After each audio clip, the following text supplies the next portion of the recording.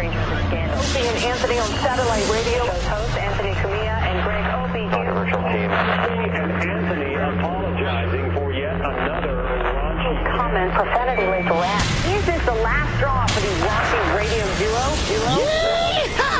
Yeah, come on, bring it on.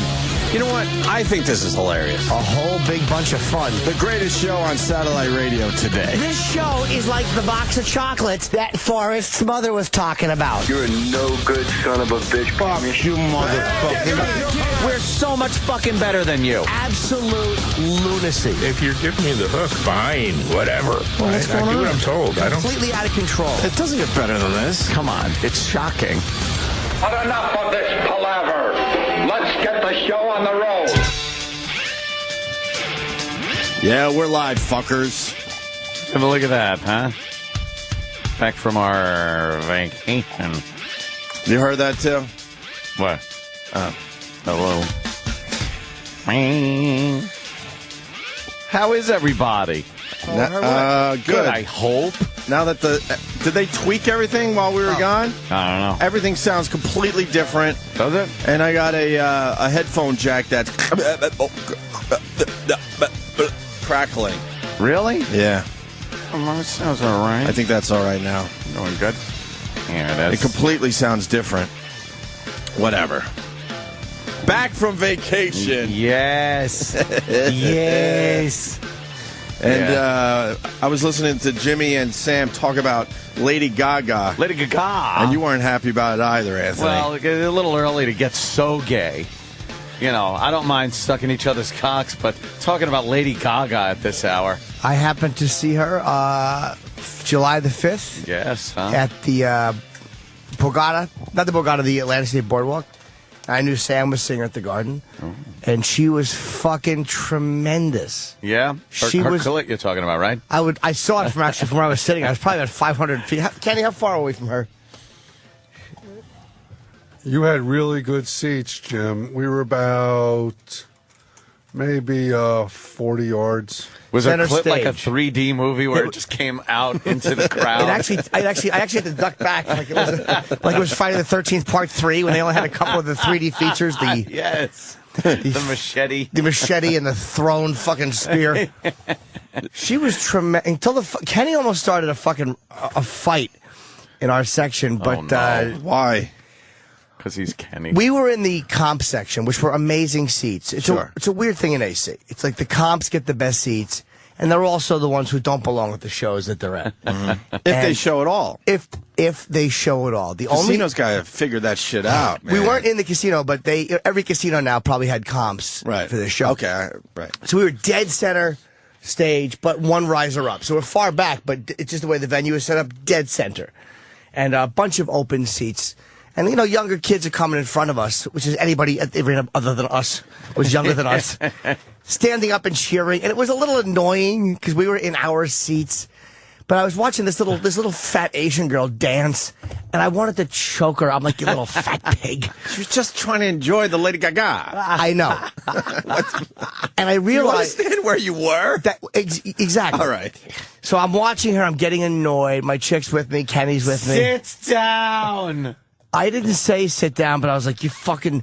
And then some other Asians came over, and they were all in front of us.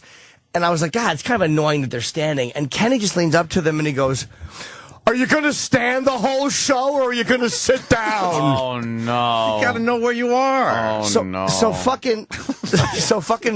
Tsunami kind of shuts some of them down, and they sit down ashamed. I guess they know they're not in their seats.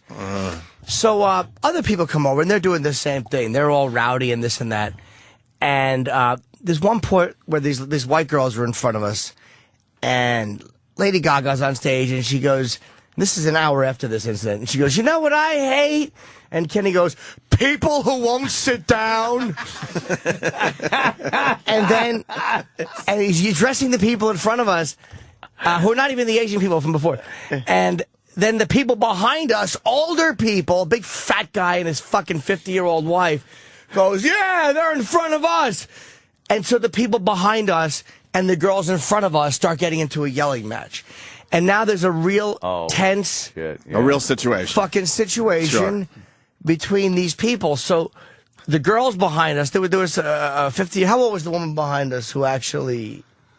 Yeah, it was like a whole family, like the husband and wife, and then like an adult like daughter. Yeah. You know, so that like the parents were probably in their 50s, and the adult daughter was probably like in her 30s, late 20s. The adult daughter runs down in front of us, and I had my iPhone. I thought there was gonna be a fight.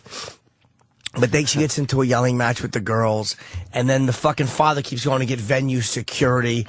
There's a guy behind us screaming, I paid for these seats. I don't want to see this fucking shit. Fuck you. He's screaming at the security guard. There's a guy in the corner who was screaming at the security guard. And it was What a catastrophe. And Kenny started this whole thing, technically. Yeah, he absolutely started the whole thing. But I was angry too, believe me. And then I looked back, like, once the little fat Asian girl in front of us went back to her seat, I was looking at her. She should have never come over, because she was literally, her real seats were like 3 rows back and 1 section over. She was like sitting in the same place. So, and she was bopping and dancing. I'm like, look at the little fat pig. She's having a ball. I'm like, they're right and we are wrong. I to myself. Very big of you. I'm just because and I said it to Kenny and my chick, they were annoyed. I'm like, fuck us. I'm like, this is a Lady Gaga concert. We are casino comp assholes. This is what we are. And I'm like, entitled casino comp we are assholes. fucking wrong. I'm like, if Lady Gaga came off the stage, she would spit on this section for that fucking girl. That girl was right. She was fucking in the right place. We were behaving wrong. The whole arena was on their feet, 12,000 people. Yes. Except our section. We're just seated, like reserved, quiet. Didn't have to do Broadway show. Didn't have to do anything for your tickets. I got so angry. We were They would just hand it to you because of who you are. These people had to wait in the rain for weeks to get their dumb tickets. Back. And this Red carpet entrance. And this fat guy behind me yelling at these girls. Now, it turns out venue security came over and eventually removed the girls because they weren't in their seats. So they were dumb bitches, because technically they were wrong. There were 4 girls dancing. 2 of them didn't have to move because that was their seats, and you're allowed to stand up during a concert. And 2 had to move, and they were dumb cunts. It's like, if you're not in your seat, at least don't cause a fucking problem. Mel Gibson, calm down. But this fat motherfucker yelling at these girls really annoyed me. It's like, first of all, if they were 4 young fucking black guys, you would not be yelling at them like that, you fucking faggot. It's like that's why I didn't yell at the girls, because Kenny would have yelled at 4 young black guys. This fat pig behind me would not have. So it annoyed me that he was trying to tough guy 4 fucking girls. But it's like the whole arena is standing. And who doesn't want to dance to Alejandro? God damn it, is that a fucking good song? I hate how she says Alejandro. Alejandro. She's fucking great. She did her fucking Speechless. Oh, is that a fucking great show, man? Are you man? ready to admit, though, she's ugly? I don't care. I think she's sexy. You're about to admit it, though, finally. I don't think she's ugly. I think she's not really... Did you see what she looked like when she was doing her Today Show thing? I didn't watch her. She looks like I'm not a fan. A combination of Liza Minnelli and Madonna now. Yeah. She's not a pretty woman. She's not a hot chick, but she's something very sexy about her. You're finally admitting it, though, because you were. I never said she's beautiful. It's the long legs and stuff. You were all in. You thought she was pretty hot at first. I think she's sexy. I still do, but she's not beautiful. Yeah, there's something sexy about her. There was another incident at the concert. What was that? I don't even remember. Was there? What, Kenny? There was a beach ball mishap. Oh God, the fucking! the fucking! Were you guys part of a beach ball mishap? Please tell me you popped it in front of everybody. You know how I hope Kenny shot it. You know how the beach ball comes everywhere? Of course. Probably didn't make it much past us. Oh no! What'd you do to the beach ball, Kenny? I popped it with my knife. It was on the floor, and he fucking just leans over, and I saw, like, when it went back up, it was half deflated. You popped it with a knife. Killjoy. Yeah, when it came to me, I had my knife in my hand, so I just pretended I was, like, hitting it, but I popped it. And then the poor lady, like, in the row behind me, she went to hit it. She wanted to hit it. Like, all deflated And on it just her went... hand. Guy's just ruining everyone's time at the Lady Gaga show. At Lady Gaga. Yelling at teenagers. It was really horrible. Rape kit. Kenny is a fun vacuum. Yes. Yeah. Yeah. But Lady Gaga, I know she's She was great. tremendous. She's a great entertainer. She was great. Likes Lady Gaga too. Kenny likes Lady Gaga. Sam and Eric went to see Lady Gaga, too. Maybe they have some interesting... Not Together? together? No, not together. Together? We didn't What? even go on the same night. No. You should have seen all the people that dress up. Oh, my God. Oh, yeah. Oh, I bet. What do they dress up as? People, like, have telephone hats. Really? Oh, the gayest kid on earth was in front of us. Telephone hat. He had a hat. It was a little yellow telephone. I've never seen a gayer, more uncoordinated person. Yes. My telephone hat. A telephone hat. Look at me. Scroll. Look at that faggot with the guy in the fucking leopard skin. Predictable. Sam. Oh, Sam, what picture is that? Well, they dressed up like it's Halloween? Yeah, the guy sitting next to me was wearing spandex and chainmail. Why? Because it's a Gaga show. Everybody's celebrating. They're going to the Monster Ball. You know, I cannot stand the vibe behind the Gaga sensation. I just don't like it. It seems very flamboyant. It is. It's about letting your freak flag fly. Ah, Is it? Yeah. Aren't they called little monsters or something? That's what the fans are calling. We get little our claws monsters. up. What? We get our Claws. claws. stop it. You have to put your claws up? Stop If it. you're a No, fan? pause. Put your Pause. paws up. You sure, Kenny? Yes. Monsters. Why would a paw go like this? Yeah, monsters have claws, not paws. That's Yeah, true. what are you talking about? He knows he's wrong. Monsters have claws I and put black my suit claws jackets. Yeah, you put your claws up and you stand up and you sing and dance. It's Yeah, the whole Monsters Ball thing is kind of like Wizard of Oz theme when, like, she talks you through the show. Like, and then you find the Monsters Ball, and then you become, like, liberated so you can come out of the closet. It's like for 12-year-olds or 13. It's for What? young gay teens. It's basically who she's aimed at. It's a weird audience. Oh, someone's saying it's the same. It's the same shit those club kid fags were doing in '92. Is that it? I guess Is it so. like the club kids? Remember when like Maury used to have club kids on all the Yeah. time? Is that it? And their parents would be yelling because the guys are wearing eyeliner and shit. Except they're not going to clubs. They're going to giant arenas now. Great. That's her audience? No, our audience is everybody. No, it's not everybody. Oh, it's everybody. Honestly, dude, we were at the fucking. I was sitting with Bobby Kelly, my girlfriend, Bob's wife, and Voss. Bobby And went to see No, Lady This Gaga? is in Montreal at the festival. okay. And we're eating. This is 2 days ago. And Alejandro's on the fucking radio. And Voss and I never agree on anything. And Bobby and all of us agreed that it was a great song. It's like her audience is fucking everybody. My mom saw the Today Show, and now my mom's a fan. My dad was humming the songs when I got home. Oh, Everybody. humming through his giant handlebar mustache. People think it's fake because he likes Lady Gaga. Thinks he just stuck it on as a prop. Is your dad a little monster? Yeah. Does he have his claws up, Sam? He's becoming a little monster. Is he? Yeah. Oh, Your family's God. weird. It's just this whole You got a weird family. freaky queer thing going on. She went on stage and announced that she had a big fucking cock. Oh, At Madison really? Square Garden, That's yes, pretty she was. outrageous. That's fucking crazy. That's outrageous. It was a little self-indulgent. At one Wow. point, she laid on the stage in fog and said that she was just like Tinkerbell, and if we didn't clap for her, she would die. And so we all had to- I would have chopped people's hands off just to see if it was true. Oh yeah, she did say that when she was Yeah. lying on her back. Yeah. She was. Oh wait, she did it at your show too, so it wasn't spontaneous. No. Oh, I thought you just made it up. Yeah. And she didn't win any Grammys, right? She won no Grammys. I don't I don't know think if so. she- no, I think- I think she sort of got shut out. The And, problem was she and- was shut out from Best New Artist. I What- think she won some Grammys, but she didn't win Best New Artist. Well, which who she was should better have. than her last year? Exactly, no one. Except But, she wasn't But eligible for the nomination. I don't think they like all that nonsense. Yeah, they don't They, like they the kind of want her to nonsense. just sing. that Yeah, fucking All that- stupid- all the yeah, nonsense. performance art She shit. does a costume change for every song. Really? Yeah. We That's went gotta in through be the back of the exhausting. venue. I haven't changed my outfit in 2 years. 30 trucks for Yeah. her show. The entire, like, whatever, like, underground of the venue was tractor trailers. The guy's like, that's all for her show. 30? 30 fucking tractor trucks trailers. and 12 buses. Holy shit. That's so That's unnecessary. insane. At one point, she started playing piano out of a car hood. It was incredible. Was good. It was Yeah. I saw that. Yeah. Did you? Yeah. It's incredible. You guys would enjoy the show, I think, if you No. went.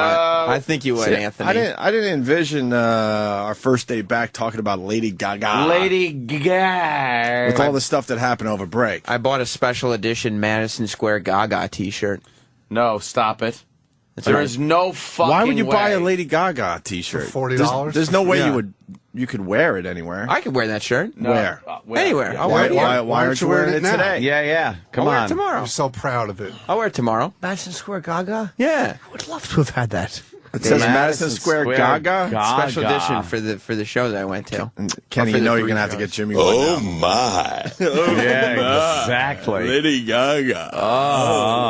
Fuck Ozzy, man. She's the shit. Are we done with the Lady Gaga? Thursday, Jimmy, there's a thing on the Biography channel. You know, Biography? Yeah. Black Sabbath documentary. Thank you. Yes. Thank you very much. Yeah, you want to gotta check set that your out. DVR for that one. Yeah. I've been watching some of the commercials they've had for it. Sounds pretty funny. A lot of just drug-induced fucking stories that they're telling about the old days. I don't believe it. No, I don't believe a word of it. We got Kenny singing Lady Gaga, so Lady Gaga? We'll end this little segment with this and move on to other things that happened during the vacation.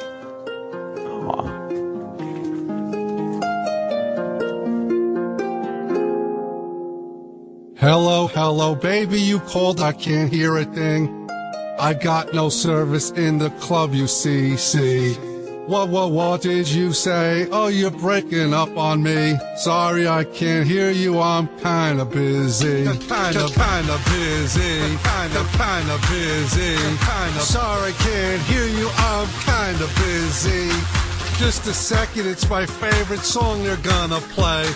And I can't text you with a drink in my hand, eh?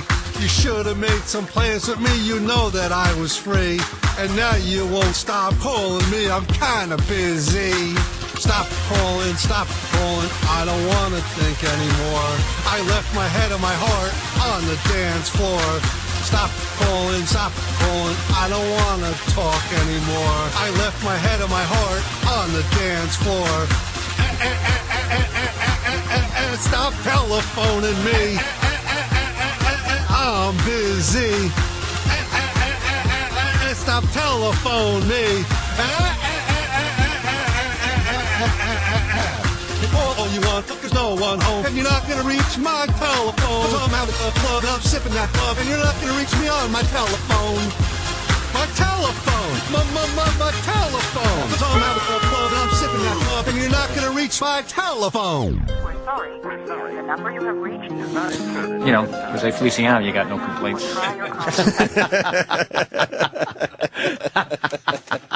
That was terrific, Kenny. Did you have a good vacation, Kenny? Got no complaints. No, I stayed home. And did nothing? Oh, I did some paperwork. I did some other work. That's good. What do you do for fun? Working vacation, they call that, right? Yeah, that's what I do. Yeah. We were gone for about 12 days, I think. Kenny can't What have was the- fun. Yeah, what was the funnest thing you did during the break? I went out to dinner. He just But you can't do have that fun. usually. Oh, you got to eat.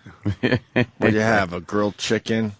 No, I went to a hibachi steakhouse. Oh, that's great. That's fancy for yeah. you. Yeah. Those Oriental people, they like. It's not Oriental. Asian, whatever. Did they do the tricks? Yeah, they have a sharp knife. Did they make the onion volcano for you? Yeah. That's kind of nice, right? But I freak out everybody at my table because when they light it with the big lighter, I go, oh! And I jump up, and it scares everybody at the table. At the table. I can picture him doing Does it that. embarrass your wife?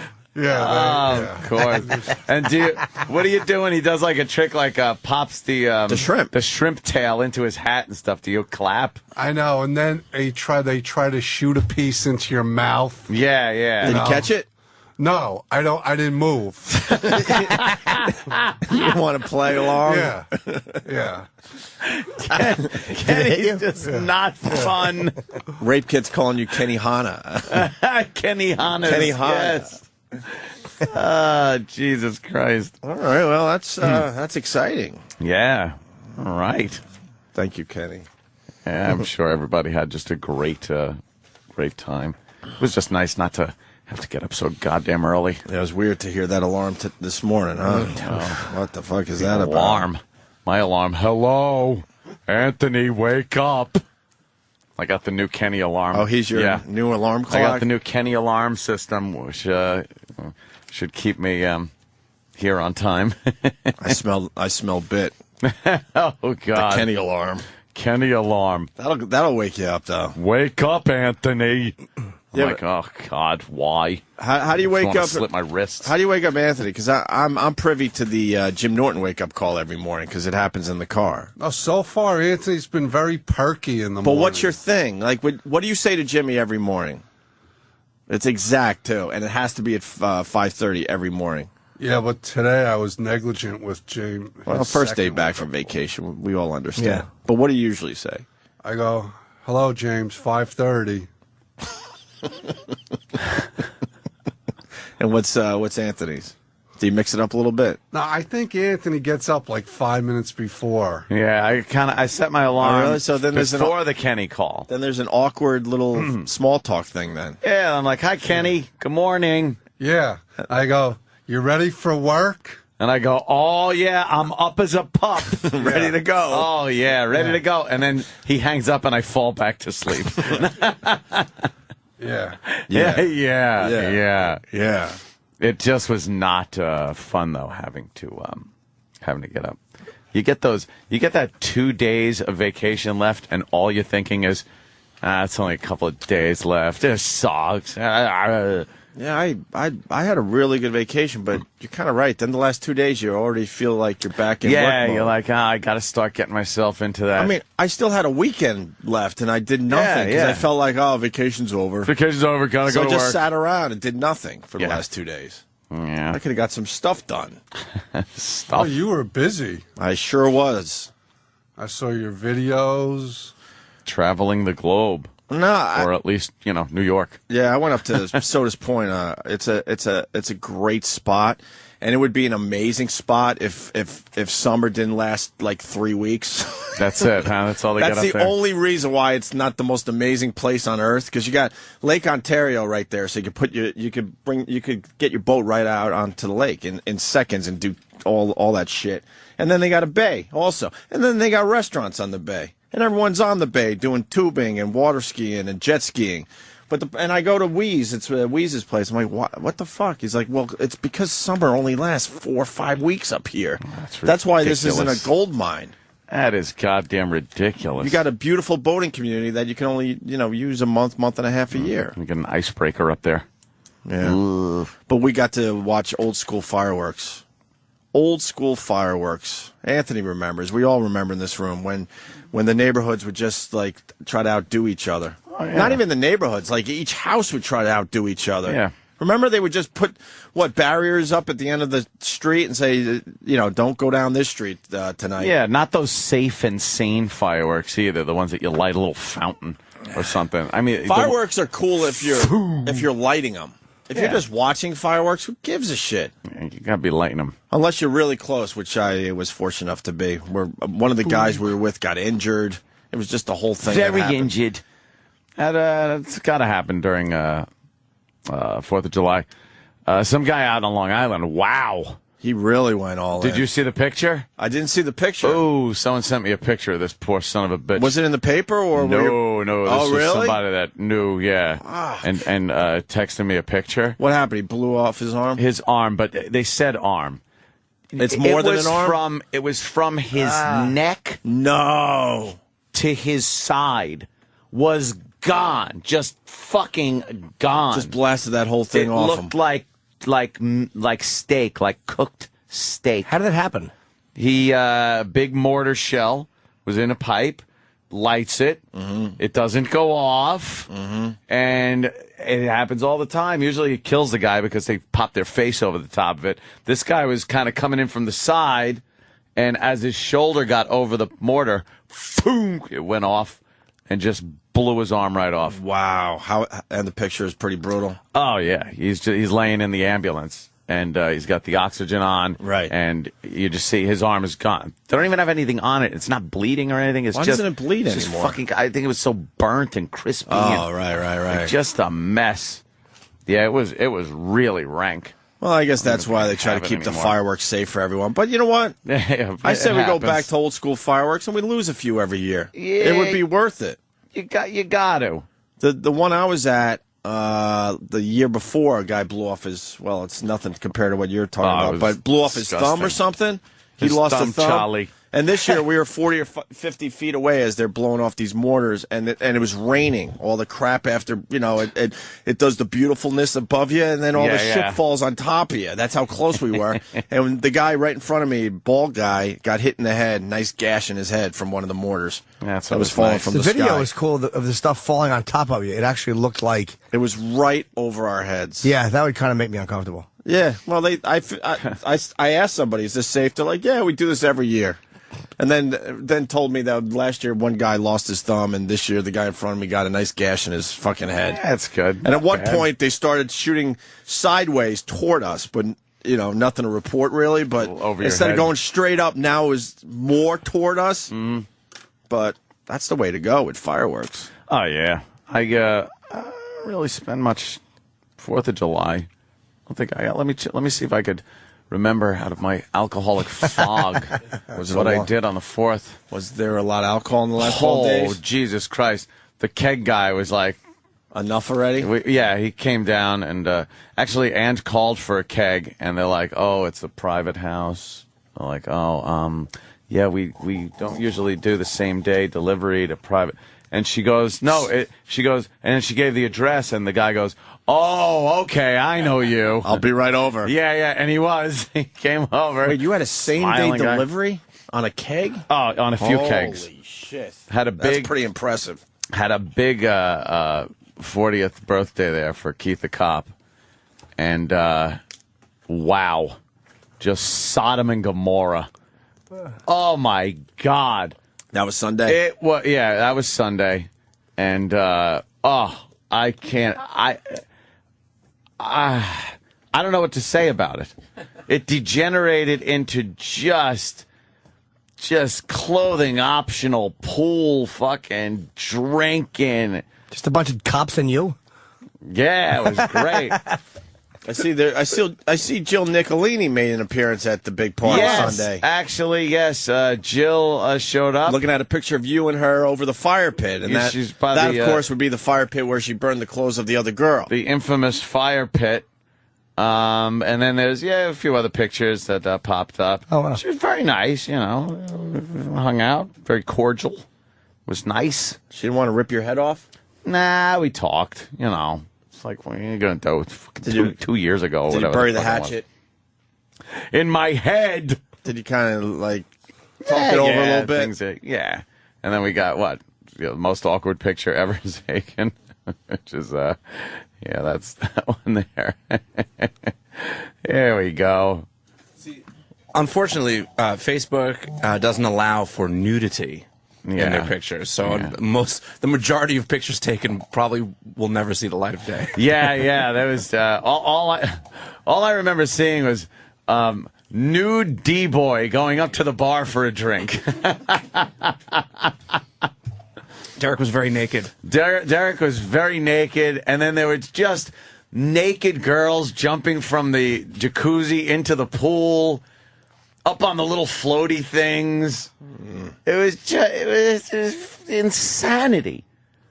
It was just, all I could keep saying is, this is the greatest party ever. Beavis, this is the greatest party ever. It was really sick and just booze-fueled. Then there was, and then why end it there? Because then there was karaoke. I don't even know. People from down the street were stopping by. I had no clue who they were. Then poker games broke out. It was just one of those. When was the party over? I don't know, but the sky was already blue. The sky was turning blue. You made it to the skies. Made it to the blue sky. Blue sky. Yeah. So that was a nice way to ring out the vacation. Oof. Good time though. Bet everybody was sober at that party. Oh, Chip. Oh, sarcastic Chip. Oh, great. There's Keith's ass. Keith is naked in that picture. Keith has, by far, the worst ass on any person. It is just like it looks like an old man's Irish ass. It is. You act like Keith's an 18-year-old girl. That's the ass. That's the fucking ass Keith should have. Keith has a cop ass. I'm sitting in a patrol car his whole life. Just a flat ass from sitting. And then D-Boy was getting into everybody's pictures and pulling his pants down. D-Boy, we found out D-Boy just loves having his pants down. For some reason, he just fucking loves it. Just naked and drunk. Yes, loves being drunk and taking his clothes off. It was. What about the girls? Who got naked? Oh, there was. Who got naked? Which girls got naked? I'm not going to implicate anybody, but I don't remember seeing one girl that wasn't. The people that had remained by the time the party got naked was the people that were going to get naked. Yeah. So it was pretty much everybody who was left at that time. It just turned into a big naked fest. Started in the jacuzzi, and then it just spilled out into the pool. And it's one of those when in Rome situations. You know, you come out, everybody's naked. You're like, fuck it. Yeah, now I got to get naked too. Fuck it. Let's all get naked. You got naked? Yeah, I got naked. Everybody Danny got naked. Everybody got that's the naked. first time I've been naked in that pool. Please. It's always some kind of fucking debauchery, drunken. It's a good idea when you're drunk. What does the pool look like the next day? Oh, my God. Egg drop soup. I would love to see that picture. The skimmers are just I'd love full to of see pubes. what it picks up. Yeah. That was great. And I started out the vacation by seeing Jimmy at the Borgata. How was that, Jimmy? It was great, man. Great. Yeah. Really, really fun, yes. Really funny, man. Thank Very you. funny show, James. I didn't like the Friday show. I liked the Saturday show a lot. Oh, well, we didn't like you either. I mean, it was 10. It was started late. It was too hot outside. I was really hoping for rain. Rain helps shows a lot. Gets people Gets everybody in. Yeah. Gets them off the boardwalk. But consider it was 4th of July weekend, and it was fucking. It was really great, man. Yeah, fans are really cool. It was nice seeing you there. Of course. Watched you gamble for a little while. Yes. How's the gambling? He Good? was very surly by the time I went upstairs. Yes, I wasn't getting what I call traction. I wasn't getting any traction. That girl, there was a female dealer. She fucking hated Anthony. Oh, wow. Because Anthony just kept saying, "I hate you." I was telling her I hate you. I go, I hate you. I hate you. Deal me something I can play with. Go ahead. Deal me a car. Oh, of course. Yeah, another 14 for me. Thanks. Oh, what do you got? A show and a queen? I bet I know what's on the... Can I bet you have 20? Is there a side bet I can make that says you have 20? I hate you. She was kicking Anthony's balls all over that table. Oh, was she... You took a hit? And why don't you take that with you fucking prick, you? You should have just took money out of your pocket and handed it to her. Yeah, just hand it to her. Here you go. You give a little back finally? Yeah, it wasn't boy. Was not a winning weekend. You had a nice run there. Borgata. Yeah, I'm not gonna. What am I gonna complain? What are you gonna do? It was great. What are you gonna do? They hooked me up with a nice giant suite, and they, take care of us. Dinner was like, all right, it's fucking 20 to 8. And I call and get a reservation at the premier fucking place in the Borgata for 8 o'clock. I would love to know who they kicked out. Great for you. Who gives a shit? They were probably already sitting and having appetizers. You up, out. They probably have a trap door at this special table. The seats just flip over. Right. There's other seats there. Exactly what it was. I would love to see that. Oh, yeah, it looks like vacation was good. Yeah, it was good. And in between the Borgata and Keith's party, if anyone could fill me in on what happened that week, I would definitely appreciate it. Of what? In between the Borgata, which was the beginning of the vacation, right, and Keith's party, which was the end. Right. So if anyone has any knowledge of what I did the rest of that week, please feel free to tell me. Because to me, it's just a big poker game and vomit. What? Yeah, What's that about? There was a poker game and then some vomiting. Who vomited? I think everybody. It was just like a fucking Roman barfatorium. I don't know. What was I drinking? Oh, yeah, I was drinking sweet berry wine. Sweet berry wine. I wanted to play some poker, so invited some people over and drank some wine. And then I just wasn't feeling very good. And when you puke up red wine, it looks like you're one of the monsters from 28 Days Later. Just fucking red shit coming out of your mouth. Was the vomiting happening during the poker game or the next day? It was or like, a little of both. It was like at the end of the night, yeah. Next rule for your wine. What goes in the hole comes out of the hole. Stroke. Just get it all out. Your body's rejecting it. I'm sorry. That's audio of Anthony at the poker game. Yeah. Your sandwich or something. Let's I want to go home. Where are my that's keys? it for Dr. What are my keys? Get out of here. Mike, grab him! I love Dr. Steve Brule. He's by his car, drunk off his ass, trying to get in his car. He's trying to drunk drive. Falls down in front of the car. Steve Brule. Figure out. If you drink too much wine, get your friends to carry you. Get the door! Get the door. Tell your friends to carry How you. incredibly hard is it to watch John C. Reilly in anything else now? In anything. I was watching Boogie Nights, yeah. Boogie Nights was on, so I was watching that, and his character in Boogie Nights has so many, like, little Steve Brule moments. You realize it's like, holy shit, that's probably really him. And he's in some new movie, Cyrus, with Jonah Hill and I think Marissa Tomei, and Travis was mentioning last week. Like, he just can't even watch the trailer for it because he can't take it seriously. He's just like, it's fucking Dr. Steve Brule. Dr. Steve Brule. Come on. What do we have here? The building blocks of shishi. Shishi meat, peaches, and guacamole. Guacamole. He's the best. All right, we should take a break. Of course, we got the Mel Gibson tapes. Oh, yeah. Regular radio can't touch this shit. This, when I heard the first one. Yeah, we'll play the I first was one because stunned. the first one happened during the break, so we'll play the first one, which is only 1:50, and then we'll get into tape 2, which is just beyond amazing. There's so much to decipher here, right? Yes. All right, we'll get right into the Mel Gibson thing after the break. Stay there. Virus, Sirius XM. This is the Opie and Anthony Show. Opie and Anthony. Back from vacation. We missed a lot, too, man. We missed the Mel Gibson tapes. Yeah. Although the second tape is still very, very hot. First tape was his great little rant with the his racist rant, which I don't know. It's a telephone conversation. Absolutely right. What are you doing? Say whatever you want. And Michael Richards said something publicly which was stupid. That's fair game. This is something like Dog or like Alec Baldwin.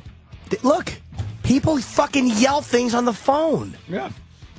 God. A private conversation, and some dummy is taping you, and you know, blurt something out. Well, how the hell are you holding against somebody and fire him? What's the backstory, though? Mel Gibson was married for many years, had a lot of kids with his wife, and then 28 years. 28 years, dumped her. Then he found some hot piece of ass, crazy Russian model chick or whatever she is. He found a face, yeah, with no substance behind it. And obviously the relationship is going bad already. They have an 8-month-old, I think. Yeah. And she's there taping him on the other side of the conversation, other side of the phone, and then releasing it to everybody. And he is losing his fucking mind. She said he had hit her, though. I'm not defending her. I fucking loathe her. But she said he was abusive and nobody believed her. Mm-hmm. That he was like an abusive guy and people just didn't believe it. Or I tend to believe that he probably did whack her. Well, listening to him go off like that, you can see how it could kind of take the next step to cracking her in the face, perhaps. There's a Chris Rock thing happening there? Yeah. But I understand. There's something like, because the next step is just cracking her. I think he's a drunk. I think he sounds to me like a drunk who is yelling when he's drunk. That's not just like the ramblings You talking Sounds about Mel Gibson or me? Mel Gibson. Oh, okay. Yes, he only said a happy few drunk. racist You're things. talking about the Borgata. You're a happy drunk. Mel Gibson seems to be an unhappy drunk. Yeah. My phone conversations are fun. Yeah. Okay, good. You don't say racist stuff. Over. You don't say racist shit on the phone. You just yell it at the dealer. So why don't we play the first Mel Gibson tape, the racist one? It's a quickie. Yeah. And then, man, Sam cut up the second tape, but fuck that. I say we just let it roll. Let it fly. All 7 minutes and 53 seconds of goodness. Compelling. I love it. Yeah. Trying to breastfeed with First one. fucking foreign bodies in you. So, Was that it? it has nothing to do with it. Oh, it had nothing to do with what? The fact that you had foreign bodies in there? Correct. Correct. Okay, good. So you're not lying to me about fake tits. I've never have. Yes, you just did. You said they weren't. You fucking lied to me before. What? I didn't. He can't tell that they're fake or not? That's a little weird, no? Anyone? Yeah, I mean, come on. What the fuck? Maybe they were not fake as far as... No, foreign bodies. I was saying instead of whatever makes fake tits, but don't they have fat implants from your own body, too? Well, they do it many different ways, Jimmy. Yeah. And they go in many different ways, too. Sometimes they take the nipple off. Sometimes they just go under the armpit, and then push it in. That's hard to detect. And sometimes they use fat, sometimes they use silicone. Silicone's supposedly making a big comeback. Oh. Yeah. I didn't. I never said anything of a kind. You never asked me, I never told you. Or maybe you asked me, but I never lied about this. I don't lie. Who cares? So, they look ridiculous. Get rid of them, why don't you? Anyway, That's none of your fucking business. What they It look like. is. They look stupid. I'm just telling you. It's just an appraisal. Keep them if you want. Look stupid. See if I give a fuck. But they're too big and they look stupid. They look like some Vegas bitch. They look like a Vegas whore. And you go around sashaying around in your tight clothes and stuff. I won't stand for that anymore. I don't walk around. I don't walk. To be that. I don't walk around in tight clothes. I stay at home for most of the time. You go out in public and it's a fucking embarrassment to me. You look like a fucking bitch on heat. And if you get raped by a pack of niggers, it'll be your fault. All right? He's just trying to help. I know. And it's like, who cares that he said that? Like, first of all, if they do rape you, if you're raped by a pack of blacks and you refer to them as niggers, are you a bad guy or are they worse for raping you? By being mad at that, what people are saying is, do not call the rapists a racial epithet. Fucking asshole country. They may have raped her, but don't use the N-word. Stop it. Shit. Because you provoked it. You are provocatively dressed all the time with your fake boobs you feel you have to show off in tight outfits and tight pants and stuff. You see your pussy from behind. Ooh. And that green thing today was enough. That's provocative. Okay? I'm telling you. I'm just telling you the truth. I don't like it. I don't want that woman. I don't want you. I don't believe you anymore. I don't trust you. I don't love you. I don't want you. Okay? Okay. Stay in the fucking house. I'm not giving it to you, but I'll let you stay there. Okay? I'm really confused because all the stuff he doesn't like about her, wasn't that what attracted? Oh, that happens a lot. Yeah, that happens a lot. You know, he was attracted by all that stuff, and go, now he you go hates for the hates whore. all that stuff. You go for the whore, and then you realize you don't want the. Do we know where this went bad? Not sure. Not sure, because obviously it went bad before this phone call during started. Mel's upbringing, perhaps, in Australia. This whole thing is a guy just yelling about his chick because he really thinks that she's behaving like a whore or dressing like a whore. Right. And he said, if you get raped by a pack of niggers, that's just some dumb thing you yell when you're drunk at your chick. It doesn't mean anything. There's not a racial component to this argument. But once again, he didn't care that she dressed like a whore. So what went wrong where all of a sudden he turned on this whole thing? You know what I mean? That's what happens in relationships. You know exactly what he was getting into with this broad. Now, guys do this all the time. They pick up a girl who's dressed provocatively. Her personality is kind of flirtatious and whore-like and shit like that. And then after a few months or a year or whatever the fuck it is, you start looking and you think like, oh, I don't want her. What's she dressing like that for? Right. Going outside. Some guy's going to fucking, see that and pick up on her. And it's more commonplace than the other way around, where guys are fine with her being a whore or looking like a whore for the entire relationship. Well, our lovely executive producer has unbelievable timing. We wanted Patrice O'Neal on the show for other things, but Patrice is calling in now, right in the middle of the Mel Gibson tape. So this is perfect timing. Thank you, Steve. Really appreciate that. So we'll get back to the Mel Gibson tapes in a second. Patrice. Good morning. And we woke up Patrice, so we have to go to Patrice. We can't wake him up and then tell him to go back to sleep because now, we could call you later. How are you, sir? Good, man. What's going on, man? Oh, he's sleepy, boy. You sound sleepy. I wasn't really. I was in sort of REM, and then Steve was like, "I'll call you back," but if y'all call me back in 25 minutes, I'd have been out, man. Oh, you would be out for the night or the morning, whatever. Your night. Yeah. I wanted to talk to you because we had a great conversation about LeBron James, but then Jimmy's telling me that you couldn't get into Montreal. I read it on your Twitter. Yeah, man. They, back in the day. I mean, I've been there 40 times. You know what I mean?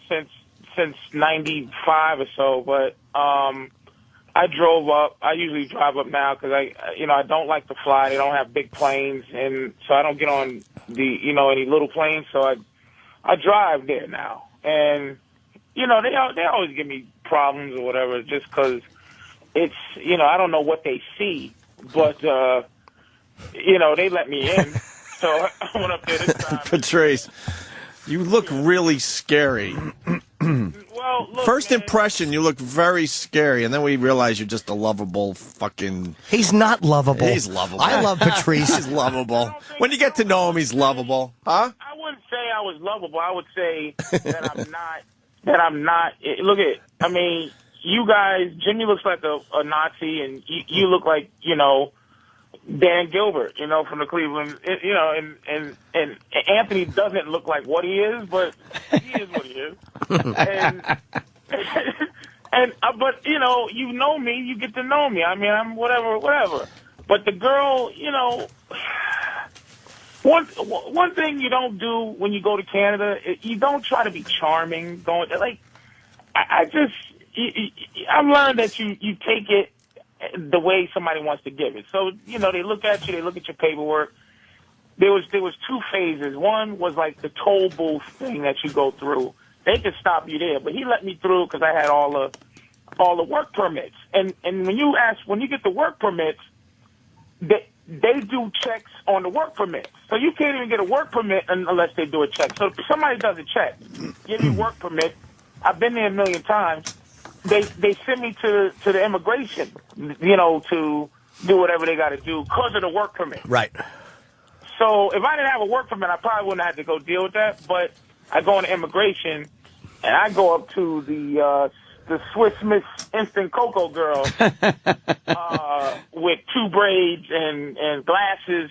She looked like the chick that Jaws was fucking in Moonraker. The little nice reference. Like okay. You know what I'm saying?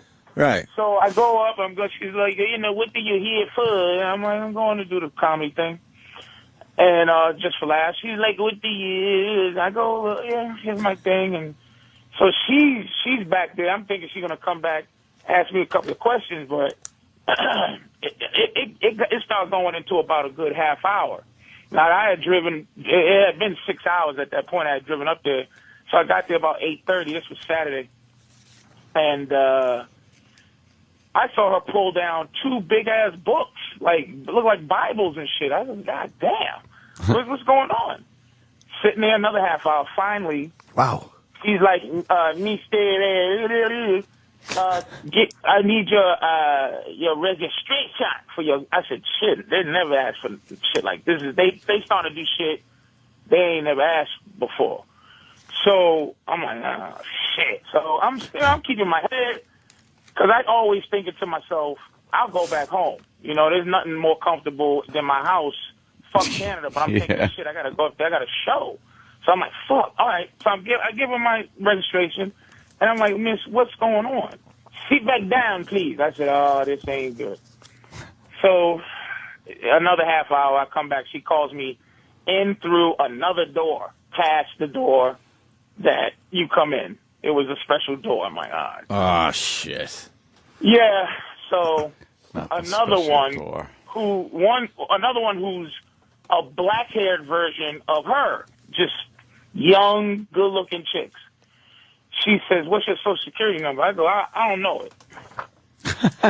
He's like, wait, do you know it and you didn't want to tell them, or you don't know it? Yeah, because this is all new shit. Right. This is usually they just look at you, they look at me and go, "Yeah, I done that," and then they, they do the Clouseau shit, and then they fucking let me through. This time, a social security number. I go, I don't know it. I said, what's going on? She goes, I need your social security number. I go, Then the other one, the Swiss Miss girl comes up and she bangs on the table and goes, "You've been convicted of rape." Oh, shit. Easy. You're not supposed to be yelling those shit out. You haven't been convicted. I said, I don't know. You tell me what you see. I don't know what you see. I ain't telling you shit. So he goes, I said, I ain't telling you shit. The worst they can do if you not committing a crime is send you the fuck back home. That's all I know. So, but then they started doing the sneaky, we gonna beat the shit out of a nigga moving. So I'm looking at out my left eye and my right eye, and it was some guys that would just love to have, pepper spray me and all of that. Don't tase me, bro, nigga. I'm really on that. Don't tase me, bro, because that shit'll kill me. So I'm like, look, I'm not yelling. It's just this is a little bit shocking that you asking me all these questions. And look, miss, I know my social security number, but I don't want to tell you because I've never had to tell you before. I'll tell you now. So I give her my social security number. She goes, yep. She checks it. Yep. You rip. I was like, whoa. You rip. Let me tell you the story. If anything, at least murder. This is the thing about murder. Motherfucker go, oh, you got a murder charge. What happened? Oh, I hit an old lady crossing the street. Oh, fucking, I had a fight, knocked the nigga out, hit his head on the fucking, he hit his head on the fire hydrant. Or, yeah, fucking, I gave motherfucker a bad dose of cocaine and stuff. But Rick is like, hey, well, let me tell you the story, bitch. No. Sign this paper. And I said, I ain't signing shit. Wait, what does she want you to sign? I don't know. They just go rip. And then I go, I'm not signing shit. So they say, you cannot come in the country. I go, hey, man, give me my motherfucking ID. I'll leave Canada, nigga. I don't give a fuck. I'm not signing shit. So they they followed me outside, put me in the truck, send me back. Wait, the paper, okay, they put down refuse to sign. It was a refusal letter, which is now on my record. If you get refused to go into Canada, it's on there that you were refused. Oh, shit. I was refused in '92, and they still asked me about it. So why were you refused?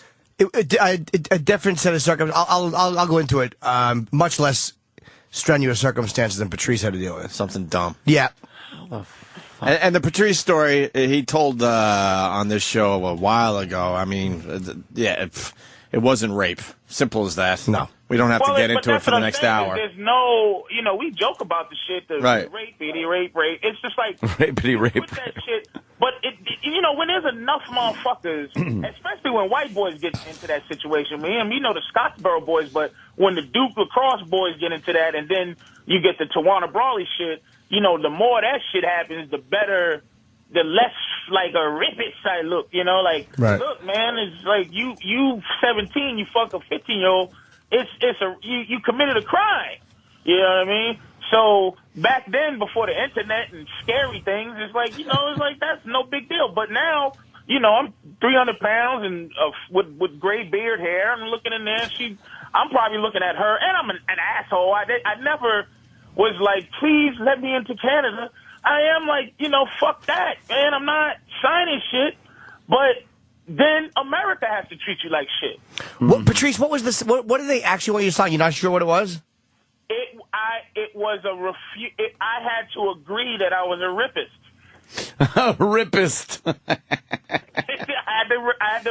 had to sign, because when I gave them the paper, they gave me a piece of paper and when I gave the guys that, they gave me two pieces of paper. One, the Canadian consulate, and this is what I have to do to come back to Canada ever again, is go down to the consulate and bring transcripts of the trial. First of all, 5 years had to go past. It's been 25 years. So, 23 years. And 5 years have to go past. You have to get the transcript, the court transcripts. You have to get all the shit from the court. You have to get something from a sheriff. And you have to get a letter from a clergyman and some law-abiding citizen and all kind of shit to go back to Canada, So I probably won't be going back to Canada ever again. And then the paper I had to give to America.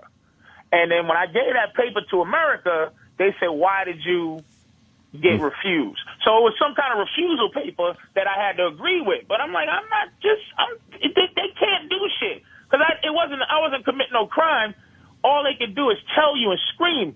But the thing is, they could have played me nice if they had been like, "Oh, we just asking you." But the girl was so offended. The Swiss Miss girl was in complete, utter shock. I said, "I've been here 25 times. Look at your computer." They wasn't on it. She was, and then I go to America and they say, "Well, they can do that. There's no protocol at the borders. There's no protocol at the border. They just make it up as they go along." You can make it up as you go along. And she didn't want to hear your story when you said, I could explain that. Well, I wasn't going to explain that. Okay. I'm saying that to you guys, like, as soon as they see that, it's like, that's what it is. Right.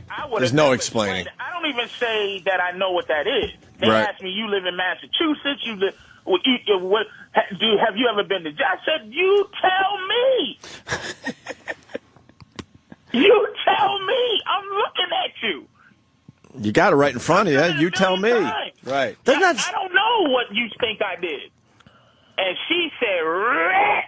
Right. I said, "Oh, Jesus Christ, bitch. Please don't say that out loud." Because me and the other African families in here, we already uncomfortable. Are you saying it was only black people in that special room? Motherfucker, I almost don't want to say it because it sounds made up. But it was nothing but niggas stuff in there. Oh, shit. And French niggas, too. They're going, "Look at BB." Like, you don't give a fuck. You Pepe Le Pew. You can be anything you want, nigga. They fucking with niggas at the border, man. Oh, fuck. I'm not going to say it's racist. I'm going to say it's it was a lot of black people there sitting there, and they went buck wild, and they did the whole, okay, here's a big... And then they did it in the U.S. Usually I get the worst going back to the U.S., but I always stay arrogant. I don't want to stay like belligerent, but I always stay like, who gives a fuck? Send me home. But this time I was driving.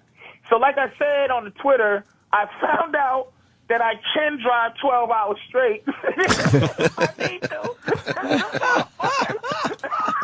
You fucking sent me home. You drove 6 hours just to turn around and drive 6 hours home. Damn. Here's the best part of this shit.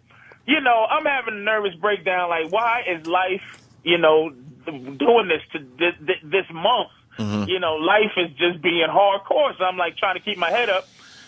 Here's the best part of the story. The best thing that happened to me the whole day.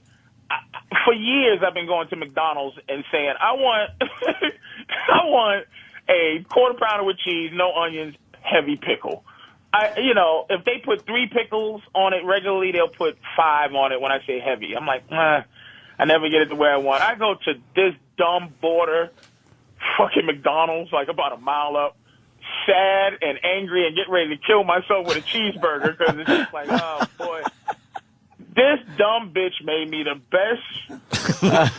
A whole layer of pickles. And I said, is this what it took for me to get my quarter pounder with cheese, having pickles, you motherfucker? I don't know how I got home. I'm driving through the fog of the Adirondack Mountain with a quarter tank of gas. And I got home, man. I got home, laid down. I talked to my mama on Sunday. And I haven't cried since I was 17. I cried Sunday because it just hit me. I cried like a bitch. I'm telling you, I cried like a bitch, and it was just like, what the? And you know, and I'm gonna tell you, this is getting a little weird, but I figured out something. I never thought that not having a father meant anything to me. I never gave a fuck because I always said I could have been just sperm somewhere, but I'm alive. I realized. I said, damn, I never had a mentor, a male figure mentor, to just be a man better than me. So I never had somebody 60 years old to just go, damn, nothing. And so I'm sitting there trying to figure out how to be a man right now. and only thing, you know, your moms could do, God bless my mother, I love her. She, you know, she's sending me, you know, the God takes one thing out of your hand and you have space to hold another. I'm like, what the fuck? Like, will you just stop with that shit?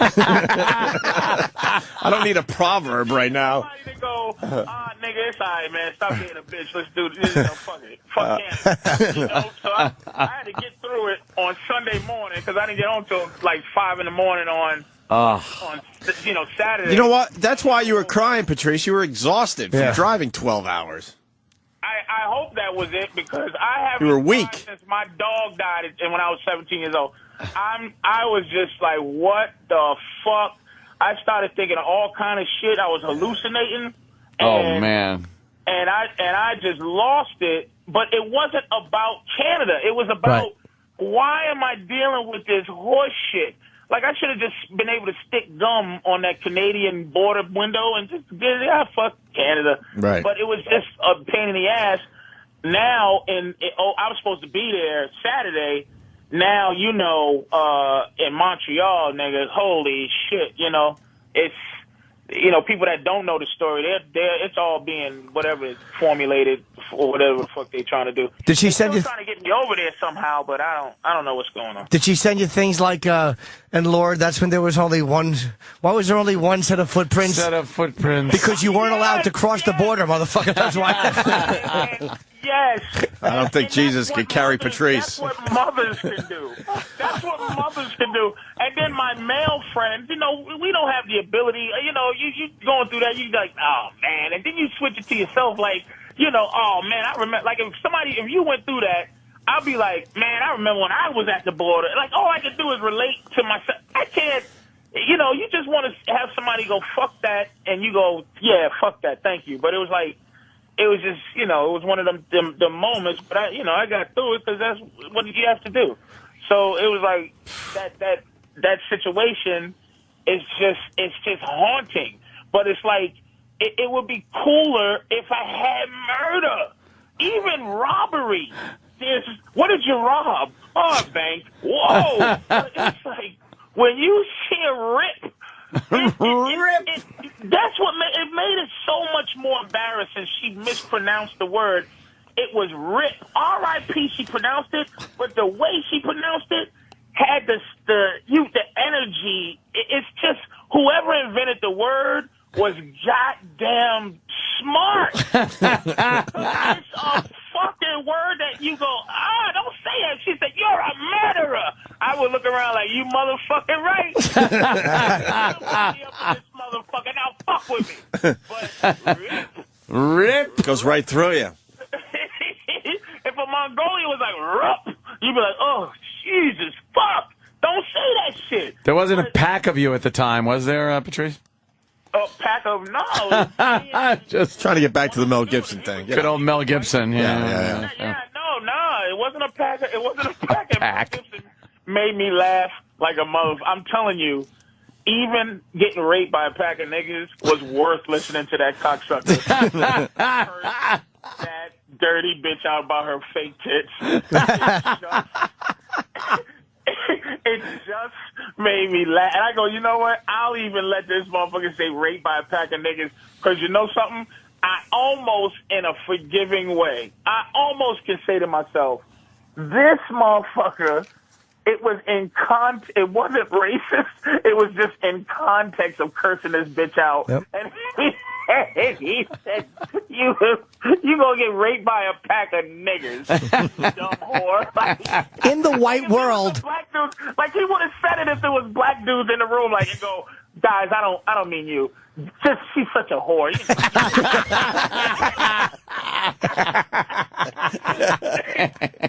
It didn't even take me out of the laughing 1 second. He's so brutal. But that's the story, guys. That's the border story, you know. That's a big story right there. Hey, while we have you on the phone, LeBron James, because we got to cover it anyway. You and I talked. I don't even know. You were driving to Canada when we were talking. You were on your way already. Yes, I fucking was. I killed an hour with you on the phone. Yep. I killed an hour with Patrice, made it a little easier. Did you call him or did he call you? He called me. That's what he does. I called him. You know why I called him? Believe it or not, I was listening to the best of replay going down, and Opie said something about Bobo being as boring as watching a video buffering, and I laughed hard as fuck.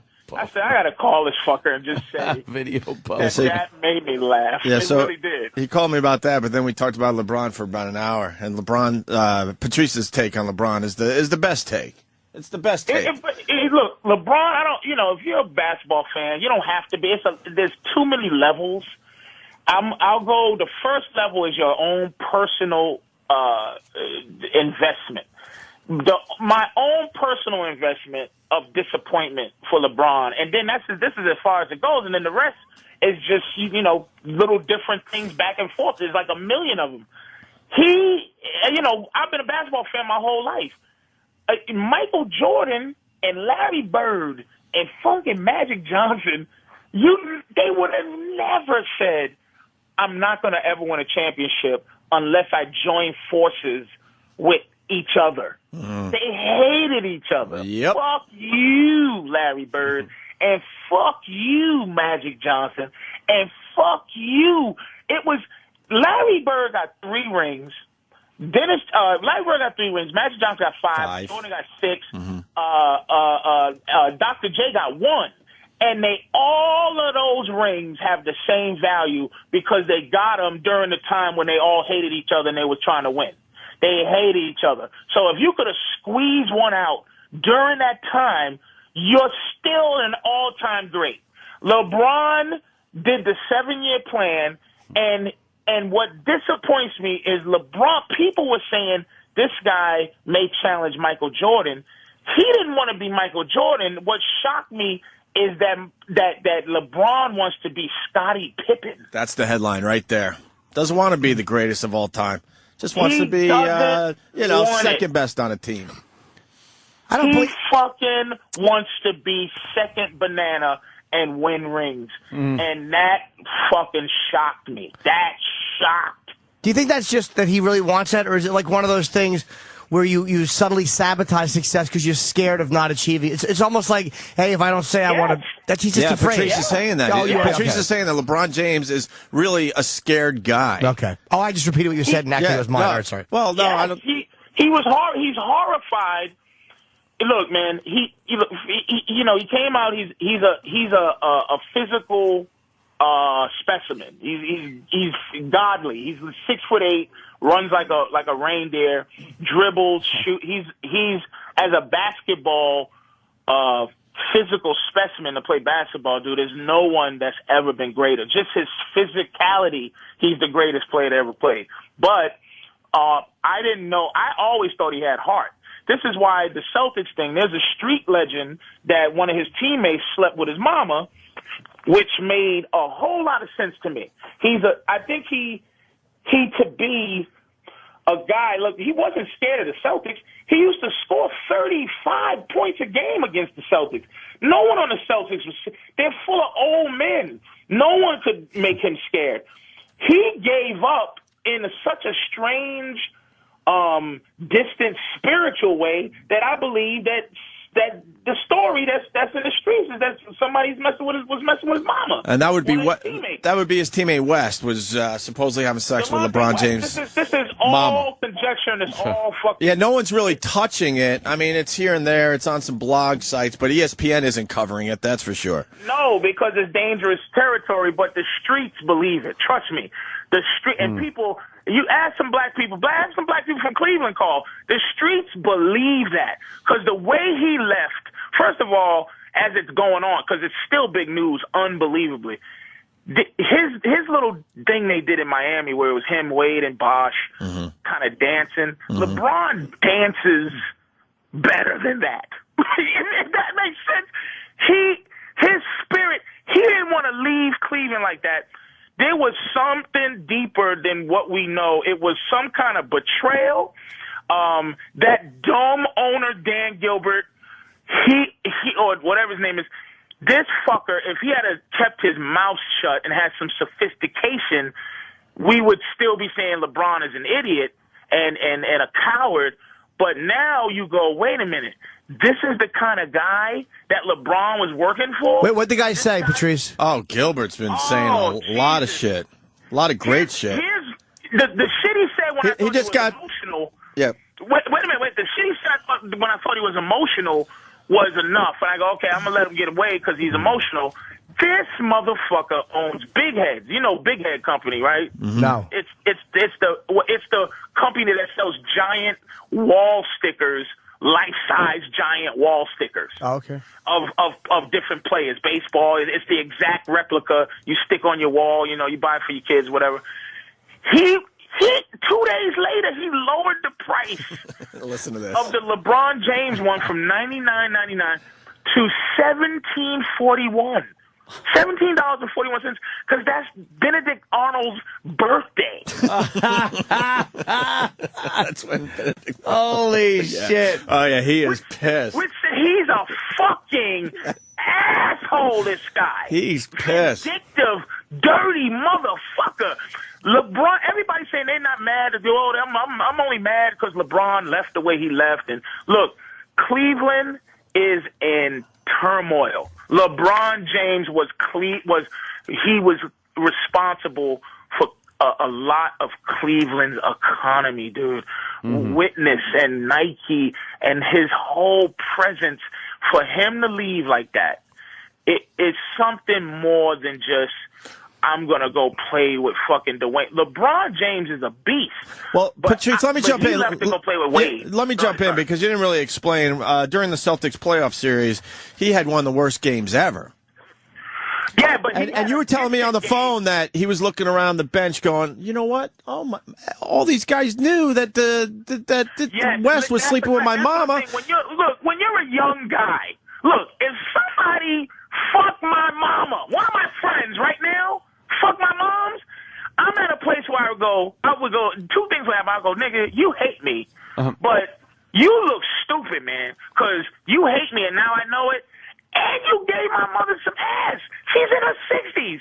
So you did both of us a favor. You gave us some sex, and I don't have to fuck with you no more because you a piece of shit. How many times do we have to have this argument? So,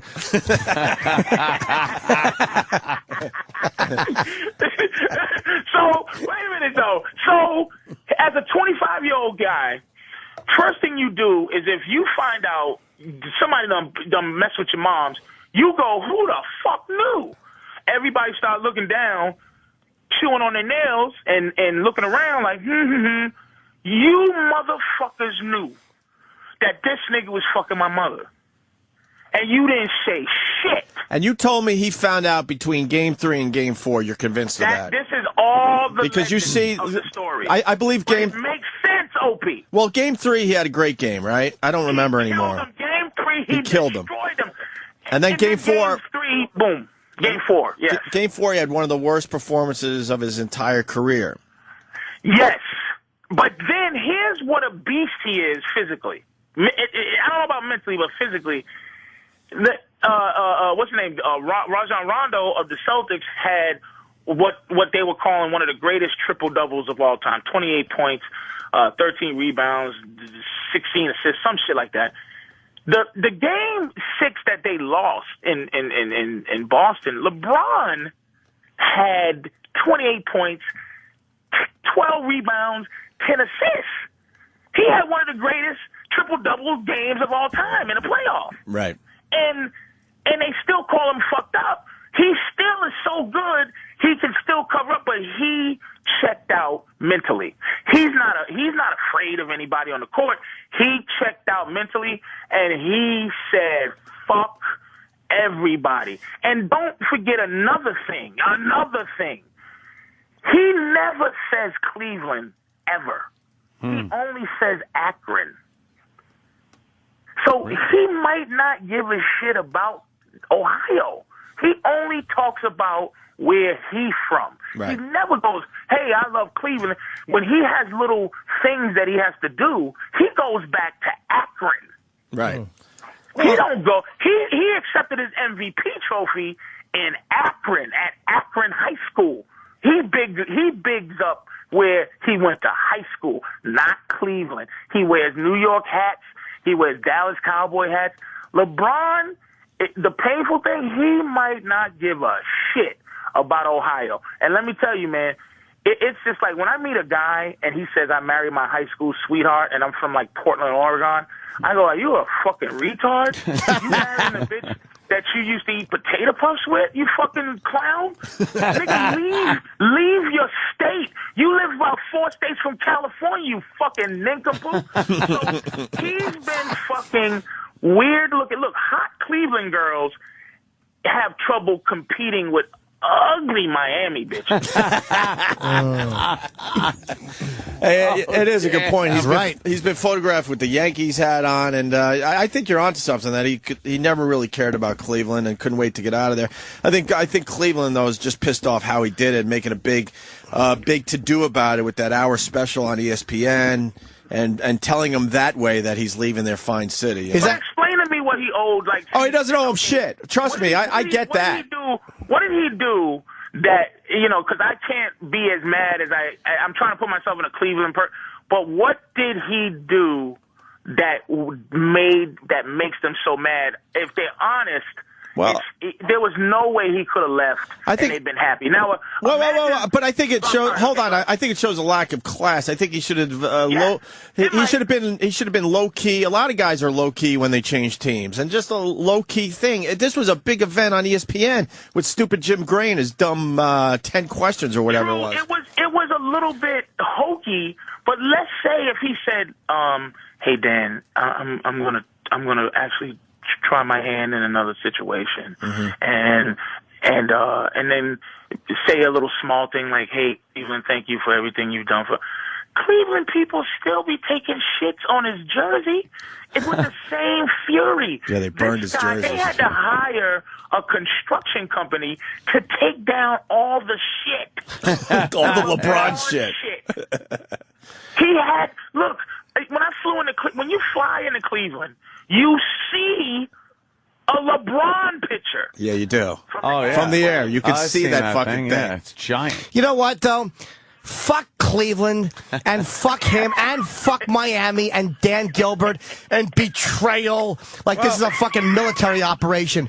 It's some cocksucker that throws a ball through a hole. And fuck Dan Gilbert. If Michael Jordan was in his prime and he said you could have one or the other, he would have taken his shit in LeBron's mouth and taken Jordan. Fuck all these guys. Well, but the message... and I agree with that, too. That's what I'm saying. I'm not angry. I can't be that. No, I don't. But the message here, which Jimmy has touched on many times on the show, we take our sports teams way too fucking seriously, and then you learn through the LeBron James situation, they don't take what team they're on serious enough. Right, exactly. Not as serious as you take it. That's why I'm Billy Bandwagon, and I'm going out to get my Miami Heat jersey. Hey, man. And I'm going to start. That's my new favorite team. Well, I'll tell you right now, Patrice, I've openly admitted I haven't followed the NBA in the last few years. I am all in starting this fall. I can't wait to hate on the Miami Heat. They get a center if they get a center with one leg, they'll win 80 games. But you know what? They have to win the championship, and if they don't win that fucking championship, I'm going to be laughing big time. And they will, because they will win, because the argument was, oh shit, what are they going to do? Share the ball? LeBron James left to become second fiddle. To be Scottie Pippen. That is a fucking fact. Yeah, I agree with you there. And one thing with your theory about him hating Cleveland and his teammates and all that and having that horrible game in the playoffs, remember when that series was over, the shot they showed many, many times was LeBron walking off the court and ripping that Cavaliers jersey off. That wasn't about ripping it off. That wasn't about losing that series. That was about fuck everyone. I'm out of here, and this is the last time you're going to see me in this fucking jersey. Fuck everybody. And if you look at that shit, he walked up to Kevin Garnett, and if you don't know his story, he was loyal to Minnesota for many years. He's only 32 years old, but he's been in the league for 16 years because he came in he's 32. He's been in the league 14 years. He came in when he was 18. And LeBron ran up to him, gave him a hug, and they talked for a minute. Kevin Garnett said in the press conference right after that game, and he goes, look, man, if I knew what I knew now, then when I was 25 in my prime, I'd have left Minnesota a long fucking time ago. I had a terrible dream one day that I was talking to fucking Leno or somebody. It was Patrice Day. I was famous, and he said, I'm sure Leno's had the same nightmare. Rip. And in the fucking dream, I said, he goes, how did you get famous? I said, when I became disloyal, when I became a guy who didn't think about other people, then fame comes. Kevin Garnett said the same thing. He said, man, if I had knew this, I'd have told loyalty to eat my asshole years ago, because I was staying loyal to suckers. And LeBron made that move based on guys who are 32-year-old men and 33-year-old men, and not a 25-year-old basketball machine who could have won his one championship in Cleveland. Would have been surrounded huge. by him. Huge. He wouldn't have needed another championship. Right. Ever.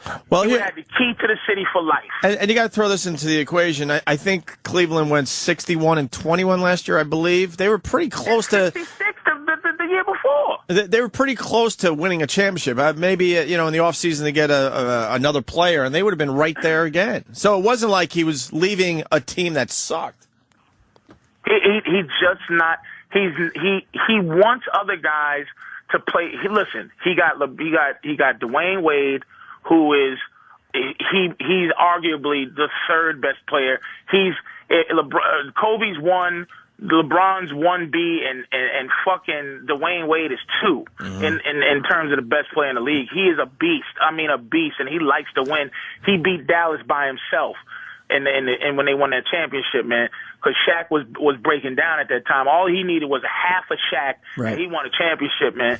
LeBron is, he made the right move in terms of going with the right person, but for his legacy, for who we thought he was, for all the props that we gave him, he made a bad fucking move. Do you think? Let me ask you a question. Do you think there was a move that he wanted Cleveland to make? You guys are much more basketball knowledgeable than I am. Yeah, Amari Stoudemire, the guy that's in New York now. In New York. So Gilbert, he had a guy named J.J. Hickson on the bench that he looks at for the future. J.J. Hickson could be good in 3 years. He could be great. Amari Stoudemire is a bona fide beast right now. Beast. The guy that's in New York, that New York signed. Bona fide, will dunk it in your fucking face any chance he gets kind of guy. LeBron could have got him. Dan Gilbert wouldn't give up J.J. Hickson for Amari Stoudemire. He got the guy Antoine Jameson from Washington Wizards instead, who is serviceable. So he's a serviceable guy, but he's not a legitimate number 2. He needed a legitimate number 2 who is really has the one mentality, like a really, and Amari was that guy. Amari was a guy, you dump it down to him and you unleash him like a fucking pit bull, and LeBron could smile and he doesn't have to beat you by. But See, the great ones wanted to beat you by themselves. LeBron, he got scared, and he was on the Jordan game plan, which is 7 years. But Jordan, if it took him 20 years, he'd have won a fucking championship. He just.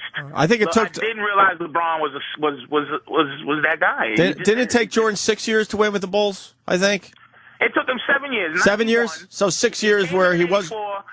And he won in 91. Mm-hmm. And the thing is, it's not like Jordan had that game plan. Jordan wanted to win day one. Right. It's the 7-year plan. Jordan hated the 7-year plan. But Bill Russell won every year since he was in the league for 13 fucking years. So Jordan wanted that. He ended up winning it because he got Scottie Pippen and he got this triangle system, and that's the same thing that happened to Kobe. He got the triangle system. He got a couple of good players. Years to be 30. All right, listen, because we got to move on to other things, but I do want to ask you about the Jesse Jackson thing, which, and you heard the Jesse Jackson thing. I've been asleep on that one. I know he called this thing. He called Dan Gilbert a slave owner, and LeBron's not a slave, and blah blah blah blah blah. Well, I mean, look, man. I think the sad thing is when you're dealing with racial issues, right? A guy like Jesse has used, even if he makes sense, he's used up. White people automatically go, I don't want to listen to fucking Jay. If he even says something that's legitimate. Right. If I look at Dan Gilbert, the argument beyond race is the ownership of the team, which is you will fuck anybody you can fuck to get your way. And why are you on LeBron talking about disloyalists? First of all, as an owner, he's like, we did everything. You're supposed to do everything. Of course, that's your job. The greatest player ever. Right. That's your job, Mr. Owner. You're supposed to build a team to win a championship. So shut the fuck up. But the thing I think Jesse's talking about is living with the arrogance of white people, and this is one of the most arrogant parts. And this is what I learned getting in trouble when I was young. The white system, you take away, you're white and you're white. It's a system. It's a system when black people say white, and the system is, nigga, I don't give a fuck how you really feel. Just smile and be grateful. That's the system. Well, let me read. So, that's it. Yeah, let me read what Jesse said about Dan Gilbert. He's an asshole. Exactly. All right, let me listen to it with black ears. Let me listen to it. Take the stolen iPod buds out. That was my racial joke. Well, Dan Gilbert said that LeBron leaving, it was cowardly betrayal or something like that, right? So, Jesse, the big quote in this is, his feelings of betrayal personify a slave master mentality. He sees LeBron as a runaway slave. This is an owner-employee relationship between business partners, and LeBron honored his contract. Well, of course. Jesse's right. But you're not. No, he's not right about the slave owner to bring in the slave master mentality. It's like, fuck you, Jesse Jackson. Bringing up slavery all the time. I agree with Jesse. That's enough. And let me tell you. You don't want him to leave, then fucking he should have hobbled him. I don't agree with the fucking. Yeah, he was a true slave owner. Yeah. I think, and believe me, I would never defend Jesse Jackson. I think the guy is a tool, a complete tool. Yeah. But I think what he's saying is the arrogance to use language like that as an owner about betrayal, when it really is an employee. I agree with Jesse completely. That's fine, but he's gotta fucking bring the slave owner mentality. Wait a minute, though, but you're taking it. I don't know any multi-million-dollar slaves. Literally. Huh? Well-paid slave. The analogous way to look at it is like this. Look, David Stern, who's the commissioner of NBA, everybody's talking about how David Stern is not going to let this bullshit happen again. Like, we're not going to let players collude with each other, because this is more conjecture, is that LeBron, Dwayne Wade, and the other kid, Bosh, colluded to do this. Do you think that's the first time that has happened in NBA history? As open as, because free agency hasn't been, what it is. I mean, and another thing though, also no, because Isaiah Thomas hated Karl Malone, and what I mean by that is, Fuck him. I'm not fucking playing with that fucking homo. Fuck him. He hit me in the eye and bust my eye open. Fuck that motherfucker. Get me some unadulterated motherfuckers so I can beat that bitch. And that's what they used to do back then. Now they're buddies. They go to each other's weddings, and it's Facebook Day, man. Everybody's a fucking friend and a buddy. So they colluded supposedly since 2006 after they played in the Olympics, and they all found out they love sushi, and they probably all, I don't know, my father, the whole stupid shit. So they just said, well, let's play together on some young guy shit. These guys are young as a motherfucker. They're 25, dude. Right. So I'm saying that the commissioner is like, this will never happen again. As a black man, as a white guy, you go, what the fuck you talking about? As a black man, you go, why can't niggas do that? It makes it seem like, oh, when niggas just sit down and three motherfuckers come together and make a power move in a business that's run by the powers, right. But now these three young niggas like bum rushed the league and made some kind of superpower that was they did it. You know what? You know what? They should be able to do that. Fuck. I agree. They should be able to do that if they want. If they want to like talk behind closed doors and try to figure this shit out for the future, they should be allowed. They absolutely should be able to do that because nobody stops the scumbag agent. These moves are made anyway with scumbag agents and fucking scumbag lawyers. I would much rather have three players go, you know what? Fuck it. Let's meet up in Miami and play. I would much rather have that. My problem is with the Jesse Jackson thing and him bringing up slave owner mentality and shit like that. That fucking race-baiting shithead will bring up the slave shit every single conversation, which, to tell you the truth, downplays the seriousness of slavery itself. You're right. Look, Anthony, you're very right. That's why I say it's like, look, race is an actuality. There's certain angles that white people just won't listen to. Look, if I was white and I learned about slavery, dude, it would bother me. If I was white, I want slavery to disappear too. It just, because in reality, the more you find out about slavery, the more I find out about slavery, the more I go, how do black people why aren't we not insurgents in America? How do we not fly? You are. We're not. Yes, you are. A couple of murders don't make us what we should be. Rip.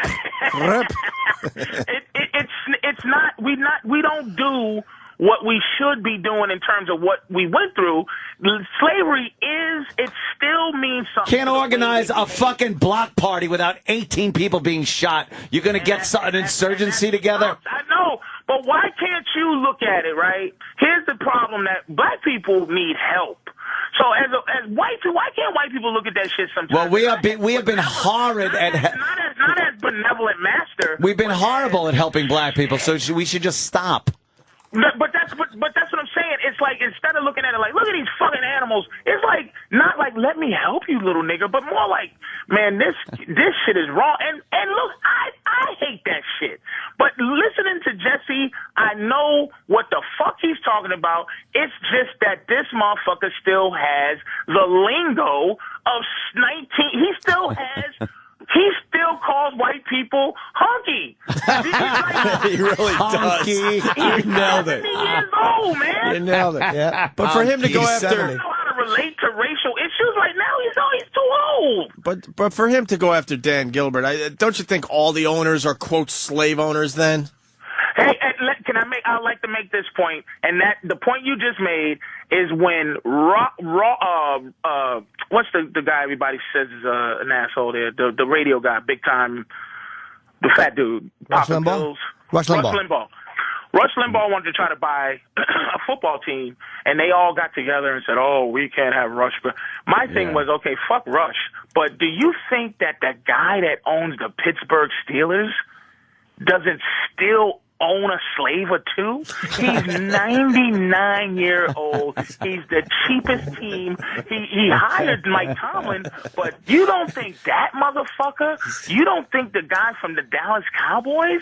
You don't think Jerry Jones has a nigger laugh once or twice? Everybody's a fucking liar. That's the biggest thing. You're right. You're right. Too many lying motherfuckers. Much more happy. Everyone's a fucking liars. Bunch of liars. I want to get into this a little later, if we could, but the brand new and improved Black Panthers, that whole movement that's going on right now. Jesus Christ, you have been on vacation. Oh, my God. I have just been on their site. I'm reading their 10 goals in life and what they want to attain and reparation. And I'm sitting there going, this is just as bad as niggermania on the other end of the spectrum. Was you having niggermania running in the background? Yeah, I had both up on one on one computer, one on the other, and I was having a computer race war. Dude, the fucking guy, I saw the speech he made, the Malik Shabazz. Yeah. Honestly, it looked like a sketch off the fucking Chappelle show. It didn't even look real. It was like, who cares? They're wearing their goofy uniforms. It's just silly, kind of angry, nerdy black guys in the background. You know what, though? They're not taken seriously as if you get 3 fucking white guys together. I agree. That are preaching the Second Amendment, and you have a fucking militia that's ready to take over the fucking country. You get fucking 10 black guys. The sad thing, though, Anthony, is that the white people get to separate from other white people. The thing is, you can't believe how many black people want to agree with you, but they just cannot because of the lying that's going on. So we have to like go, oh, the new Black Panthers, that's right. We have to raise a fist, but this motherfucker might be goofy, but the fact is, black people got to go see Tyler Perry movies because they black. and all these people Sorry about that. manipulate. That's the second worst atrocity to black people. Exactly. White people get to have your foolishness and you get to laugh at it, but black people can't laugh at nothing that might be foolish if it's riding on the horseback of race. And there's a lot of silly shit I want to dismiss, but I can't dismiss Jesse Jackson. Anything he says, I have to look at it and go, and then I have to be fair about it. But that's the thing, we're not allowed to be fair. Like I said to Opie a long time ago, if you remember the old Geraldo Rivera show, when they had race talks, it would always be Mr. Negropolis from Harvard University, went to school his whole life. Fucking versus you fucking niggers get sickle cell anemia. That's so true. Yep. Just I mean, this country has no respect even for our highest thinkers. We have to have a debate with fucking you niggers get sickle cell anemia. Right. It's embarrassing. All right, listen, Patrice. Really quick, because I think, first of all, Stern fined Gilbert $100,000. That came out today. Wow. And for what he's been saying about the LeBron situation. He has that in his sock right now. Yeah, I understand. Go ahead, I'm sorry. I think they should be able to say whatever the hell they want. It's just great to hear. And then Jason in Ohio, did Gilbert respond to Jesse's comments? Jason? Hello, Jason. Ah, damn it, Jason. Does anyone know? He's just listening to himself. Fucking idiot. Yeah, he responded to him. He's going to answer. Do you have that, Travis? I don't have it in front of me because my computer's messed up. But T-Storm. Travis. He pretty much said that that he wasn't going to get into a back and forth with Jesse Jackson because he just didn't want to validate what Jesse said about comparing him to slavery. Yeah, Jesse's an ass. Yeah. He's an ass. He is, but Patrice that did actually make a good point that saying mentality. that. It's like that mentality. He just didn't have to use the slave thing. Yeah. But the fact that he's acting like such a bitch, I mean, by that I mean Dan Gilbert, over a lost employee, it's like, shut the fuck up. I agree. But I love like the honesty. Passion this guy's showing. Passion, yeah, but it's like, don't be a cunt about it. He left your fucking shitty city and your shitty organization. Fuck you. But the one thing, Jimmy, is I like Cleveland. LeBron did not return any calls from Gilbert or any of his people. Like, they couldn't even get a hold of the fucking guy from the end of the season all the way to that announcement. I think LeBron let him know just a couple minutes before he went on ESPN. Maybe he wouldn't even return their calls. There's probably something else going on. Maybe he was mad that they didn't get that guy that Patrice said. We don't know the whole story. There's obviously something else. But on a human level, two things it could be. I don't know if you've had anybody in your life who can influence you to do things you don't want to do. Like, where you might go, look, I don't want to talk to him because he's going to make me do what he wants to do. So Dan Gilbert and his people might have had some influence over LeBron, and LeBron just wanted to make his own decision, or he fucking hated Dan Gilbert. Those are the two fucking things. Sure. You know, he could have hated that. Maybe he's a weak guy, and it would have been hard for him to say no to people. They took him out of high school, right? Oh, yeah, they did. So it's like Dan Gilbert, and I'm not saying it was wrong to pull the guy out of high school and pay him millions of dollars. That's fine. Like, we're after he graduated. Well, after he graduated. Yeah, of course. High school. Norton, let's be honest. Blew off college. You ever try to not do a gig, Norton? Right. And your people go, oh, you should do it, and you don't want to do it, but you got people going, yeah, do it, and you go, I don't want to do it, but you end up doing it because it's just people telling you, you know what I mean? And you're just like, shit. So, I mean, there's a lot of things that could have been happening. There's 1,000 different stories as a human, but, you know, whatever. Right. Hey, Patrice, thanks, man. A great hour of radio. I appreciate it. And sorry about Montreal. Are you going to try to go back? I mean, I don't know they're trying to get me back over there. They you know, the guys are working hard. Just the last people, I've been over there a lot. So, you know, I've been over there a lot. That's the one thing I thought was in my favor is like, listen, I've been there 50 fucking times. When is the festival end? You going back, Jimmy? I'm going back. I'm doing the Tonight Show Thursday, and I go back right from there Friday morning. I do shows Friday through Sunday. Damn. All right, so maybe Patrice makes it back. Yeah, I hope Montreal. you make it back up, man. I was looking forward to seeing it there. All right, man. See you later. Patrice O'Neal, everyone. That's a good point he made, man, about a great point. It was I thought about black people not being able to laugh at anything to do with race, even if it's on the horseback of race. That's a great point. All right. We'll talk about the Black Panthers, but after the break. The new and improved Black Panthers. The new and improved, I'm sorry. But before that, we started the Mel Gibson tapes, and we'll do tape number 2, the one that came out yesterday, right after the break. Stay there. The Virus, Sirius XM. This is the Opie and Anthony Show.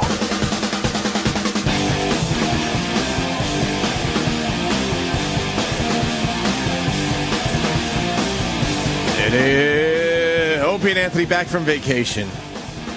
Yeah, finally. I don't know if it's finally. I know. We finally took a vacation is what we should be telling people. I was just being sarcastic because vacation ending is never a thing you go, yeah, finally. We're finally back? Yeah. Like, I kind of like vacation. Did you miss it at all, Anthony? No, of course. Did you miss the show at all? Yes, I do. As a matter of fact, like you know when show I miss part. it? I don't miss waking up early. When you're on vacation and it's just basic shit going on in the world, you don't miss the radio show. But then when like the Mel Gibson thing hits, you're like, what the fuck? Why are we on the air immediately? Believe me, I was listening to it ad nauseum online. Just I couldn't get enough of listening to that. Mm-hmm. Mel's rant. It's great. Oh, what's the matter with the chip? I see it. Mel's dying until I heard him talking like that, you know? Oh, Chip. No, it's Mel Gibson. Bit of sad news, though. I want to throw in a buddy of mine, very, very close friend of Colin's, was killed. Really nice dude. You knew him? Bobby, yeah, I did. You knew Robert? Not nearly as well. Robert Spillane, right? Bobby Spillane, yeah. Or Bobby Spillane? Yeah. He was a really, really sweet guy, and he fucking fell to his death, man. I heard about it. I just got a message yesterday because I was away. When I got home, I just listened to my voicemail. Mickey Spillane's son. Son, yeah. And what happened? He was leaning up against a screen that was on a door or something? I don't know. Apartment? He had his arm in a sling for a while, and Colin was like, I wanted to, I think, produce something with him, but he couldn't. It was hard for Bobby to rehearse because his arm was fucked up. And apparently he was leaning on something and he just fucking fell, and he without his left arm or his other arm to brace himself. That's what I've heard. I read in the Daily News. And he was found on the sidewalk by his brother. Yep. Who was just going to Starbucks in the morning. He'd just come back from a vacation, I think, with his wife. His bags were still unpacked. I think it was like 6 stories. 6 stories on 8th Avenue, yeah. 8th Avenue, and I heard of some kind of screen. Yeah. That he's sort of leaning against, and it all just, gave out, and he fell to his death. He was probably leaning on his good arm, and then when it went through, just didn't have his bad arm to fucking brace himself. Just grab something, right? Yeah, but Colin was really close to him, so that stinks. He was a fucking very nice dude, man. Really nice guy. Gruesome. Yeah, that sucks. Wow, where do we go from here? Yeah, I know. I probably should have picked Mel it better. Gibson. I just have the paper in front of me. How about we end the show with that? And we'll see you tomorrow. And then dramatic, silence for a while. And Then we'll go into some duty promo and that. move on to Ron and Fez. That's the way to do that type of thing, Jimmy. I know. I just can't do them at the end. I can't do it like it's a special episode of Different Strokes. I know. I'm just fucking with I know. you. I just saw the sexy paper. one. Oh yeah. When are we seeing Colin's one-man show? That's what I'll say. I actually want to. I don't know because I'm hearing nothing but great things about this one-man show of Colin's. A lot of people seeing it. A lot of people in the biz. A lot of fans, and everyone's saying how great it is. Colin and Florentine both have one-man shows. I've seen two of my closest friends. I've seen neither of them. So I don't know, but I heard Jonathan saw both recently, so they're both unbelievable. You know, Danny's got a great idea. Is it the Sandy Kane thing? Yeah. All right, yeah. This will get us out of the sadness that Jimmy just brought to everybody. It's the Chris Russo versus Sandy Kane farting promo, I guess we could call it. It's quick. What? Exactly. Yeah, okay. This will bring us back, and then we'll get into the Mel Gibson tapes. Tape number 2. I'm hoping there's a tape number 3. Yeah, there has. Dude, I'm hoping. I'm telling you, when we get into the way you hear the tape number 2 end, there's a tape 3. You know what? You're absolutely right, because I'm thinking to myself, why would it just end there? It's very abrupt. Tape 3. Tape 3 on the way. Coming up, Spicks, Kikes, and Niggers from Mel Gibson. Tape 3. He already went after the blacks, the women, and the Jews, so. Yeah, you're right. Who really is left in Hollywood, especially? I know. Faggots and Spicks, Part 4. Mel Gibson. What a naughty boy Mel is. Mel's fresh. But first this. And now here's Chris Russo and Sandy Kane in a room together, farting.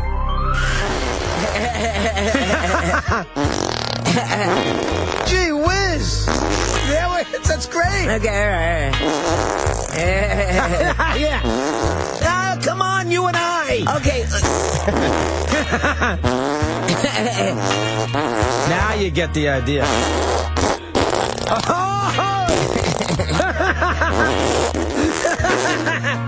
Yeah, I should have. That was kind of funny. That was Chris Russo and Sandy Kane in a room together, farting. All right, we're back. We're back. We're back. Whose concoction was that? Who do you think? It's fantastic. It's wonderful. D-Boy has some crazy thoughts. D-Boy's a genius. D-Boy. He's not naked and drunk. Guy is a hell of a production guy. 30 minutes in total of the Mel Gibson tapes, Danny's telling me. So we got a lot more. We got at least 20 minutes left. But we got tape 2 today for everybody. You know, it's cut up, but fuck that. We got to just roll it. Yeah. Raise your hand or something. Just roll it. You want to fucking... Well, it'll be obvious when we need to stop this thing. The Mel Gibson tapes. Uncensored. You get to... Look, as I look up, there you go. Censored all over TV because they can't play the naughty shit. F -- is what they do. F -- F -- sucks. Here we go. Stay on this phone and don't hang up on me. I have plenty of energy to drive over there. You understand me? And I will! That is one of my favorite parts. That's great. Oh, is he angry? Oh, poor dummy. I tweeted yesterday that a lot of people, one time in their lives, have felt exactly like Mel Gibson is feeling in these tapes. I'm not saying it's right, but a lot of us have felt just like this. That enraged? Dude, this is every relationship I've ever been in. That period of time where you can't even breathe on the phone? I'd fuck a girl right after I yell at her like this. Yes. I'm not saying it's right, but yes. Women will do that to you. They will enrage you. Well, yeah, but wow, you'd think you'd just hang up and take a breath with Xanax or something. Well, we all can't be like you, Ant. No, I'm just saying. Some of us saying. really have emotions that we have to get out there. We really have to let it out. Really? Oh, yeah, we do. Stay on this phone and don't hang up on me. I have plenty of energy to drive over there. You understand me? And I will! So just fucking listen to me. I gotta stop it again. I don't know. I will! You know what? I don't. He's angry. We have so much other shit to do today. I don't think we're gonna get to anything else. Fantastic. And I will. It's almost as if someone is sitting there going, I bet you won't. Right. I bet you won't. Yeah, the voice in his head. I bet you won't go, but I will! All right, can we hear that again? I think there's a little voice I heard. The tape has to be turned up a little. Okay, I'll turn it up here, and here we go. Stay on this phone and don't hang up on me. I have plenty of energy to drive over there. You understand me? No, you won't. And I will. So just fucking listen to me. Listen to my fucking ranting. Listen to what you do to me. I didn't do anything to you. She's reading her lines, huh? No, she's a stiff Russian. Yeah. And to me, she's it's the way she's recording them.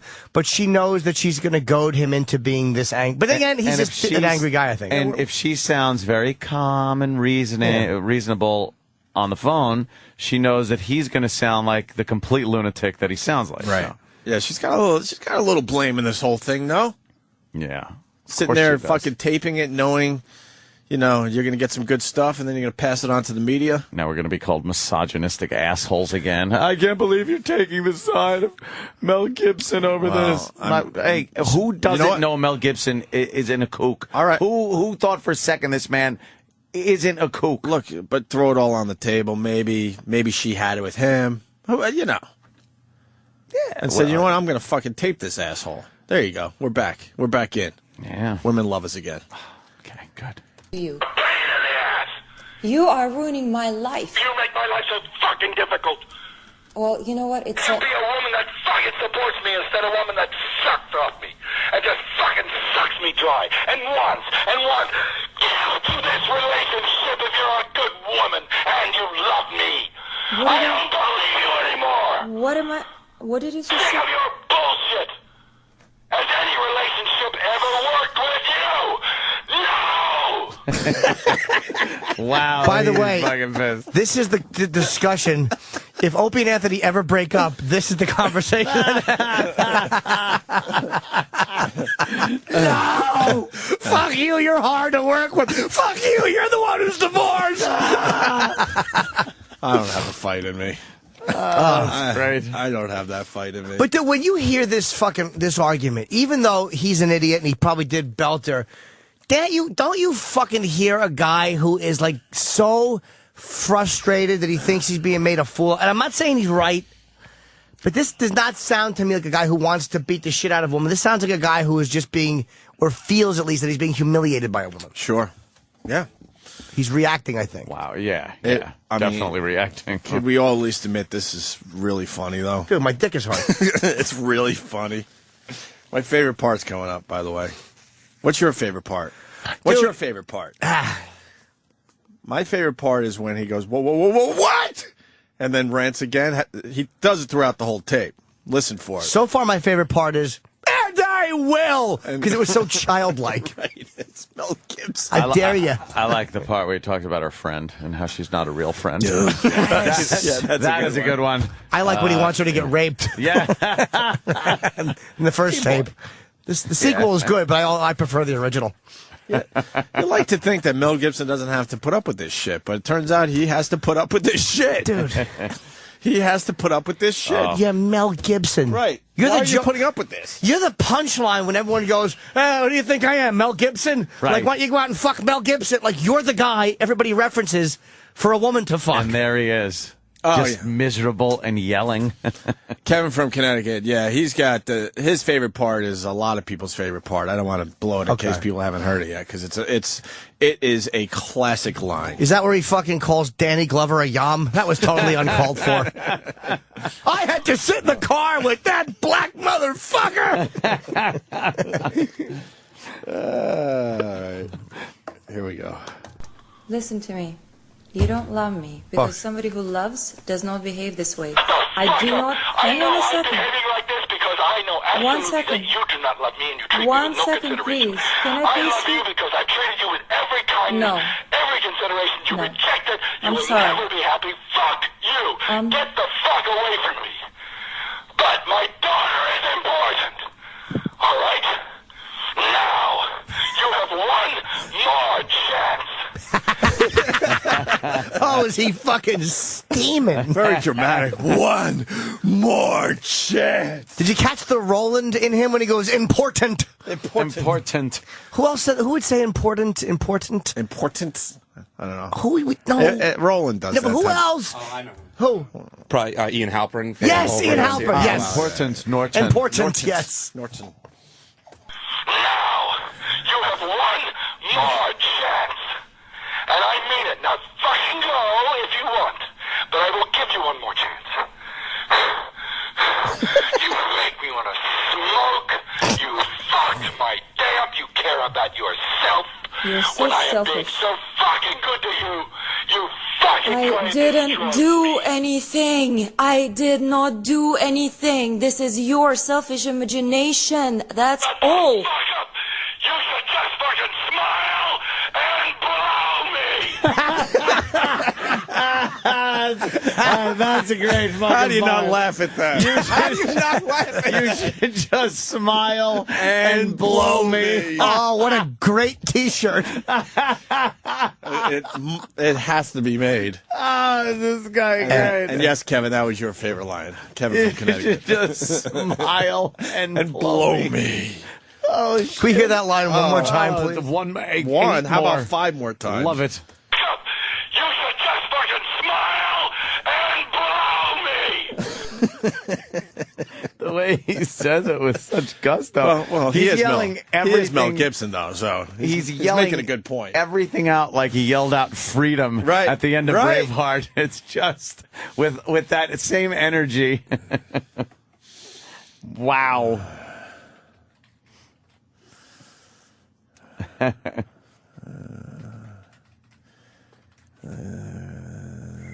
Wow, a lot of good comments coming in. Let's play a little more of this first. Jen, that's all. You should just fucking smile and blow me. Because I deserve it. I'm sleeping with a baby. I'm waking up every 2 hours. I fell asleep because I was waiting for you because you weren't ready to go to jacuzzi as we agreed. Who the fuck cares? We agreed nothing. You agreed. You just fucking expect shit. Go into the goddamn jacuzzi yourself. Go fuck the fucking jacuzzi. It's a sin. I was You just... have no fucking soul. I didn't blame you for And my anything. soul is screaming because I you was don't just have waiting one and to join sleeping. mine. You have no fucking soul. You can't give a fuck. I left my wife because we had no spiritual common ground. You and I have none. Zero. You won't even fucking try.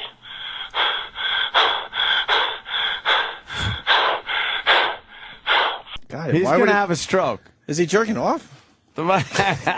He's going to have a fucking stroke. Dude, he sounds like an alcoholic to me. This to me sounds like the rantings of a guy who is a drunk. I mean, it sounds like that, unless he's just a dry drunk or I don't know, man. That's my opinion of it. But God, I would get drunk and this is how I would talk. Really? You just yell. Does he sound drunk in this tape? No. I'm talking about the level of anger, not necessarily the irrational. Is that what you mean by a dry drunk? Yes. Okay. You don't care. You don't care. You just enjoy insulting me. That's all. Fuck you. I so fucking do because you hurt me so bad. I didn't do insult me with anything. every fucking I look, did every not do breath, anything, and I every apologize for fucking nothing. heartbeat. You fucking selfish I heartbeat you did have. not do anything, and I apologized for nothing. That's my favorite part. And What? He does it a lot now. What? You're a fucking What? liar. What? Ah, what the Christ. With the Christ. I fucking love it. Yeah, let's include the listeners a little bit. They've been waiting days to get involved with this one. Matt in Connecticut. What's up, Matt? Hey, boys. Hey, you can tell throughout that rant that Mel Gibson's just an amazing actor. He's just pulling lines from, like, every movie he's ever made. Is there actual lines from movies in there?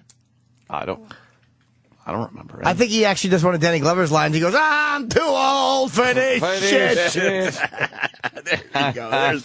There's the joke. Vinny in Brooklyn. Vinny. Yo, guys, you missed the obvious. Yeah. Vince McMahon. Does he sound like Vince McMahon? Not really. No. Don't my neck. It's not the obvious, sir. All right. All right, one more, and then we'll move back to the tape. Victor in Chicago. Victor. Hey, doesn't he remind you of that guy on YouTube yelling at his fucking cat? Yes. That. Oh, yeah. That he sounds like. That I could see. And the reason I took your phone call, because obviously we're going to go into remix mode here, where you take the Mel Gibson tapes and mix it into shit. And that would be a perfect one. Mel Gibson versus the guy that yells at his cat. Well, how about Mel Gibson gets angry at Terry Schiavo? Yes. Mel Gibson gets mad at Terry Schiavo.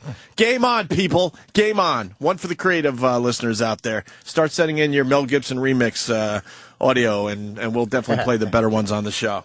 All right, let's get back to this. Nothing. I did not do anything and I apologized for nothing. What? Stop. You apologize for nothing? Stop. Well, then you're a dishonest cunt. Is it bad we're laughing? No, dude, we've Okay. all had these arguments. I've had them in every relationship. At least Mel had the guts to throw a punch. I just talk shit. But I listen to this. How'd that not get left? Jesus Christ! Sorry. They'll put that on Breitbart and just quote me seriously.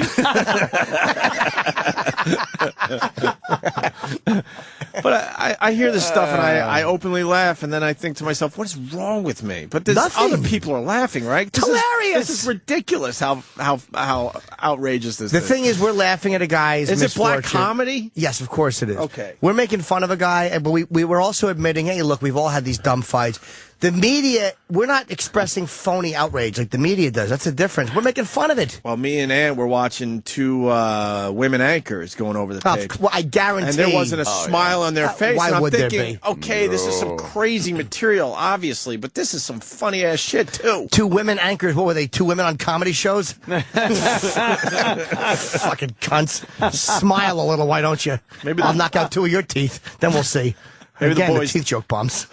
No, I like the anchor one. Sorry. Maybe the boys down the hall could get the two women anchor, the anchor women. Who's the second one? Is discussing Lacey it. Peterson and who? Well, anchor. Water. Apologize for nothing? Stop. Well, then you're a dishonest cunt. Stop Because you need to screaming. apologize for a reason. I wanted to peace. I wanted to have peace because Keep peace. Because you're unbalanced. Good enough for me, and instinctively I feel that. And You're I will unbalanced. not be patronized by you You're and your fucking unbalanced. dishonesty and apologizing. You need medication. You apologize because you know you're wrong. you need medication. It's all I'll accept. And if you will not fucking admit that, get the fuck out. Then I will make your goddamn life miserable. All right? You need medication. What? You What? There's the what again. That's my favorite part. You need medication. What? And he heard her. What? Right. By the way, how happy is Mel Gibson's ex-wife? And what a cunt he hooked up with. I bet you Mel's ex-wife is fucking herself with a rolling pin to this audio. How great is this He for left her? his ex-wife and I think like 10 kids they had together, whatever it was. yeah. They had a lot of kids together. You know how many times she's probably been yelled at like this? Oh, my God. Oh, you deal with this, you little Moscow whore. You deal with it. You little minx. Russian minx. All right? You need medication. What? You need medication. I need a woman, not a fucking little girl with a fucking dysfunctional cunt. Her cunt is dysfunctional. Uh-oh. Uh-oh. Oh, boy. What does that mean, Mel? Wow. Girl with a fucking dysfunctional cunt. I need a fucking woman. I don't need medication. You need a fucking bat in the side of the head. All right? Oops. Well, maybe they're both right. A bat on the side of the head. And that's the reason right there why the L.A. police want the tapes. Mm-hmm. They can't get him on anything. Because that's can like they? Because that's a threat. He's saying she needs it. He's actually offering a suggestion. Maybe he thinks that she needs a bat in the side of the head. Who said it's a baseball bat? Could have been a little flying animal. Yeah. Could be his penis. That would be nice. We've all said that. I hope you die. You need to be. I guess it's a weird kind of roundabout threat, but You need a fucking bat in the side of the head. All right? How about that? You need a fucking doctor. You need a fucking brain transplant. You need a fucking soul. I need medication. I need someone who fucking treats me like a man, like a human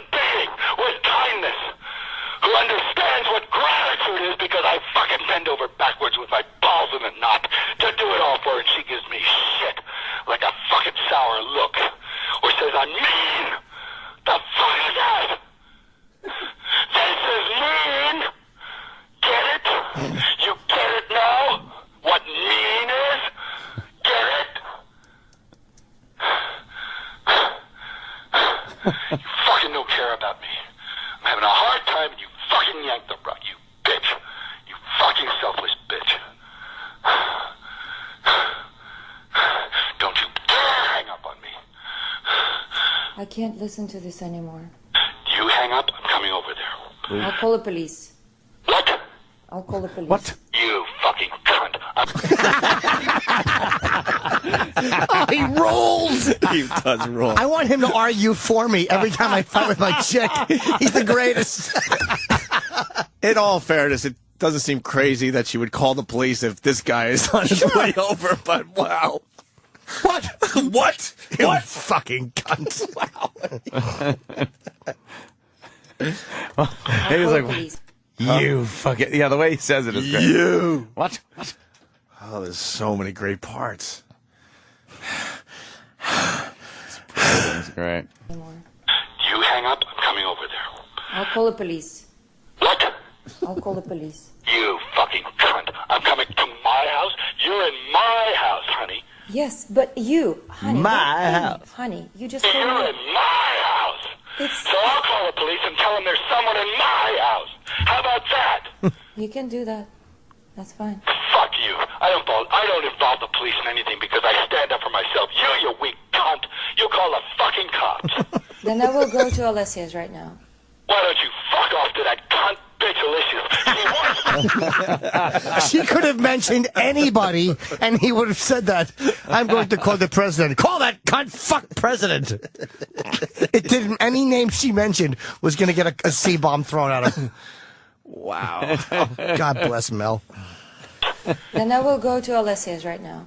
Why don't you fuck off to that cunt bitch Alicia's? She was fucking making eyes at me. She'd have sucked me in 5 seconds. Take that one up with her. She would have sucked me in 5 seconds. She was making eyes at Mel. Yeah. And he's probably Mel right. knows. He's Mel Gibson. Holy cow. It's so good. Was fucking making eyes at me. She'd have sucked me in 5 seconds. Take that one up with her. I was trying to spare your goddamn feelings. She'd have blown me in 5 seconds. She's not your friend. You don't have any fucking friends except me.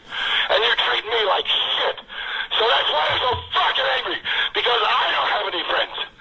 And I try and make one from you and you treat me like shit. And you fucking use me. The career is over. And boy, when I said that, you lit out of here faster than I've ever seen you before. And now you'll be at Alicia's place. You just showed me what you are. Absolutely, unequivocally. I don't care if you don't spend another penny. Listen to me. Listen to me. Perfect, I believe Listen. it now. Listen. I don't. Watch your ass. Listen to me, Mel. I don't give a damn if you don't spend another penny on me. I don't care. I am just fearing for the life of my daughter. Listen to me. Listen to me. Listen. That's what you are, and you have just proved it. You got out of here in record time. Because I'm saving my life and I'm saving daughter's life. That's what I'm doing. I don't give a damn about my music and I don't give a damn about you spending another penny. I'm saving her life. Yeah, well, you're awful angry for that. You almost killed us. Did you forget? That is just... Whenever the chick makes a point, Mel's just going to be a dick about it. Could be the greatest laugh ever. Oh, this guy has definitely done this before. Oh, dude. Life. Yeah, well, you're awful angry for that. You almost killed us. Did you forget? Last 3 years has been a fucking gravy train. You were hitting a woman with a child in her hands. You. What kind of man is that? Hitting a woman when she's holding a child in her hand. Breaking her teeth twice in the face. What kind of man is that? Oh, you're all angry now. You're gonna get to. You know what? Fucking sir. You're gonna answer. One day, boy, you're gonna answer. Huh? Bear. What? What are you threatening Nothing, me? nothing. I'm not the one to threaten. I'm threatening. I'll put you in a fucking rose garden, you cunt. Hey, he's still a romantic. He promised her a rose garden. That isn't a threat. At least he's still a romantic right to the end. Yes. Yeah. I'm going to buy you flowers, you cunt, and a chocolate He box. could threaten to, bury her in a garbage dump, but, it's a bed of roses. He is Mel Gibson, after all. Yeah, but he fucked up there Wow. because he said you deserved it. It's like it's like he just admitted that he fucking whacked her in the teeth. It seems like. Yeah, he's done, right? In Hollywood, this is it. Mel's done. I think he had a good career, but though. then again, yeah, he'll be able to still make He's movies fine because he finances his own shit. I know, but the After theaters that won't whole run him. Jewish debacle. The theater, you know what? If the theaters think they're going to make some money off of it, they'll run his fucking movies. I'm telling you, this time, if there's a domestic, if they have the women's groups coming after them, he hit his wife. I'm not saying it's right, but I think this might be a tough one to come back from. I think so. We might have finally found something you can't come back from. No. Because he's already gone on a You think he comes back in? Dude, there was the whole Jewish sugar tits debacle with the cops and all that crap. And he put out that fucking movie that made all kinds of money. Apocalypto. Yeah, Apocalypto. It was fine, you know. He financed it himself. He didn't need any of those pesky Jews' money.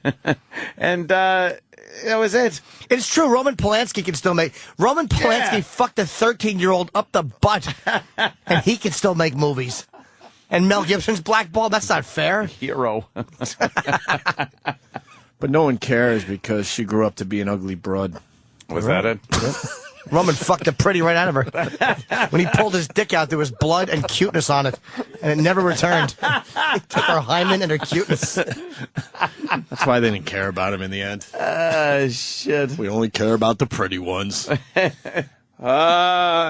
the end of the tape. Backed it up a little bit to the Rose Garden thing. Nothing. I'm not the one to threaten. I'm threatening. I'll put you in a fucking rose garden, you cunt. You understand that? Because I'm capable of it. You understand that? Get a fucking restraining order. For what? What are you going to get a restraining order for? For me being drunk and disorderly? For hitting you? For what? And she's brilliant because that's where tape 2 ends, with the question that she needs to answer in tape 3. Tape 3, The Heretic. When does tape 3 come out? Are these tapes coming out every, 3 days? Tape Something 3 like that? drops. Exactly. New releases are scheduled for Tuesdays. She's got a franchise. She's not on that this one. smart, though. She should have made this into an app, the Mel Gibson app, and released where you these. just- yeah. Oh, my God. She would have made a shitload of money. Nobody's done a remix yet? Well, we got our first one that Derek did. But the remix is, the listeners, I mean, this is one for you guys. We're looking for the Mel Gibson remixes now. I'm sure that a bunch of people are going to be doing them anyway. You're going to see them popping up on YouTube and everything. So. Well, make sure you send them our way. We'll play the better ones on our show. We got Mel Gibson breaking up with Pat O'Brien. What? Just came in, Anthony. How does that happen? This is from D-Boy. Amazing. D-Boy came up with this.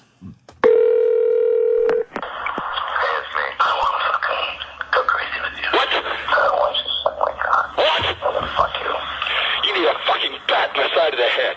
All right? How about that? So fucking hot. Fuck you. So fucking hot. Fucking hot. You make my life so fucking difficult. To this relationship if you love me. Has any relationship ever worked with you? I fucking have sex and I want to make you come so much. Get great and why I'm like this. You don't care. You don't care. I left my wife because we had no spiritual common ground. You and I have none. Zero. You won't even fucking try. I want you badly. I know you want me. What? If you agree with anything I've said, just say yes to me. No! You have no fucking soul. You make me want to smoke. You fuck my day up. You care about yourself. So let's have fun. I want to fucking fuck you and lick your ass. What? I need someone who fucking treats me like a man. Like a human being with kindness. I'm so fucking into you. It's incredible. Let's just fucking have fun. You need a fucking doctor. You need a fucking brain transplant. You need a fucking soul. How about that? Get it? You get it now? You can't give a fuck. I don't do this for a living. This is like new to me. You're a dishonest cunt. But I want to fucking make it crazy. Let's just fucking have sex and fun, drugs. You should just fucking smile and blow me. Because I deserve it. That's fucking great, man. Is that Derek? That's Derek. Oh, great job, man. He just, yeah. That's hilarious. Well, blow Help me! We will have many Mel Gibson remix tapes in the coming days. Oh my God! How do you get those two on a phone to reenact that stuff together? It's all recorded, Chip. Psych.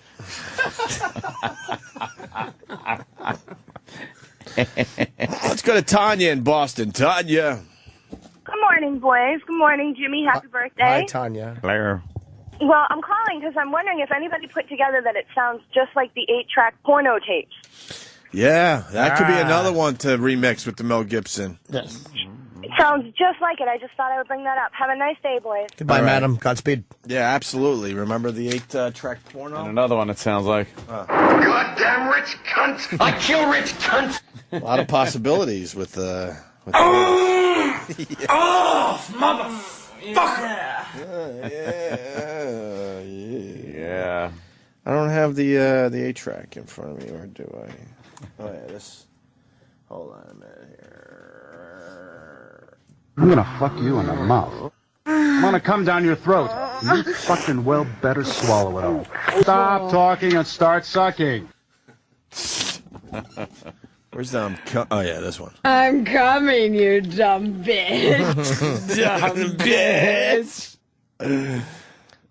It's just so fantastic when he goes, "You should just fucking smile and blow me." That's one for the ages. That's fantastic. Mel completely out of his mind. It's great. How do you lose it like that? To that extent. I have, dude. Yeah? Really? Oh my God! I've never lost it that Really? badly. But I understand. Oh my to that goodness! Not to that extent. That's that. Wow. And believe me, you know, you've been through some shit. Oh, ugh. Believe me, but like, wow, that's just bad. Joe's got the answer to why Mel did this. Joe in New York, yes. Welcome back, boys. Happy birthday, Jimmy. Hey, buddy. Breaking news, Mel Gibson just released a statement as far as, why all this happened. She enticed me. Right. We could do a remix with that, too. Yeah, She enticed me my entire life. I'd love to know what is making him so angry. He never says it. He never says, like, any instances of things. He calls her a cunt and bitch and whatever, but what was the says, one thing that happened that made him just fucking lose it? Yeah, he never says, like... What does he think she did? She's not where it paying got to attention this point? to him. She's not like, what? Yeah, what? But Jimmy might be onto the alcoholic thing. You I think it's all in his mind? What are you thinking? No, I think that she's also a bit of a complete or bit of a twat. I can only say this.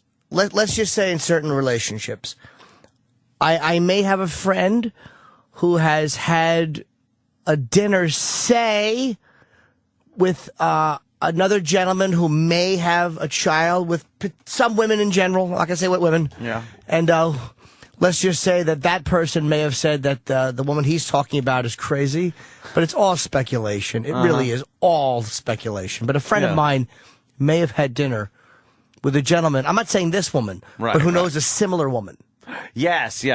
Similar situation, similar woman. Absolutely. Right. And my friend's friend may have said that this woman, who does remind me somewhat of Mel's chick, right? Yeah. Is, in his opinion, crazy. But again, that's all up. But that's all hearsay. All guessing games, really. This is just what the fuck. That's lawyer speak. She's Russian, this one, right? Yeah, but where's she going to is the question. Chef. I meant nationality. Well, because Russian girls are notorious for being a little unemotional, crazy. Yeah, and a bit unemotional at times, a little detached. Richie Boy in Maryland. Richie Boy. Hey, boys. Nice to have you back. I was going to say two things. The first thing is I have a friend of mine also who's married to an Eastern European chick, and when there's conflict, the first thing that she does is she gets a completely blank face, and she shuts down as if she becomes a robot. And no matter how angry my friend would get, it makes him 10 times more angry that she's now no longer responding to his emotional disturbance, as I guess I could put it, and it just escalates from there. She just, I guess, is so used to the way she was brought up over in psychotic Eastern Europe. Really? Yeah, that she shuts down, and like that's her defense mechanism, but it drives the person crazy on the other side of that argument. It's funny, Pryor had an old bit about how the madder you get, the calmer the woman gets, and he reenacts screaming at his wife. Just infuriating. And it really does drive you fucking nuts. Because you can tell by the way she's talking that he just wants to, oh my God, what does he want to do? Yeah. Ooh. Well, there's obviously going to be a tape 3. Bad. Hey, Richie boy, you also said that Mel Gibson's career is not over. And of course, you look at Chris Brown, who's making a fine comeback. Exactly, sir. And Chris Brown, this savage, beats the living tar out of his girlfriend in their rented Lamborghini. Like, I don't even know, knocks teeth out of her and like smashes her face against the glass and just bloody spatters and beats her. And then he's back in the spotlight, and all the little girls are dancing and singing to his music again. Mm-hmm. You know, Gibson's 10 times the star that this clown will ever be. I don't believe this will affect Gibson's career. Gibson has proven, though, there's a bit chronic on his part. He's had a few incidents now. And also, Chris Brown is black. It's looked at differently. I'm not saying it should be, but it is. True, it is. And his fans are a lot younger, so they look at things differently than Mel's. And unfortunately, it matters because of this politically correct faggot country. But Mel he's anti-Jewish statements, anti-blacks. He has racist statements going in with it. I'm not saying that one should be better than the other, but it just simply makes it much harder for him. He's 54, and and as a singer, I think, has an easier time. Look at what rappers do. Look at what rappers get away with. Fucking gun charges.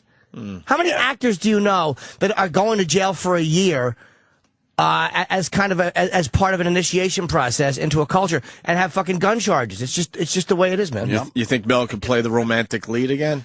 Oh my God! Oh my God! You just can't picture him hugging and kissing a woman on screen without thinking of "fuck Plummy." What was the movie? What Women Want? Was it? Yeah. That was his big romantic role where he has Frank Sinatra playing. He's he's the guy that all women want. Proves what a great actor he is. That's right. Time will tell. You guys are the best, man. Peace. Take care, all right, Richie boy. Good phone call, by the way. Yeah, What Women Want. That was with Helen Hunt. Whatever happened to her? Oh, God. She was in every movie for Helen a while Hunt there. had twins. What? She had twins. That ended her career. Are you joking?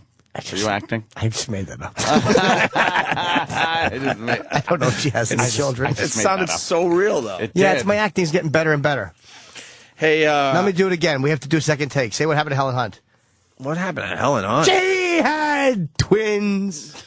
I can't do it twice. Oh, you're terrible. I'm only going to take one. You're one take Jimmy. I'm the worst. Hey, remember we mentioned the female anchors? I got it. It's really quick. This is how they handled the Mel Gibson. As you saw, we handled it with a lot of laughs here on the Opie and Anthony show. They handled it very differently on the news. We were predictably glib. Well, how about this one? Mel Gibson is saying more, and it appears that his mouth is going to be his most lethal weapon here. Oh, no, you didn't. Lethal weapon. You didn't. Oh, you cunt. Mel should start yelling at her. Yeah. Blow me! More, and it appears that his mouth is going to be his most lethal weapon here. It's painful. Radar Online released some new tapes in which he appears to make threats against the mother of his 8-month-old daughter and admit to having abused her. Well, it's pretty serious stuff. These tapes could land the actor behind bars, and Craig has the shocking audio. Shocking. Yes, very shocking. How is that really news, though? Like, how is that news? How is it news? It's a guy who pretends to be other people yelled at a Russian. Yeah. Who gives a in fuck? In a private conversation. Who gives a fuck? Really? Pretty much everyone. Everyone, yeah. No, everyone wants we to are hear it. Just It's on every TV this morning. We do, but what I'm saying is, the dishonesty with which the news gives it to you, admit what it is. Make fun of it, but don't, again, well, it's pretty serious. Don't tell me how to feel, you fucking cunt. Yeah. You're playing it to get rated. Don't act like all of a sudden it's a serious story. Right. Don't try to fucking dress up I see what you're saying. pig you're sending me. I see what you're saying. Yeah, they're doing it for their own benefit, which is they are. to get you to watch a little longer. You're if they heard absolutely us right. making fun of it, they would say, that's very tasteless. But we are using it for the same self-serving entertainment value that Correct. they are. They're just spinning it differently. And they don't It's not even, news. And they don't even really discuss it, saying this was a private conversation. A lot of people have these type of conversations, and boy, they wouldn't want that conversation out there like this one's out there. You know what I mean? Sure. You go back to the Alec Baldwin thing, another private conversation. I made an ass that we weren't supposed to hear. I would respect these people so much more if they played this audio and one of the anchors said, I was in a relationship with a guy like this. And I know we don't want them to editorialize, and that's not their jobs. But unless they're presenting the news completely unbiased, then it is their jobs. You understand what I mean? It's like they're editorializing subtly anyway. So if you're going to editorialize, at least expose yourself. Unless you're simply reading the news. Audio of Mel Gibson that was taped from a private conversation has been released, and here it is. Right. That's completely flat. That's the news. That would be the Walter Cronkite approach. Right. But if you're not doing that, if you're subtly putting your spin on it, well, then to me, you're personalizing it. You're allowing your opinion to bleed through. Don't do it under the guise of impartial journalism. Expose yourself. Holy shit, who's that, Danny? It's me. Oh, sorry, Jimmy, but Sophia Vergara? Holy shit. Go to giant tits. Go to our boys at WWTDD.com for a bikini picture of Sophia Vergara. How old is she with her giant tits? Oh, my God. Look at those. They're just too big. Oh, she's on Modern Family, I guess. I haven't watched that show yet. I haven't watched Modern Family either. Oh, yeah. But they are quite large. Yes. Took us right out of the game. Titties just completely shut down the show. Yeah, good point. Good point, though, Jimmy. Here's the second part with the female anchors bantering. Okay, that is painful. Yeah, this is after they heard the tape. That Jimmy. is painful. That is painful. So, yeah. I wonder if she says that every time a cop is shot. No. Or every time a fucking rape is committed. They safely editorialize, which makes me sick. That is painful. Okay, well then how about this shut the fuck up and blow me line? That is funny. How great would it have been if they came back after the tape played and said, that was hysterical. You know? There were some laughs in there. I'm sorry, people. There's nothing but laughs in there. Okay, that is painful to listen to. And the sad thing, I mean, it's one thing to have this happen between he and another person, but there are a lot of children involved here. His own children from his wife, his ex-wife, and of course they have an 8-month-old daughter. Well, that was Ann Craig reporting Insane, and now these tapes were initially handed over to a judge in the couple's custody and settlement battle. Yeah, there's already some fallout as a result of this. His talent agency, William Morris Endeavor, says that they will no longer represent Mel Gibson. This isn't the first time that his words have tarnished his image. Back in 2006, he insulted Jews, and now add blacks and women to the list. By the way, I imagine they're dealing with the Black Panther Party with the same New and improved. With the same harshness. Fervor. Yes, like use the word fervor. I imagine when they're saying the voter intimidation video, they're making the same editorializing comments, or they're saying how they badmouth. Oh no, they're probably not doing that. No, of course not. No. Stupid. No news. one's paying attention to it. Stupid news. The administration's too busy fucking helping them not get prosecuted. Yeah, exactly. For voter intimidation at polling places, dressed in paramilitary garb with fucking a baton back for the presidential election. And, of course, the black attorney general, appointed by the black president, has decided that was there's no grounds for charges. But put a white guy there with a weapon in his hand, dressed in some type of paramilitary garb, and you'll have a cop haul his ass away for intimidating the voters. We disagreed about this, what it was when it happened. I remember we argued about this, but the fact that fucking Holder... The administration cannot deny that there's a racial fucking motive to this, especially after the shit. Everybody in the media has been talking about the fucking Tea Party being racist and dangerous. Yeah. And here fucking, what's his name, Malik Shabazz? fucking Malik Shabazz admits when we do something, we tend to do it stronger. Yep. And when brother, whatever the guy's, King Amir Shabazz, whatever the fucking guy's name is. Some names. I know. How about just Ted Shabazz?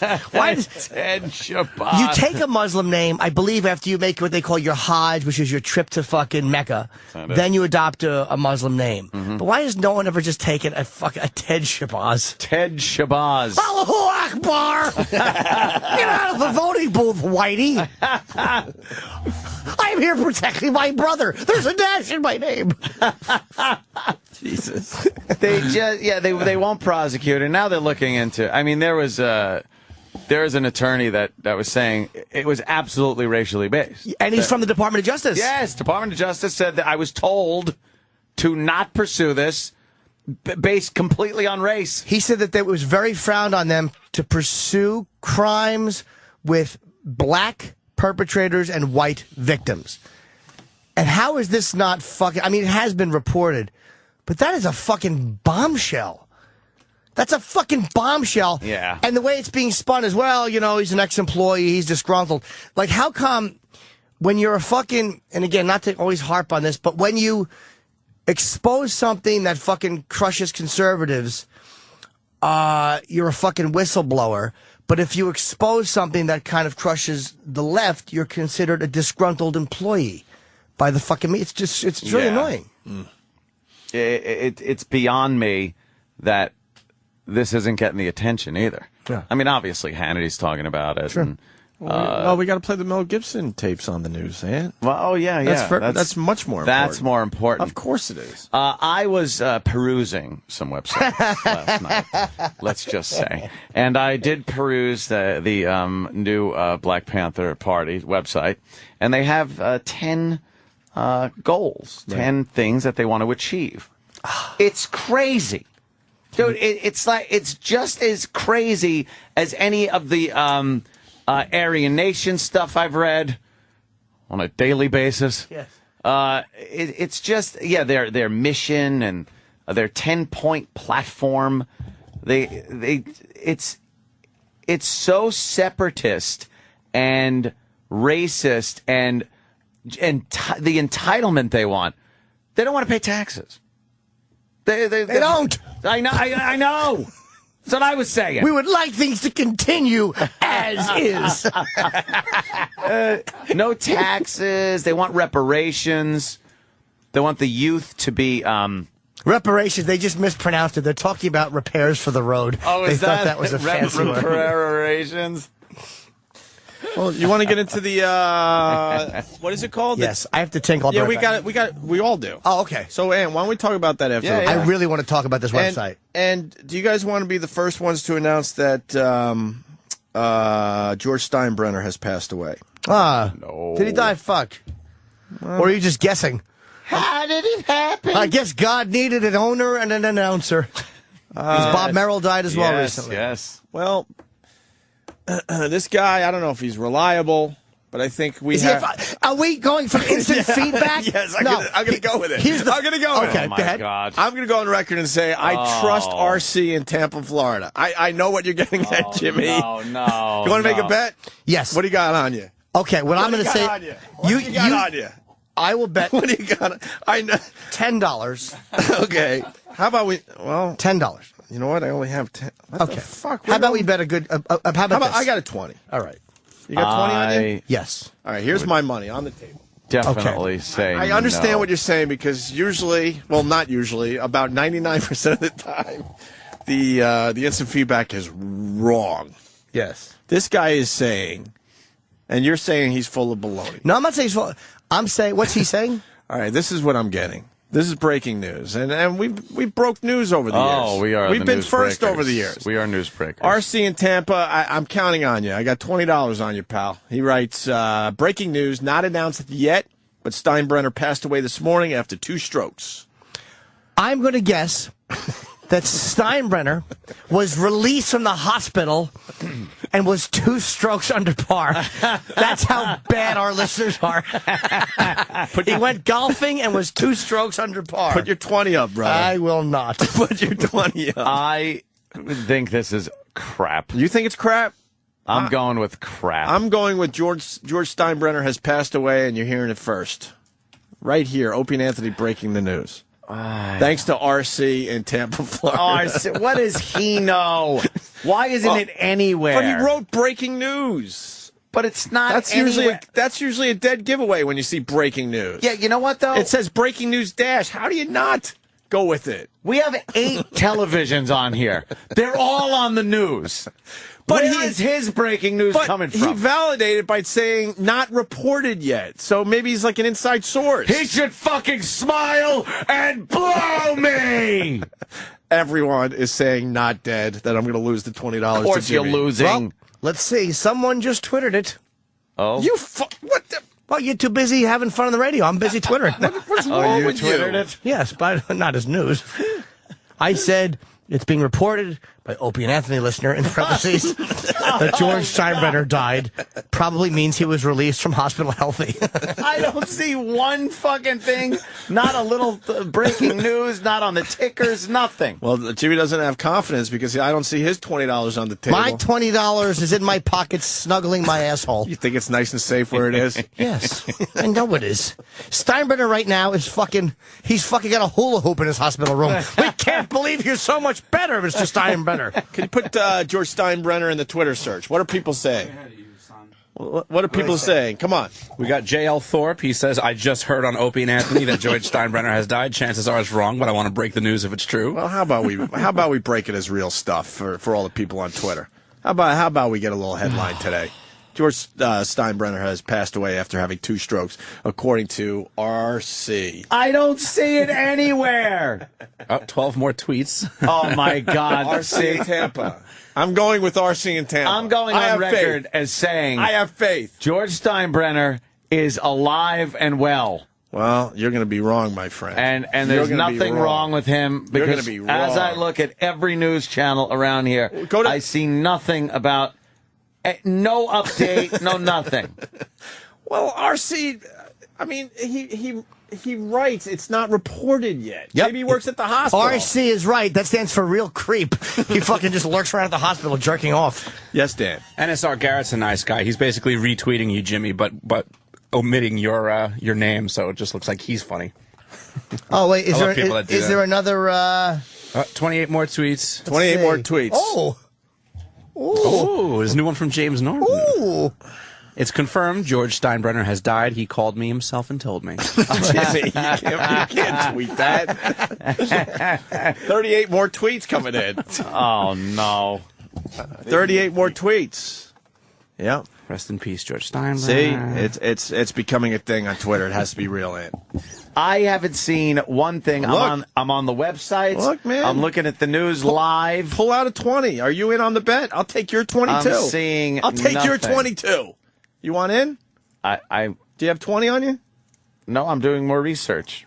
Don't do the research. Fucking put your 20 down. I'm doing research. No, we're just going with the believe hunch that RC was correct. That's the beauty of this. I see nothing. See nothing? How many more tweets coming in on the George Steinbrenner now news? it's just. How many?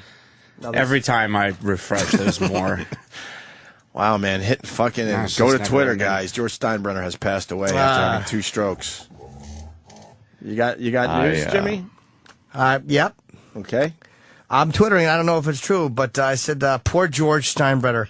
He died this morning after his fight with Brock Lesnar. What does that mean? And people are screaming Twitter bomb. No, this is not this is just real. Yep. What do you got on Steinbrenner, Danny? Any official news sources coming in? Well, Banks81 says Steinbrenner should blow Mel Gibson because he deserves it. You just updated, and there's another 95 that just came in after you updated. Nothing on... Nothing? Nothing on Drudge, nothing on CNN, nothing on Fox. Cindy D says that she watched George Steinbrenner die. But see, Anthony, RC said it's not being reported yet. He's Why an inside wouldn't it be source. reported? All the news stations have inside sources. Why can't the Opie and Anthony show? Why wouldn't it be reported? Maybe the family wants to get together a statement. RC, help me out. How do you know this shit? I'm looking real bad. I'm going to tell you how RC knows it. And you want your 20 or what? You going 20 on this? No, I'm researching right now. Oh, shit, another 135 tweets have come in since the last time. Let me Danny check AP. Reloaded, which was seconds ago. Yeah, now they're just flooding in. It's ridiculous now. I'm going to check the Associated Press. Okay, go to the AP. Oh, here we go. Confirmed. Yankees owner. Aw, shit! Give me your 20. It just He's not says dead yet, buddy. It just says unconfirmed reports. The Yankee report owner says George Steinbrenner hospitalized. So this guy has some fucking an inside He's scoop. not dead. Give me. Oh, you didn't. The report said he's in serious condition. You heard it here first. Let the people know. Let the people know. Let the people know. Let the people know. You can't sit there and say he's dead. RC said it. But the guy's in the hospital. We have an so inside you lose. source. CNN has inside But sources. you lose. That's what they're telling the people because they're not ready yet to he's- tell the world. He's RC was hospitalized. correct. I think RC. When did that hit has the erroneous wire there, Dave? information. Like 2 seconds. 2 seconds Travis ago. just sent it to me like 2 seconds ago. Let me see. I'm not buying this. All right, put your 20 down. No, it's too late. I would win. No, you He's don't hospitalized. Win. You could be dead. Oh, what if he dies in like an hour? No. Then he's not dead yet. No, RC is our inside source like every other fucking news thing. I can't. AP isn't showing anything. Stupid Associated Press. Yep.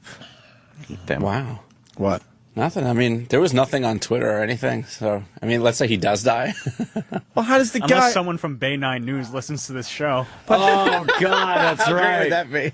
But how does this guy give us the instant feedback before the story hits the internet? Maybe he's a paramedic. Why doesn't this motherfucker fess up as to how he knows? Because he might get fired if he does Yeah, that. but without, like, specifics. Just RC could be, hi, I'm Dr. RC. Dr. RC. RC, give us another instant feedback, and there's a way of checking for the real RC. Yeah, come on.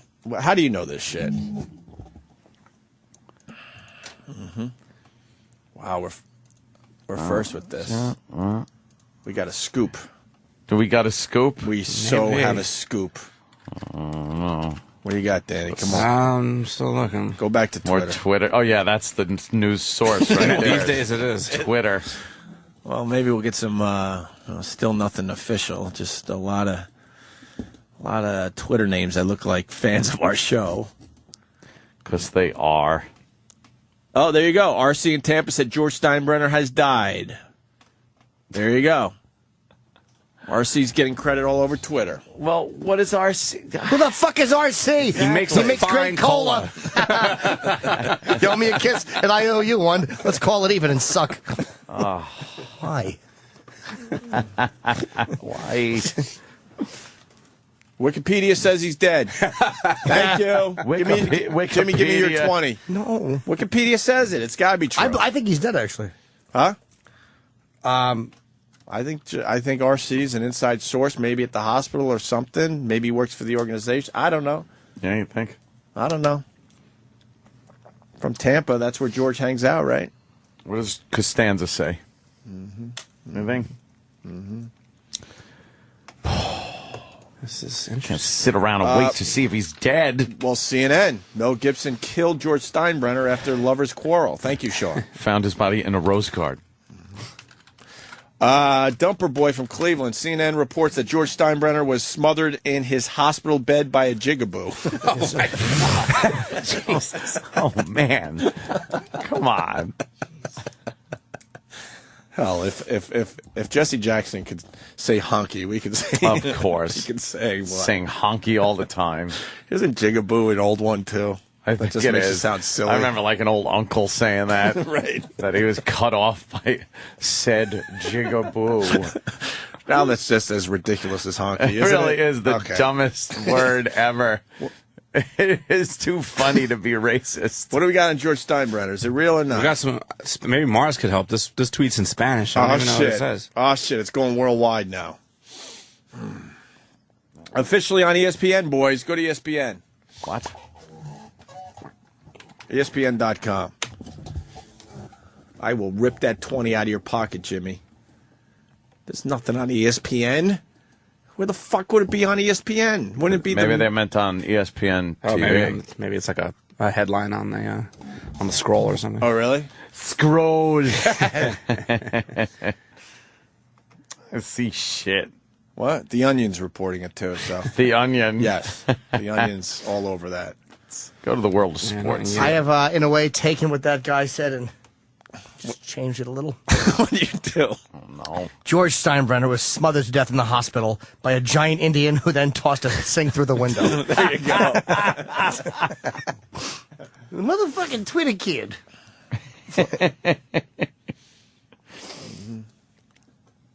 CNN is now using RC from Tampa as their source. Great. Eyewitness NYC, which I guess is Channel 7 here locally in New York. Yeah. Says Eyewitness News has learned that New York Yankees owner George Steinbrenner has suffered a massive heart attack. Dude, RC is so right. Well, he's just an inside guy that happens to be a fan of the show, and we were on this way before anybody else. Way before. Now we're up to a heart attack, massive heart attack. We were up on Menino too. Huh? So we were up on Menino too. You know. We were a lot younger and stupider back then. Yeah. What do you got? What do you got? Travis letting me know that it's on locally ABC here in New York. It's up on their website as well. So how the fuck would RC know all this shit before the news outlets? He's just going to pull this out of his ass? He's a source close to the situation. Close to the situation. Right. So how does he know the Jersey Shore guys? Oh, no, Chip. It was Paulie D that called up. Hey, Chip and D. One of Chip's favorite shows. It's fucking Sam talked to the Jersey Shore assholes. We got the audio. Did he? Oh, you want to... Hi, D-boy. Great Did you hear job. George What was Steinbrenner died? George Steinbrenner died. No, I didn't. He did. No Put the 20 down. I'll take your 22. I got to pee. I'll be right back, okay? Oh, we got Mel Gibson called Terry Schiavo. All right, perfect. That's for after the break. D-boy's working. No. I'll be right back. Yeah, we all do. So we'll take a little break. We'll try to find out what's going on. But remember, you heard it here first. George Steinbrenner has passed away, according to RC in Tampa. Call the Opie and Anthony Show. 866-866-WOW-1. That's 866-969-1969. Sirius XM, the virus. Yeah, this is the Opie and Anthony Show. Damn it.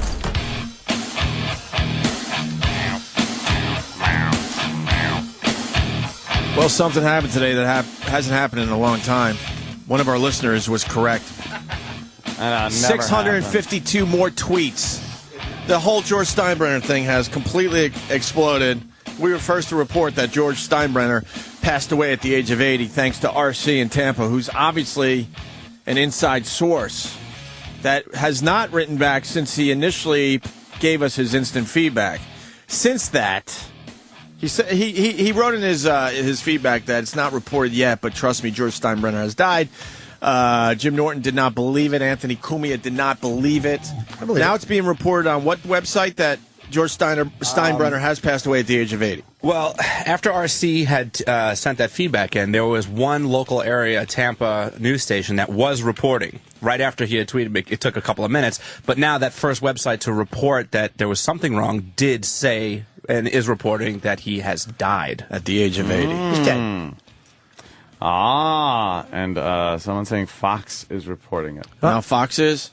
I don't know. That's right. We're way ahead of all the big hitters out there. Did you not read my tweet? Yeah, Bay News. George Steinbrenner has passed away. It's Bay News 9. That's the local. And what's the actual? Florida. What's the exact tweet? It says here, multiple sources tell Bay News 9 that George Steinbrenner. Multiple sources. That's all of our dumb fans tweeting. That's never good. Owner of the New York Yankees is dead at 80. At 80. That's right. Well, RC, what the fuck? Oh, my God. Those stupid fans. RC in Tampa has written again. Santa Claus has passed away at the age of 325. Boo. Godspeed, George. Godspeed. Is it official, though? Is there an official statement by the hospital? The family wants to make one, I'm sure. Not yet. Not yet? Not yet. Well, there you go. I think it's got to be fake still because it was one of our fans. I don't believe anything.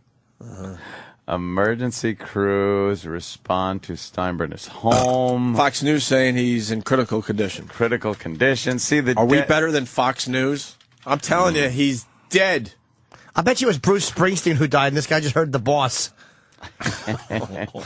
Yeah. My throat hurts. Yeah.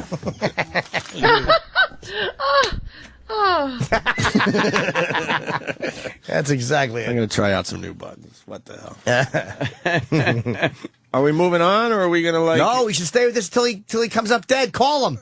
How are we going to... What? Drudge is reporting? No, okay. Let me go to Chris in Connecticut. Chris? How you doing? I was just on a Mad Dog Radio, and he said there's reports on people are twittering that Steinbrenner's dead. So good job, guys. Oh, my God, yeah. That's what I think. This could be just us making a story you think? that other people are picking up on. You think? I don't see a lot of official news. I don't either. Twitter pages yet. No, just a lot of kind of people that look like fans of our show. Okay, now what do you got, Dave? How do you spell succumbed real quick? SUCCUMB. I think. B. There's a D in there. This is KCTV. It says several media outlets. I mean, you're a media outlet, right? Yeah, we're a media outlet. That's just it. No one is committed. We committed. Let the record show that we committed. Wait, what did it say? You didn't read the whole thing. Sorry. It says several media outlets reporting that Yankees owner George Steinbrenner has been hospitalized after suffering a heart attack. Yes, we're ahead of them. ESPN is saying hospitalized. We're ahead of everybody. We're ahead of them. Kevin from Connecticut's reporting George Steinbrenner is going to have a press conference at 10:30 to announce that he's not dead. We got this coming in. We're good now. Mike in Philly. Mike? Yo, boys. Hey. A buddy of mine works for ABC, and it's confirmed he is dead. He's dead. There you go. He's got a friend with ABC. Yeah. He's got a friend. We're good. We're good now. Wade in Niagara Falls. Wade? Good afternoon, boys. Happy birthday, Jimmy.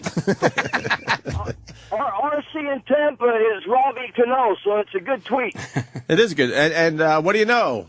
Right? Yes. Isn't that the line, what's his name uses? What do you know?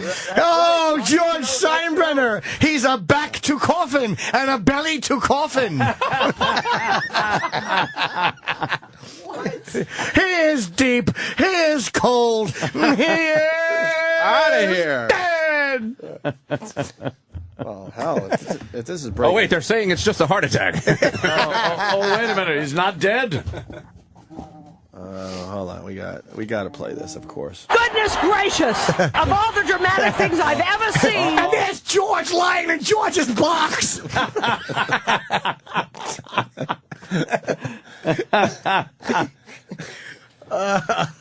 I guess there's no more question whose name's going to be on that tombstone. All the Red Sox are smiling. The Grim Reaper's smiling because he knew.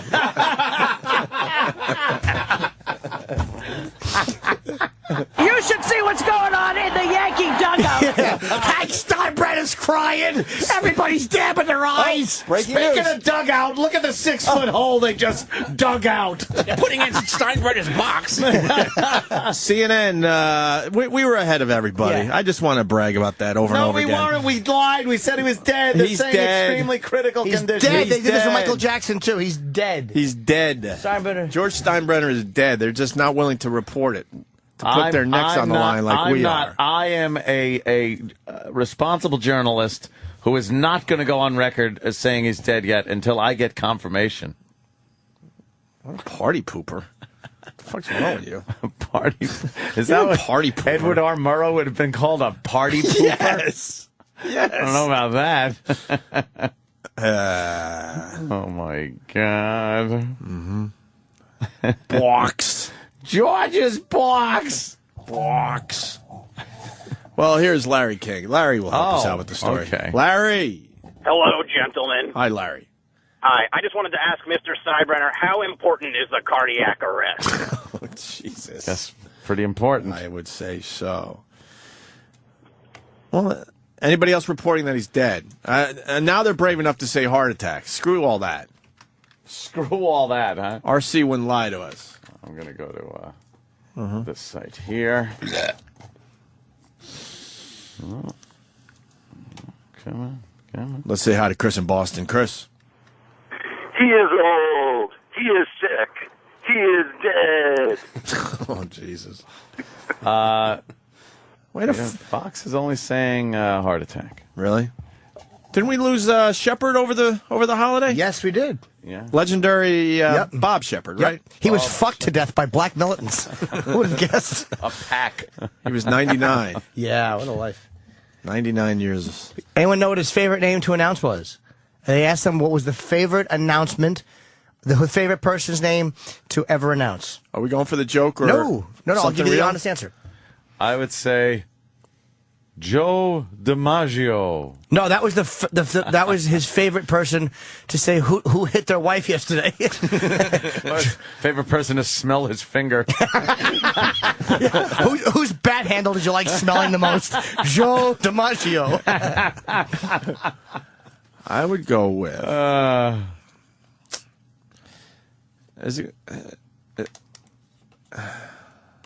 Will we know this name? Possibly.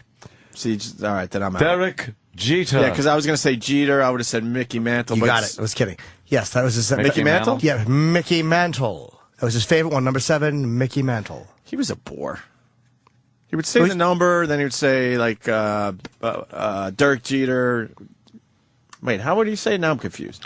Now batting, number 2. That's right, Derek Jeter. The second baseman, Jeter. Derek Jeter. Number 2. You know that Jeter uses the recording every time it comes up? Oh, yeah. I hope so. Yeah. No, I mean, no one else has the recording, though, I don't think. But when Derek comes to bat, they use Bob Shepard. You think he'll still do it? A little tasteless now that he's dead. No? Guys. What do you say? He'll definitely still do it. Yeah? It's his tribute to being, such an awesome Yankee that Derek Jeter is. That he said he's going to use that until he retires. That's sarcastic. Yeah. All right, thanks, T-Storm. It's official. Ian Halpern is reporting it. What? Yep. Oh. I saw Ian this weekend, by the way, with this beautiful fucking smoking hot chick that we spoke to on the phone. So he's not bullshitting? No! She's Holy. Fucking sexy. Call girl. And it was normal Ian. Must be a call girl. No, dude, it was normal. She remember being I'm on the not phone. on the radio, Ian. He's a sweet guy. We hung I kind out. of liked him off the air. I like Ian off the air a lot. He's actually a really nice he's a real dude. Yeah. douche when he's on our show, but as soon as these mics go off, he's really a nice guy. He's a great guy. He was actually came to one of the Nasty shows, and we talked for a little while after. He's recommending restaurants. He's really a sweet guy. Down to earth. Great. Very, Dare very I normal. say. What do we got, Danny? We got to move on, but we need the official. Wow, 1,200 new tweets have come in. We started. Oh my this. God! You remember when it was just like 3 and one of them was Jimmy? Yeah. Well, now what? Now what? Well, it's still all the same stuff. It's just, people are retweeting stuff about, George suffering a massive heart attack. No one's really saying dead so much. Everybody's just kind of saying massive heart attack. Yeah, I'm going with RC. It's over. It's over, Johnny. Yeah. ABC 7 Chicago, massive heart attack, hospitalized in Florida. CNN, heart attack. Regis and Kelly, heart attack. Both of them, too? How many people are dead? Oh, the odds of Kelly and Regis going together. A boy can dream. Footer. Yo, what's up, boys? Just got confirmation right here. I'm reading on this placemat. He's definitely dead. Shit, if it's on a placemat, it's got to be Anthony, true. It's got to be, yes. Mm-hmm. All right. Can we move on? I am reporting nothing I don't but know facts. If we can ever move on. 1,400 new tweets. That's right. There's a breaking news. OTS News. What is that? What's OTS News? On the spot. On the spot news. On the spot Well, news. then it's got to be true. No, now everyone's just committing to massive heart attack. That's it. That's the only thing they'll Wait, I have another 1,500 tweets to sort through. 1,500. Oh, this thing has exploded. God, that's terrible. Poor son of a bitch. Yeah. Good old Georgie. I gotta sell my Apple stock. What? I gotta sell my Apple stock. Why? Because I'm gonna buy the fuck out of British Petroleum. I'm capitalizing on this tragedy. I would love to. I apologize to every pelican and little oily duck out there, but go fuck your mothers.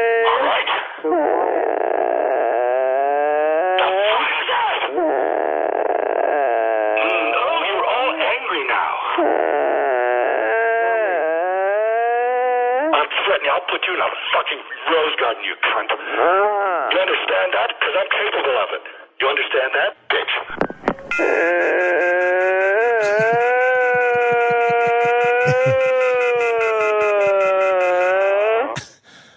Oh my God! Are you kidding me? We already have 2 Mel Gibson remixes. More tomorrow, I'm sure. I'm sure. The obvious, we got to do a little Christian Bale action. Yeah. That's the obvious. He was very angry. CNN. Bay News 9 is really shitty. Bogus network. Oh, great. That's not good. We got Chris in Tampa. Chris. Hi, good morning, boys. Hey. Hey, that Bay News 9, all they are, they're a bunch of rejected anchors that couldn't make it on real networks, so they throw them over on this cable news network. And they report on shitty news. Every morning there's either a house fire in some trailer park. And that's all they do. They report. They make a big deal out of the fucking thing. A dog shits in a road, it's big news. They're just shitty. And they're ugly anchors. And they're ugly anchors. They're ugly anchors. Punch it out, boys. Have a good day, sir. I'm going to go to all my news sources, Ant. Good luck. And I'm going to pray that we're not alone on this one. We're alone. Are we alone? We totally got this one wrong. What's the fucking ticker for BP? BP PLC, I think. God damn it. Language. This is my home. Fuck, come on, man. Language, young man. What happened? I had it all set up, and now I got to get back into E-Trade. Well, get back in. Yeah, everyone just saying massive heart attack. We're saying dead. Shit. Fuck. RC, where the fuck are you? RC, help us out. Well, LongIslandPress.com says... Oh, great. An initially unconfirmed account by a caller to the Opie and Anthony Morning Show on Sirius XM. Get out of here. It's gotten to that point. What does it say? Said that George Steinbrenner had died, quickly set off another internet celebrity death rumor. However, the often controversial executive has apparently indeed suffered a massive heart attack at his home in Florida, according to reports now coming in from official news sources. So you now, are not an official news source. Now we're being blamed for the death rumor? Kind of. Hey, but we said we didn't know, so none of my tweets are saying exactly, except for the one where I say George Steinbrenner has finally succumbed to the AIDS virus. But who's going to believe that? Oh boy, I might have to delete my tweet. Did you send out a real one? Huh? Oh yeah, I did. No, you didn't. Oh, yeah, I don't believe it. Oh yeah, I did. Nah, you were goofing. I was just goofing. Oh yeah. Stop fucking texting me. No, my info was based on an inside source. It just says Yankee owner George Steinbrenner. Should it be Yankees owner or Yankee owner? Neither. He's not involved anymore. Yeah, he's dead. Ex-Yankees owner. It's kind of in the family. Or Yankee or Yankees. It's kind of in the family. Wait, did you? I was just twittering jokes about it. Let me see. Yeah, so am I. Mine's a joke. Let me see. Look at my joke. Hold on. All right. Going to it. Twitter's a little slow right now. Okay. Thanks, Thomas. Opie. Mine's a joke. It just says Yankee owner George Steinbrenner dead at the age of 80. What? Should I pump it up a little bit? Put an LOL after it. Fucking LOL. Your face is red. Because I'm laughing so hard. All right. 10-10 wins. My brother checking in. ABC announced him having a major heart attack. Yeah, it's all about the major heart attack. Look, man, we're gonna look like heroes when it comes out that he's dead, right? Google alert. Oh, the Long Island Press. I just got that on my Google alert, where they're mentioning us as being the assholes again. Oh my God! See, I knew it. What? What? I'm keeping my tweet up there. You're keeping your death tweet? Yes. But he just had a heart attack. That's what they're reporting. Oh, God, I hope he's dead. Hang on. Oh, Daily News, come on. Something new? Danny? Well, a source tells the Daily News. Here we go. Look at that headline. Yankees owner George Steinbrenner has died. But this what's the breaking source? news? AP Steinbrenner has died. We this got just it. coming in on CNBC. Yes! I mean, wait, that's not nice. What? So you wanted my tweet's perfect then, Jimmy. Yes, it is. I didn't need the LOL. Wait, this coming in, Steinbrenner has reported that RC has died. So take that. Damn. Now it's everywhere. Wow, we were ahead of this one. Fucking RC. I would love to know who RC was. Down the road, RC. I know you're listening. You got to let us know. Please. Thank you, my love. Well, how about the Long Island Press put out another fucking little blurb about us? They did? No, they should. That we were correct the whole fucking time. Yes, they should. Well, it'll be obvious we are. But they should put it out. They should. There, my evil scheme is now in play. With the BP. Now the AP is now official. AP is now saying he's dead. Well, how about we start tweeting the fuck out of the fact that we were first with this shit. And no one was brave enough to go with our inside info. How brave is it really? Let's go, Exactly. Twitterverse. That's very brave of us. Brave is it really that we just fucking Made fun of an old man's death. Yes. Pieces of shit we are. For our own promotion. Yes, of course. Exactly. We're not saying it's sad. We just want the world to know that we knew first. We knew. We knew. I want to know who that guy was. RC. He's not The writing. Inside Edge. He's fucking not writing. Inside Scoop. His exact, well, I don't have his exact instant feedback, but basically he said they're not reporting it yet, but George Steinbrenner has died after having 2 strokes. He didn't say heart attack, by the way. Yeah, he said strokes. You know how info gets a little weird. So if it's reported later that it was actually 2 strokes instead of a heart attack, or maybe a heart attack with 2 strokes, I don't know. Definitely not. Maybe it was a combo platter. What piece? Full House? Full House. Yeah, 2 pair. One. Yeah, a little 2 pair. New York Yankees owner George Steinbrenner has died. This, according to the Associated Press. I'm watching this on Breaking News on CNBC. So, Godspeed to you, George Steinbrenner. We remember him many years ago with his trademark turtleneck. Very full of piss and vinegar, as he used to say. Yelling at people like Billy Martin, Reggie Jackson, and then crying the last time we saw him back in, I think, late 90s, early 2000s? That's about right. When the Yankees won the World Series. George Steinbrenner was weeping openly, saying, "This is the best team in baseball." And that's when we knew there was a problem with George. We should get those clips together. I know. Now we got to do a just fucking happen. a death thing. For Did we George just do a Steinbrenner. death thing for somebody? I don't know. It seems like every other day. Larry King. Ah, Larry King. Well, almost. Was it reporting that Larry King is dead, too? What happened? Poor George. Should we sit back and have the listeners congratulate us on the breaking news that we had? The scoop we had today? I'm thinking it's what? No? No? Well, what, pats on the back or something? Sure. You want to go with the pat on the back thing? Hey, most of the time, people just openly laugh at us. But for once... You think they're not just openingly laughing at us? I'm going to wait. I'm going to wait for a little congratulations to the show. This is... We're having real news for once. All official now, right? Yes. It's everywhere. It's everywhere. And they're now showing Now Reggie it's, Jackson yelling at Billy Martin. According to Family Friend. All right, that's who we're dealing with now. Is his initials RC? Yeah, Family Friend. Oh, yeah, look at him showing the old clips. The old mighty George. Look, that's when he was the prick. He was a character. Look at him yelling at each other. He was a nightmare Billy to Martin work for. firing Billy Martin over and over again. Billy, that drunk. Yeah. What was this, like wrestling? Were they doing like a bit? Why are they yelling at each other at a press It really does look like a conference? promo. It looks like some kind of wrestling promo. Because they... You're fired. You haven't hired me yet. Continue my to spend Lord. money, signing Dave Winfield to an unheard of 10-year, $20 million contract. Winfield led the Yanks to the World Series, but failed miserably in the Fall Classic, getting just one hit, prompting the boss to call him Mr. May.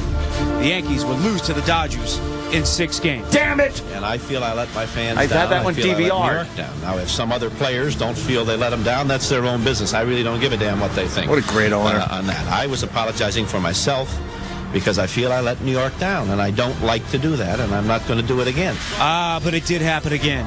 The Yankees' playoff run was over, and George's frustrations showed. He fired manager Yogi Berra just 16 games into the 1985 season, causing Yogi to stay away from the stadium for 14 years. Jesus. The team finally hit rock bottom, and the fans started chanting, "George must go." The fans got their wish in 1990 when Commissioner Fay Vincent banned Steinbrenner for life for paying gambler Howie Spira $40,000 to get dirt on Dave Winfield. The Yankees continue to lose, and finally in '93, George was reinstated, and the fans welcomed him back with open arms. Glad to see you back. I don't care what they say. I didn't know what to expect, really, but they really make me feel good, you know. George's return coincided with the team's return to greatness. In 1995, they made the playoffs for the first time in 14 years. Then in '96, he hired Joe Torre to be his manager, and with the help of homegrown stars like Derek Jeter and Bernie Williams, the team went on a magical run of 4 World Series titles in 5 years. The boss seemed to be mellowing. No longer was he ripping his players in public. He reconciled with Yankee legend Yogi Berra, who agreed to return to the stadium. And he wasn't afraid to show his emotional side. There it is. Not everything changed, though. He continued to spend big money on free agents. Greatest clip ever. And occasionally, the old boss would reappear. He criticized the captain, Derek Jeter, for his late-night partying, but unlike the past, they quickly made up and even poked fun at it in a commercial. Derek, you're our starting shortstop. How can you possibly afford to spend 2 nights dancing, 2 nights eating out, and 3 nights just carousing with your friends? What a great actor. Oh. Reason, it's everywhere you want to be. In recent years, Steinbrenner's public appearances became few and far between. He gave more and more power to his sons and Brian Cashman. When the Yankees finally parted ways with Joe Torre, it was his sons who made the announcement. George got one last ovation at the old Yankee Stadium during the 2008 All-Star Game, showing that New Yorkers truly love the man they call the boss. 80 years old. I mean, what a life. Well done, Report Duke. Who survives him? All right, enough. Hey, everybody left on the planet. Fucking cunt. I like how Jimmy had to get that out with a mouthful. They couldn't wait.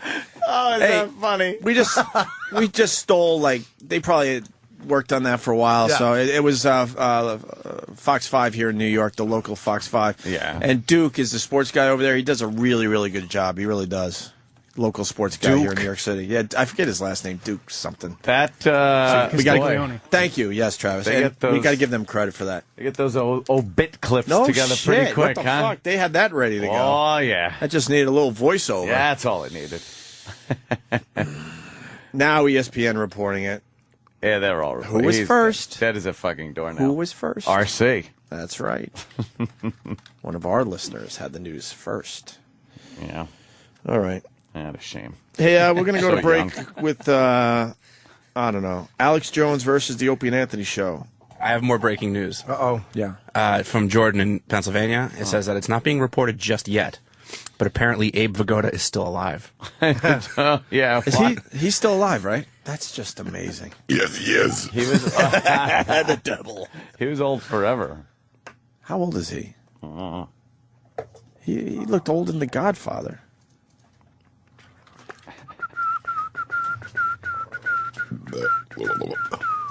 Doing a quick check. Hang on. I'm coming. Can't even find that. Remember when we had... Born in 21, so... math. 89? Math. Yeah, that's right. 89. 89 for Abe. Hey, Alex Jones was on our show recently, and Troy Kwan took the audio and made this. It's called Who is Skull and Bones, a song by Troy Kwan. It's Alex Jones versus O&A. I don't even know if this is good. Well, I have no clue. If it sucks, we'll yank it right out of the CD player. Of course, throw it at him. We're all being targeted, and they are putting soft-kill binary weapons in the food and water. We call it the scientific dictatorship, the final revolution. Final revolution. And degenerative diseases are all off the charts, and the UN has been caught adding live polio to shots worldwide. They've been caught adding live cancer viruses to every major vaccine. Who is Skull and Bones? Who is Skull and Bones? Who is Skull and Bones? Who is Skull and Bones? You have satanic rituals going on with the guys that founded the CIA. We're smarter than you. We kept it secret for your own good. It is a kind, gentle authoritarianism, an oppressive system for your own good. Social Darwinism, the final revolution. We're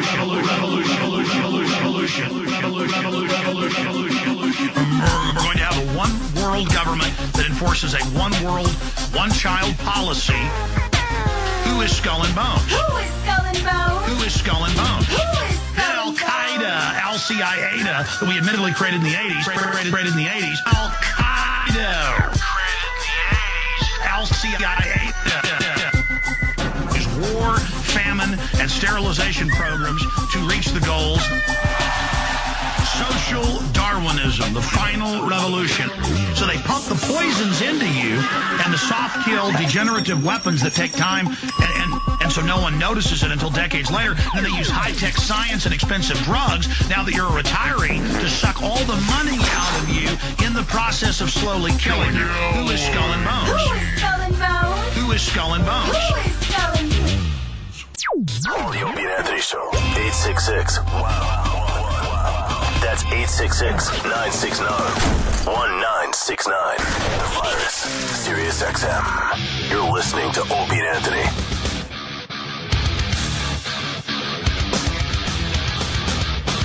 Opie and Anthony, first day back from vacation. And George Steinbrenner has passed away at the age of 80. CNN not reporting that he's dead yet. Why? Even though everyone else is. Everyone else. Their headline is Yankees owner suffered massive heart attack. Oh, now they're saying it. Okay, I'm sorry. During the break, they still weren't saying it. Judge, I'm trying to think of what the New York Post will put as their headline, because they will have a giant picture. Front page of George Steinbrenner, and then it's going to be some kind of pun that they always use with maybe the boss, because they would call him the boss all the time. What do you think? It won't be snide or shitty. It'll be one of reverence. Yeah, a pun of reverence. They're going to try to be clever. Yep. Yeah, I won't put scumbag dead. Just fucking. I don't know. It'll be hacky for sure. Yeah, it'll be hacky. It'll probably be a Bill Gallo cartoon. Oh, you think of that with heaven? He loves the ones with heaven. And George will be heaven. Of course he does. He knows he's heading that way soon. And like Mickey Mantle and Joe DiMaggio will be waiting for him. That's probably what I'm thinking. Like all the Yankees that have passed. And there's Georgie. Hey, we saved a hot dog for you. Oh yes. Either that or it'll be God at the pearly gates, and it'll be going. Are you coming here? Or are you trying to sign me? You know. Or maybe it'll be George with a megaphone dropping the N-bomb for no reason.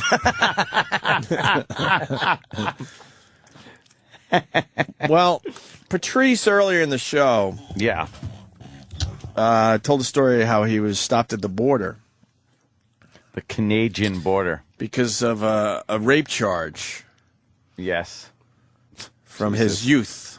And we're thinking we should play maybe that story, just to kind of clear it up. I think to wrap it all up, because he referenced the rape thing. Because that's why they wouldn't let him into Montreal, or they sort of would have let him in if he signed a paper. If you're just tuning in, you should listen to the replay. I don't think they were going to let him story. in. I don't know. If he signed the paper, dude. Oh, okay. Yeah, I think the paper was just him admitting to something and saying that I'm not coming into Canada. Well, a lot of people after Patrice got off the phone on instant feedback and whatnot, the Twitter and everywhere else, they're writing, well, what's the rape story?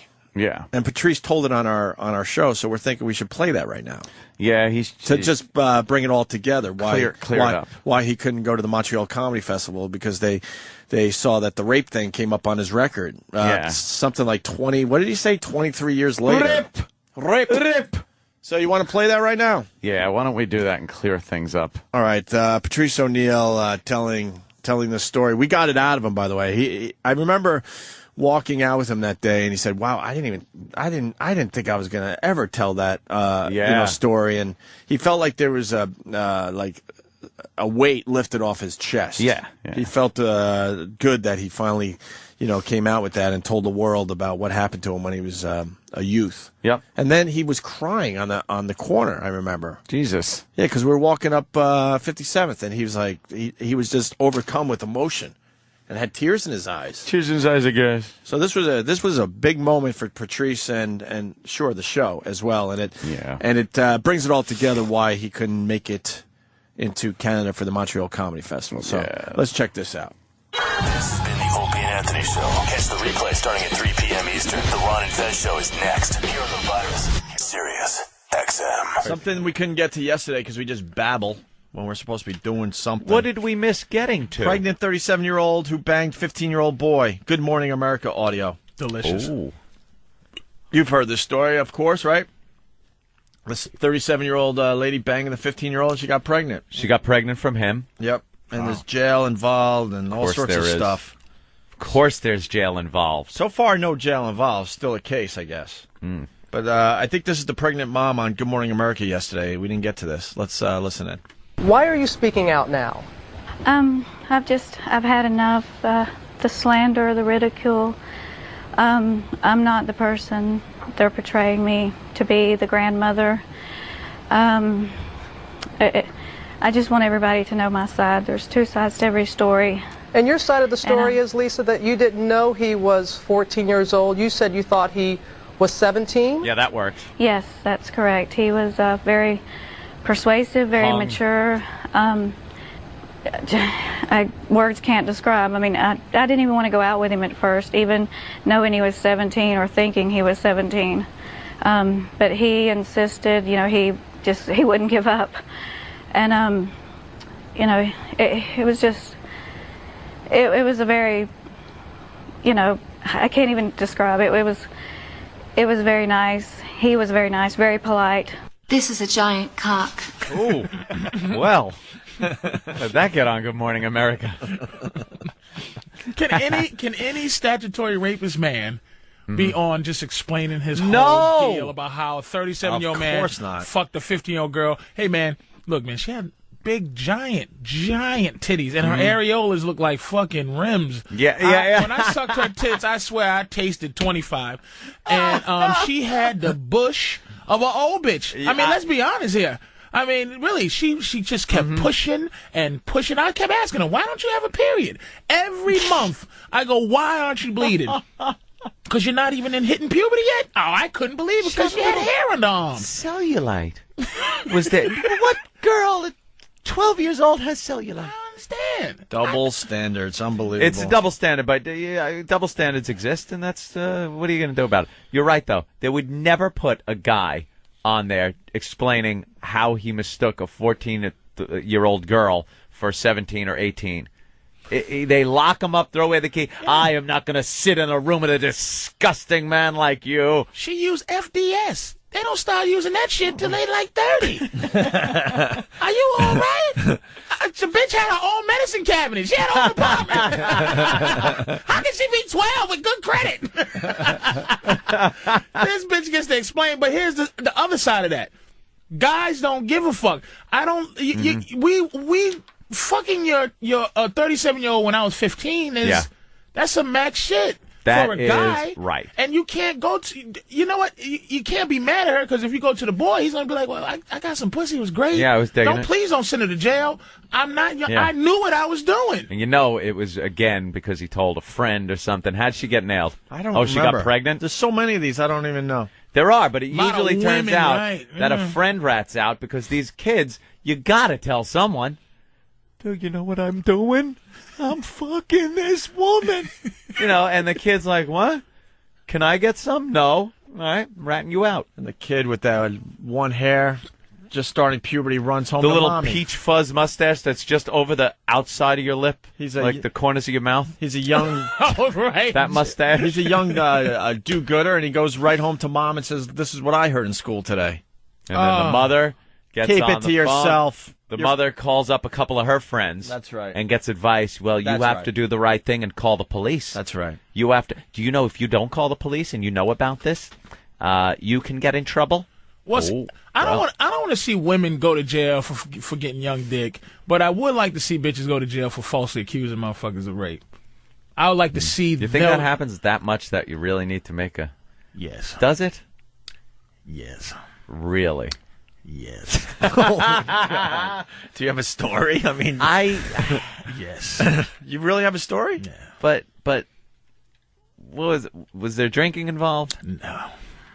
What happened? It was white and blackness involved. Oh boy, got yourself a piece of white ass. And that's what happened. Oh no! And the only reason I'm not locked you up are today, lucky that the calendar today in Boston has a 19 from that type of shit is because she wasn't the mayor's daughter. Really? You know what I mean? Or the governor's daughter. She was just. Well, how long ago this happened? When I was like 16. Yeah, I was saying you're lucky the calendar had a 19 in the front. Right, and it's like and not an 18. It's or you'd been swinging out of here. But it's like she was in the story was bullshit. You know, it's like yeah. What actually happened? What actually happened is, we was going to get some other pussy. Ooh. Bumped into. Wow, this is a long fucking time ago. Yeah. Shit. Holy shit. We was going to get some. Wow, he's getting nervous. It's like he's testifying. Yeah, it's like he's on the fucking stand. Well, I don't recall. It happens. That's why. That's why it's just like everything. When I hear Tyson, when I hear Kobe, immediately I'm on their side, right? Thinking of the situation, analyzing what happened. Because to me, rape to me. Let's all just take a swig of water. I need some water too. I'm gonna take a little drink here. I'm getting dry mouth as well. Oh boy! Rape to me is taking pussy. All right, I just don't believe in date. I don't believe in any questionable rape you shit. think rape is pretty it's a cut and dry thing to me. There's no fucking I don't know, and that's why I know so much about fucking law. I look up this shit all the time. It's like to you, it's waiting in a corner or in a hallway in an apartment building, grabbing pussy. her and sticking your dick in. Taking pussy is rape. Taking pussy is rape. And now you don't like the idea that if you're with a chick, you're out on a date. No. There can if a woman, I'm gonna tell you something. All right. This is how much you're in the hands of the situation. The discretion of the woman. If she, a woman. Wow. I'm telling you, it's memory. Like the corner. Yeah. Oh my God. So. Holy shit! How can I get through this? It's hard to talk about. This type of shit. Take your coat off. Relax a little bit. You're heating up. The flop sweat is forming on your forehead. I found this out. All right. If you're fucking a girl, and being that I'm 6'4", 700-pound black dude, right? Yeah. If you're fucking a girl, and she thinks no, that's rape.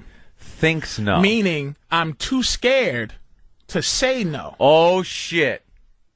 And later she could say I was too afraid to say no to this. But shouldn't you be able to say, well, she was enjoying herself?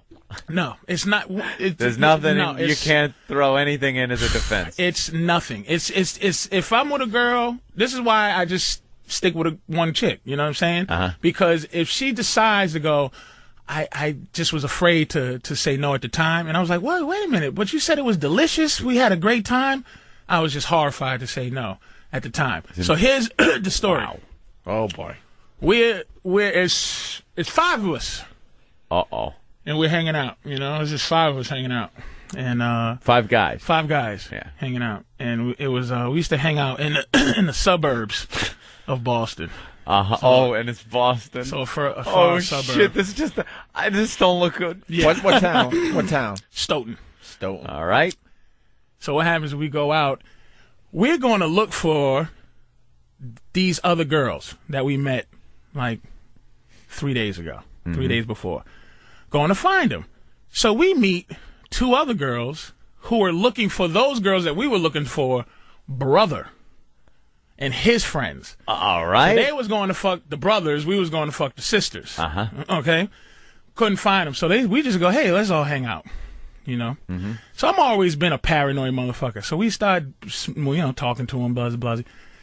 Ended up going back to Negro part of Boston. So in the car, there was a black girl and a Portuguese girl. So the black girl's in the back fucking with the 3 other dudes. Me and the other guys in the front. We were the oldest. In the front, he was driving. The Portuguese girl's in the middle. Yeah. White girl. I was on this end. They're back there feeling on the black girl's tits. Like, she's like, what are you doing? Stop with it. So the white girl goes, oh, God. These fucking, they don't even realize that she's a talker. I'm a doer. Oh.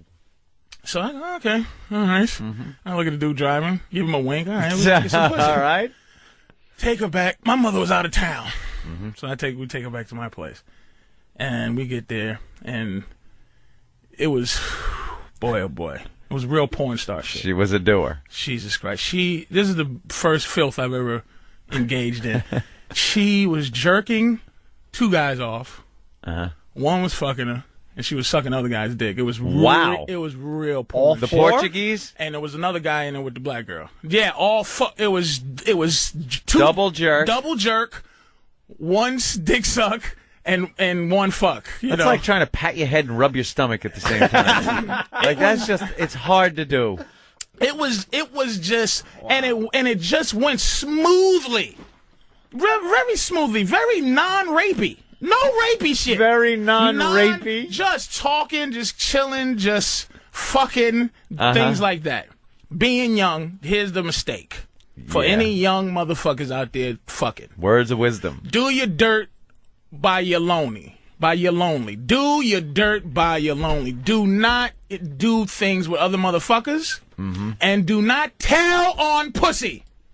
Do not tell your buddies that a bitch was doing this. Here's what happened. This is where the rape shit comes in. This is 2 weeks later.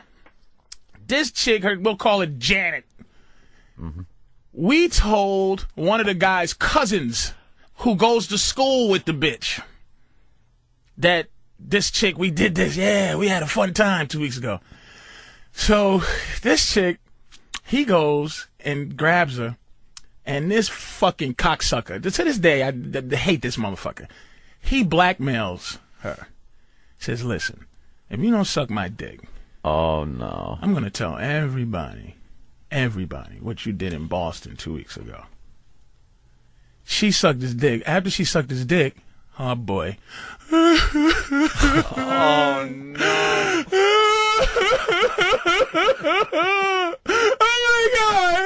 Oh my God. She runs through school. She goes into her big brother's classroom who goes to the same school. Such and such raped me. He gets up and he's chasing that motherfucker around school. Wow. Trying to kill him. Right? This motherfucker, they get him all in the office, right? She's like, what's wrong? Hey, what's right? Her brother's like, I'm gonna fucking kill this fucking guy. She goes, he raped me. And then she goes, uh-oh. Uh-oh. And I got raped in Boston 2 weeks earlier. Oh, no. What? Oh, no. What? This is why I love my mother like I don't love anybody else. I have no love for anybody else like I have my mother. Oh. My mother found this out. She came home from where she was. And this is bad karma because she was at a funeral and I was doing my shit. She comes on, what the fuck is going on here? Because she saw something in the laundry that wasn't supposed to be in the laundry, like things like sheets or something. She's, what the fuck you doing? You know, I was not the age where I'm washing anything. Yeah. I tell her the story. My mother puts me in the trunk of a car and sends me out of town. In the actual trunk? In the trunk of a car. Holy shit. And sends me the fuck out of town until she could figure this fucking thing out. They came to my school looking for me. The cops? The cops. Oh, damn. They came looking for me to arrest me at school and arrest everybody at school. And I was gone already. My mother said, this is you, And when I told her it was a white girl, she went, oh, man. I was in the trunk of a car heading to a state unknown. to hide out from this situation. So about a month later, I came back to school. Wow. And had to go through the process. Holy The process. shit. How'd you guys get off? Don't want to say. Didn't get off. You didn't. Didn't get off. What'd you get charged for? I was 16. She was 15. Did they whittle it down to something? It was not whittled down to anything because they said you either plead guilty or you can go to court. We decided to go to trial, but we admitted, yeah, we fucked her. Yeah, but it's 16, 15, and that's statutory. That was statutory. That's it. So they're like the time. How long did you do? You did time? How long? 2 months. 2 months. Wow. 2 months. Where? Walpole? No, they didn't send me to Walpole. No? They sent me to... some youth center? No. No? Sent two punk at me and one of my boys because we were shit, you went to big boy prison? Big boy. And my boy went crazy. Get the fuck He lost his mind because he was so scared of getting raped that he stopped washing up. He didn't take showers. And they started to throw piss on him, started to beat him up.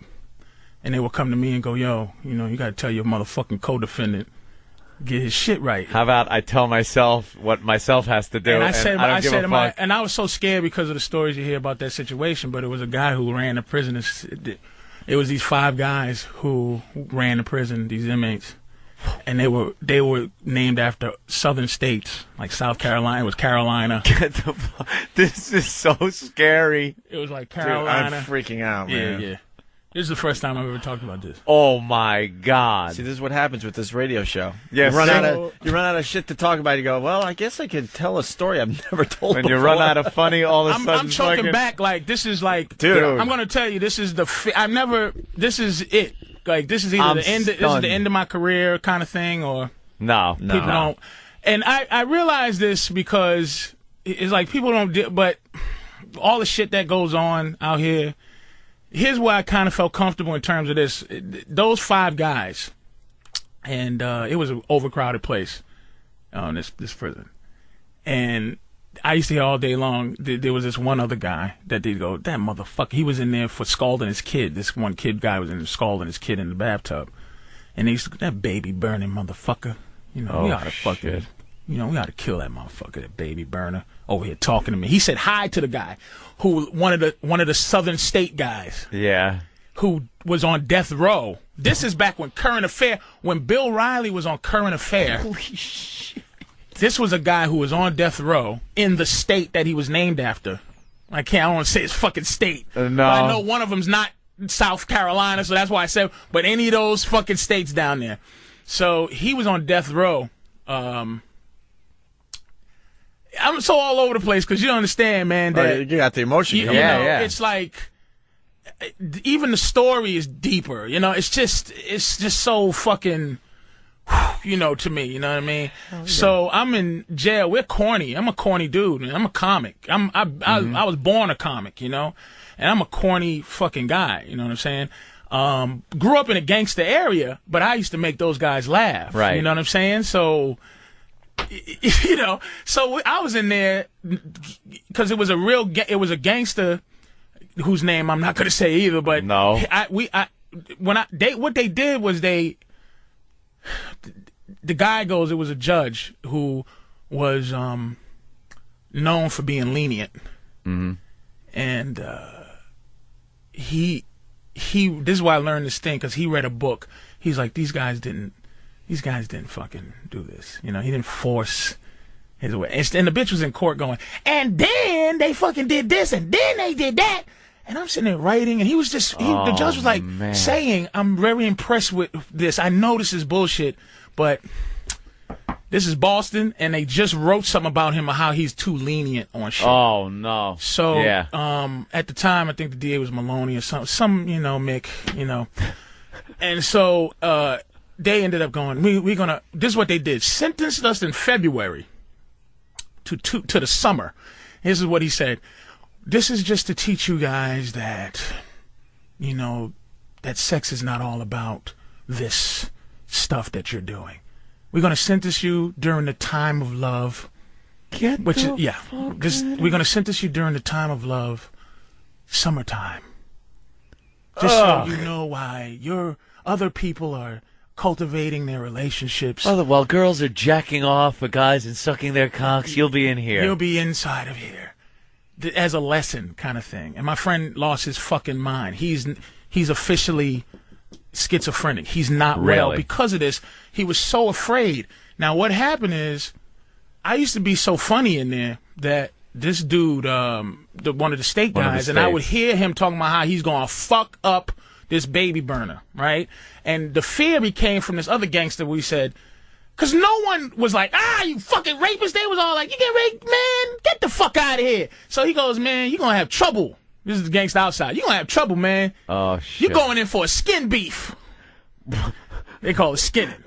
You got a skin beef, nigga. You fucked up. Oh, my. This is fucked up.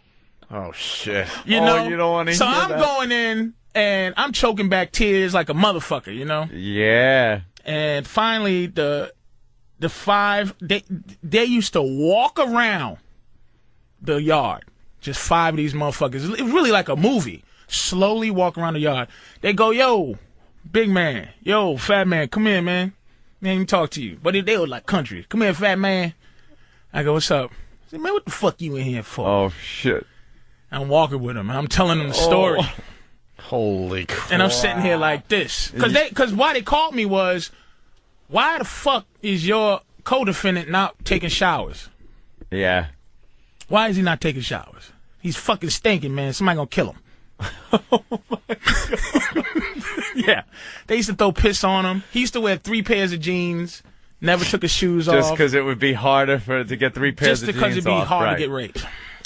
So I tell him the story, and I'm just going, I'm going to have to fight. I'm going to have to do something. This is going to be fucked up. Finally, I told him the story, and I'm just the drum roll, the stabbing drum roll. Where's the payoff now? They go, what? You in here for that shit? Pulling a train, nigga? Everybody in this motherfucker did that, and you in jail for it? Oh, shit. Don't you ever let me see you in here again? So they just took to me. So I would walk with them every morning. They just took to me in case somebody just said, fuck it, you in there on the skin beef. But nobody ever fucked with me because it was such bullshit. It was just it was just bullshit, dude. It was like the worst thing. And the only thing I think of is I could have been in there forever on some shit like that in Boston. I know motherfuckers that went for a long time. They put us in there for like 2 months because we go, yeah, we fucked her. But it's like, that's all. Because obviously it was so obviously bullshit that they couldn't put you in there any longer. They couldn't just destroy lives, but which they did destroy lives. Yeah. Because I bumped into a couple of other guys. One guy ran and they never caught him. And but he came back because it's the statute of limitations. But another kid, it changed his life too. It just makes you. One guy ran until the statute ran out. Yeah, ran until they stopped looking for him. And he said, "Fuck it," fuck it. And I didn't run because I thought, well, I did run. My mother made me run because she just knew, she had an insight that I didn't have. She was like, you can't be doing you're probably no just like, what? I fucking... Yeah, why? I just some pussy. But it's like, the person, I'm not even mad at her because that's why it's like the Kobe shit happened. And I say immediately, black guys are the most wanted to be fucked guys in the world but can't be fucked. They're not allowed. No, women are not allowed to fuck black guys on any level, meaning in an open way. So it's like when I heard that Kobe shit, I'm like, I know what happened. You know what I'm saying? Whatever happened, Kobe didn't take no pussy, but I can't be mad at her because this is a white bitch from Colorado who was not prepared to fuck a black guy. She's not raised to fuck a black guy. You understand? So I know what happened. It was just like he didn't do the proper thing. You know what I mean? He was probably treated her like shit, and she just goes, she's walking around, her pussy hurts, and she goes, I got raped. And it's just that easy, and I'm a fucking giant nigga in Boston talking, if this girl had been like, the fucking mayor, like I said, the mayor's daughter, she had been some white girl who was out there doing George Bush daughter shit. Yeah. And it came out that she gave all these niggas some pussy. You wouldn't know me. Oh, damn. You wouldn't know me. You know? Holy shit. So that's why I go, you know, when motherfuckers say rape, now these niggas that's out here killing these little girls, 8, 10, that, you know, that's a whole nother story. But when you get some motherfucker talking about, you know, some old fucking, you know, and then I said no, and no means no, and blasey blah. I fuck my girl. Let me tell you, my girl's a fucking maniac, man. Like, she goes hit me and this and that, and it took me a long time to be able to even enjoy sex, man, on that level, because it's just I go. You think of the consequences of you start thinking a few steps ahead of yourself. What if you know? Look at one of these bitches on your wall. You know, these Aguilera bitches, and I fuck them, and then she give me pussy, and then say, you know, you raped me. I would believe I did, because I'm like, I wouldn't give me pussy if I was you, but she did. You know what I mean? So that whole thing, you know, it changed my entire. A lot of my jokes, the Pepsi Cola rapist, right, a lot of the Tyson shit I do, all of that, it changed my life because I just have this mistrust for pussy, man. It's not an anger, it's just a mistrust because it's so easy. I guess that's the payoff. If you can be raped, then you have to have a natural mechanism to stop that from happening, which is I guess it's a trade-off. Okay. I'm gonna say you raped me. That's the power that a woman has. Yeah. I'm gonna just say you did, as opposed to you doing it. Yeah. This guy actually raped you, but I'm gonna say that motherfucker. You know. So that's why when a bitch 10 years later they say some fucking janitor took some pussy, some black janitor, and then 15 years later she goes, I was lying. Yeah. And he gets out and he gives the speech of I found I'm just Lord, happy to be with my family. And I'm like, man, if I did 15 years, it's my like, God. and they find out that the Central Park jogger kids didn't do it. I would make a speech like, look, because after 3 weeks, now I was a soft kid, like meaning I was a clown. Mm-hmm. After 3 weeks, you learn you're in prison. Yeah. And I'm not afraid no more. And you learn how to motivate. You learn how to navigate. You learn how to. You don't take stuff. The one bit of advice that somebody told me right when I went in that kept me very, very safe is don't accept anything from anyone. If you need something, you go without. Yeah. You know, don't say, hey man, you're hungry. If you're hungry, you eat your fingers. Don't, because motherfucker go, here's a Snickers bar, and then they want their Snickers bar and a Milky Way tomorrow. Yeah. And it was this guy in there, and I was going to get into beef because I had to. And you just learn the rules of that shit. And there was this dude who had a woman's name, Shirley, you know. And what Shirley used to do is give new people food, and then the next day say, I want my food back. And if they didn't, Shirley would knock you out and rape you. So one day, I'm in the fucking shower. Oh, no. So Shirley says to me, that's what they call me, Heavy D. In there, Heavy D, looking good. One of the fucking Southern State motherfuckers goes, damn, boy, you can't let that happen, man. Oh, no. You can't let that happen. Was he a big dude? Shirley? He was my size. Oh, damn. So he goes, oh my God. You can't let that happen, man. He's telling you can't let that happen. So that day, I never wore the prison garb. But that day, I put the prison garb on. The blue shirt, up to my neck, fucking tucked it in. And motherfucker gave me the top of a soup can lid, bent up. Oh, shit. So I met Shirley outside the lunchroom after that and hemmed him up. And that motherfucker said, I was playing. I'm sorry. He got faggy. Wow. And another fucking Hail Mary. Like, thank you. I didn't have to really, because he was just scared of another guy his size who was mad. Yeah. And he just said, I said, you're going to have to fucking apologize to me in front of everybody for saying you have to say you was joking. He said, oh, man, I would never bother Heavy D. He's a nice guy. Da, da, da, da, da, da.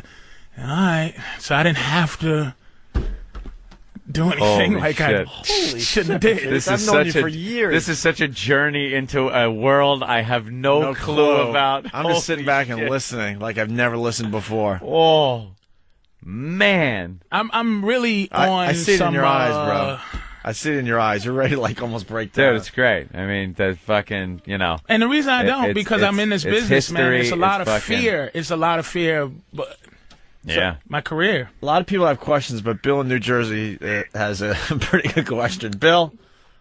Yeah, Patrice, I was wondering what happened with the baby burner. Yeah, we all want to know what happened with the baby burner. I don't know. I don't remember the baby burner, but why I was concerned about the baby is because it was relating to me.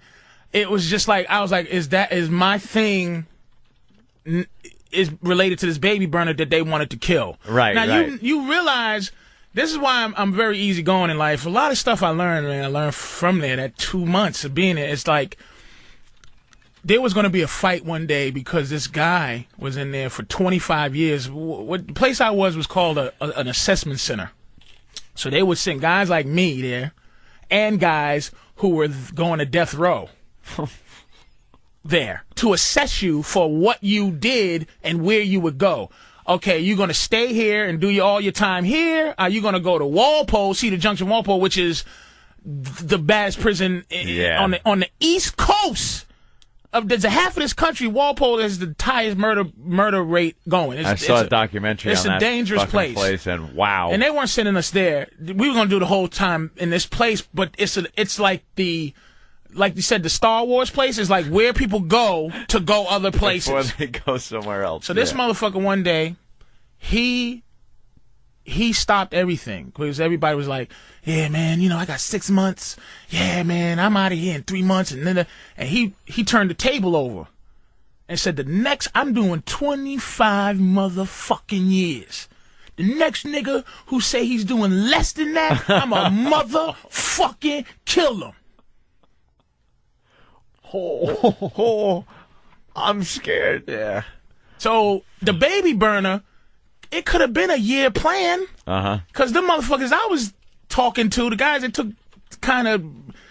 who took a liking to me, they were in there for years. Yeah. So if they decide to kill you, they kill you. On their time. Yeah, just kill them in February. Yeah, we got plenty of time. So I don't know what happened. What happened to the guy that made the chick suck his dick? And that she originally said rape and then... Fuck! He got off like we should have. Because he had his trial in Stoughton. This bitch was doing transcontinental rape cases and shit. I'm in Boston. He's had a black judge who let him go with, like, the shit that should have happened. Like, bitch, get out of here. Gave him, like, probation just because it is what it is. And even though she's a hoe, that was more coerced sex than what you guys did. Yes. Coerced. Hey, man, I heard what you did. And after she sucked his dick, she lost it. Which I can't blame. I mean, that's a lot of pressure on a bitch. I can't. That's the type of shit you go, oh my God, I can't be like sucking blackmail dick sucking for the rest of my fucking life. Blackmail in 2 ways, you know what I'm saying? I can't suck black dick and blackmail dick and blackmail, you know what I mean? And you can't blame her for losing She wants to do mind. it on her terms. If she wants to get in a car with a bunch of guys and suck some dick, that's on her terms. The reason lost it, and I can't be mad at her for that. The only thing I'm bitter about is that it just, it tarnished my mind. Mm-hmm. You know what I mean? It tarnished my mind. I'm not ever safe in my head. Like, it's kind of, I want to cry right now because it really is a release. It's almost like, all right, you know what? Please don't cry. Nah. I've never hugged anyone as big as you. And it's not there anymore. Like, it's not, it's just what it is. The emotion is actually... And what would you do if you started taking crying destiny? right now? You know what I'm saying? What? I would leave the studio. I think I would be the guy that would have to go up to you, believe it or not. This is the first time my screensavers ever came up on the instant feedback because I haven't even looked at it. I have not fucking looked at it. I've been amazed because I've known Patrice for many years. This has never come out. I think Patrice, anybody that's been in this studio, I've never heard this is one of the most unbelievable stories we've heard. And I think I would have to be the guy that would have to go over and I think I might have to hug him. Oh, you would hug him. I would have to be the guy that would have to like hug you, and you're like twice my size. Yeah, all my hugging. Call out yourself of this, like Arizona. Go over there and give him a hug. You know what the emotional part is? No, my prison name would be Connecticut. You know, because I would rather do this. But I was hoping to be successful before I had to ever talk about it. Before you ever had to, like... Because the fear is like, wow, man, my career is like, man, it's a bad stigma. And it's like, you know, I don't tell you, you know, I got bitches all over the world that'll go, nah, not even close to that. Yeah, did all that crazy shit Richard Pryor did, and then, you know? You know, it's like, you know, people, he's this and nah. It's like, nah, you know, that's fuel for motherfuckers who don't like me. It's like, that's cool. But I made it through, like, I wouldn't even break down because I made it through high school, you know, and that shit stopped after. Did you make friends with a mouse? I had a roach. A little roach. I had a fly that used to come in and sit. Fly, man. You know the Photoshop's going to go nuts with you and the Green Mile, bro. I'm sorry. No. In advance, I'm sorry, but you might want to check out Whackbag tonight. And the guy under the Photoshop none of these fucking section. psychos, man. And don't worry about, you know, talking about it before, you know, your career is where you would like it to be. Because I didn't want it to come. I didn't want it to ever pop up. According to against my shit, you know, against I'll tell it, you know. If you but according to USA Today, we're pretty much, you know, not even on the radar. So yeah, so no you one's didn't really tell listening. anybody. It's not like you know, told anybody. There you go. That is a fucked up, repugnant story. So Jesus that's why I say, Christ. See, this is what we got to do. It's just that easy to. Wow, look, it's just easy. No, man. All right, look, we can't do this, but ouch, nigga, too. Ouch, nigga, too. And look at my face. I never smile. And I just look like a big one of them motherfuckers. The Photoshops have begun on whackbag.com, and it's not pretty. And, you know, this is what we have to do. While Jim Norton's in L.A. being a star, we got to get these guys in and just beat them down. A week and a half, and I know Patrice ran out of shit to say in his head and said, well, I got a little something. That's what happens. Bill Burr, you know. Bill Burr started admitting crap that he didn't even do. They know. We've done the same thing. Yeah. Jesus. All right, Patrice. That is something. I want to thank you. And now I made can't our even show great I today. can't even argue, like, the point. You know, when it first came up, it's like, you know, if you hang out in a stairwell and some girl's coming up and you grab her and throw her on the ground and rape her, that's rape. But, you know, you're on a date, you're doing this, and I'm ready to, well, Patrice, let me tell you, there are some circumstances where after that, no, I don't have enough information to I completely believe everything you just said. Sometimes you hear sometimes you hear these stories while we sit in here and you go, oh man, you're so full of shit, you have blinders on. But I have no doubt in my mind that I had a good friend that went crazy behind that, man. He never recovered from Never recovered. Never recovered. Charlie's picking up on something. Charlie, go ahead. This is Charlie. I did a weekend in Bergen County. I want to send some love out to Patrice, and I'd like you guys to play the Cranberries for him because I know that's his favorite song. Yeah, which one is your favorite again? Zombie? Bunch of evil bastards. There we go. Patrice is back, everybody. Shit. Motherfuckers are just assholes. Here's the Cranberries on your home of rock and roll.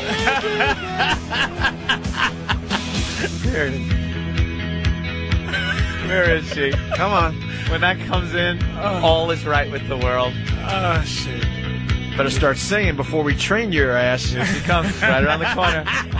Here it comes. Come on.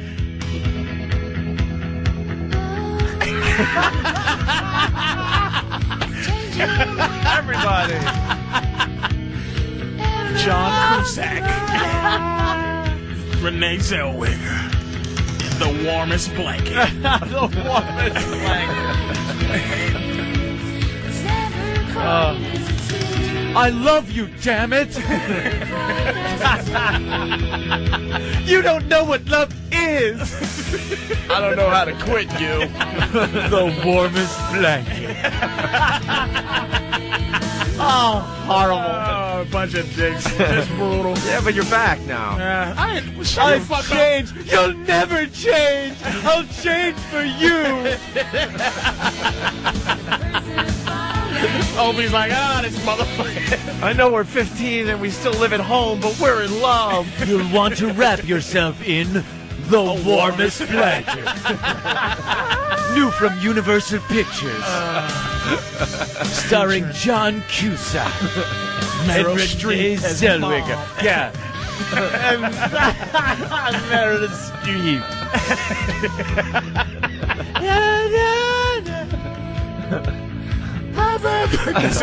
Shout out to everybody. The Cranberries. Play the Cranberries for Virginia. Everybody. They don't forget shit, man. They don't All the forget fucking anything. truckers thinking about all the prostitutes they murdered just driving down the street. You know, all she did was really just poke me too hard. I had to fucking choke this bitch. I actually buried a bitch and I didn't get caught. Fuck.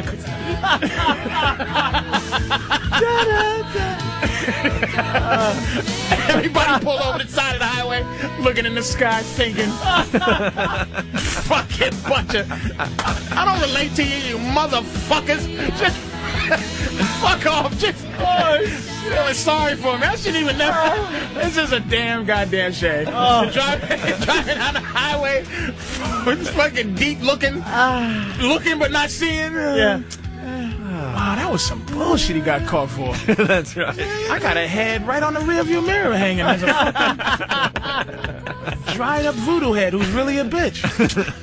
Oh well. I gotta. Oh well. Off to kill another hooker. Now I gotta think about the bitch in my trunk.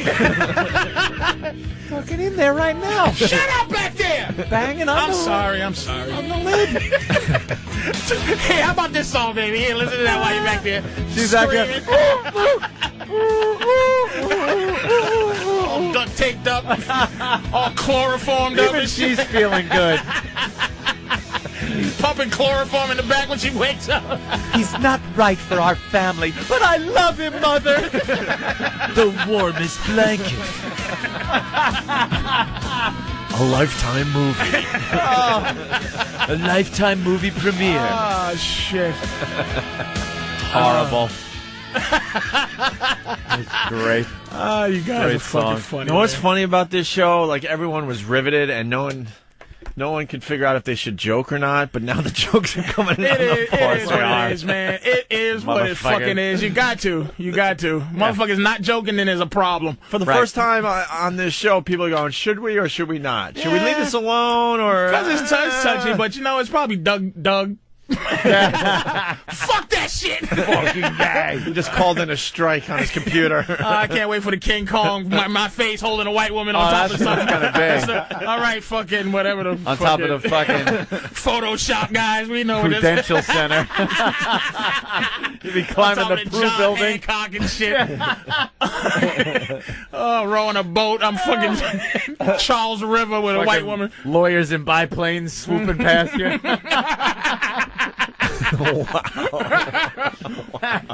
Motherfuckers, I don't expect no fucking sympathy. I didn't want one. It's just like a yapping thing to get out.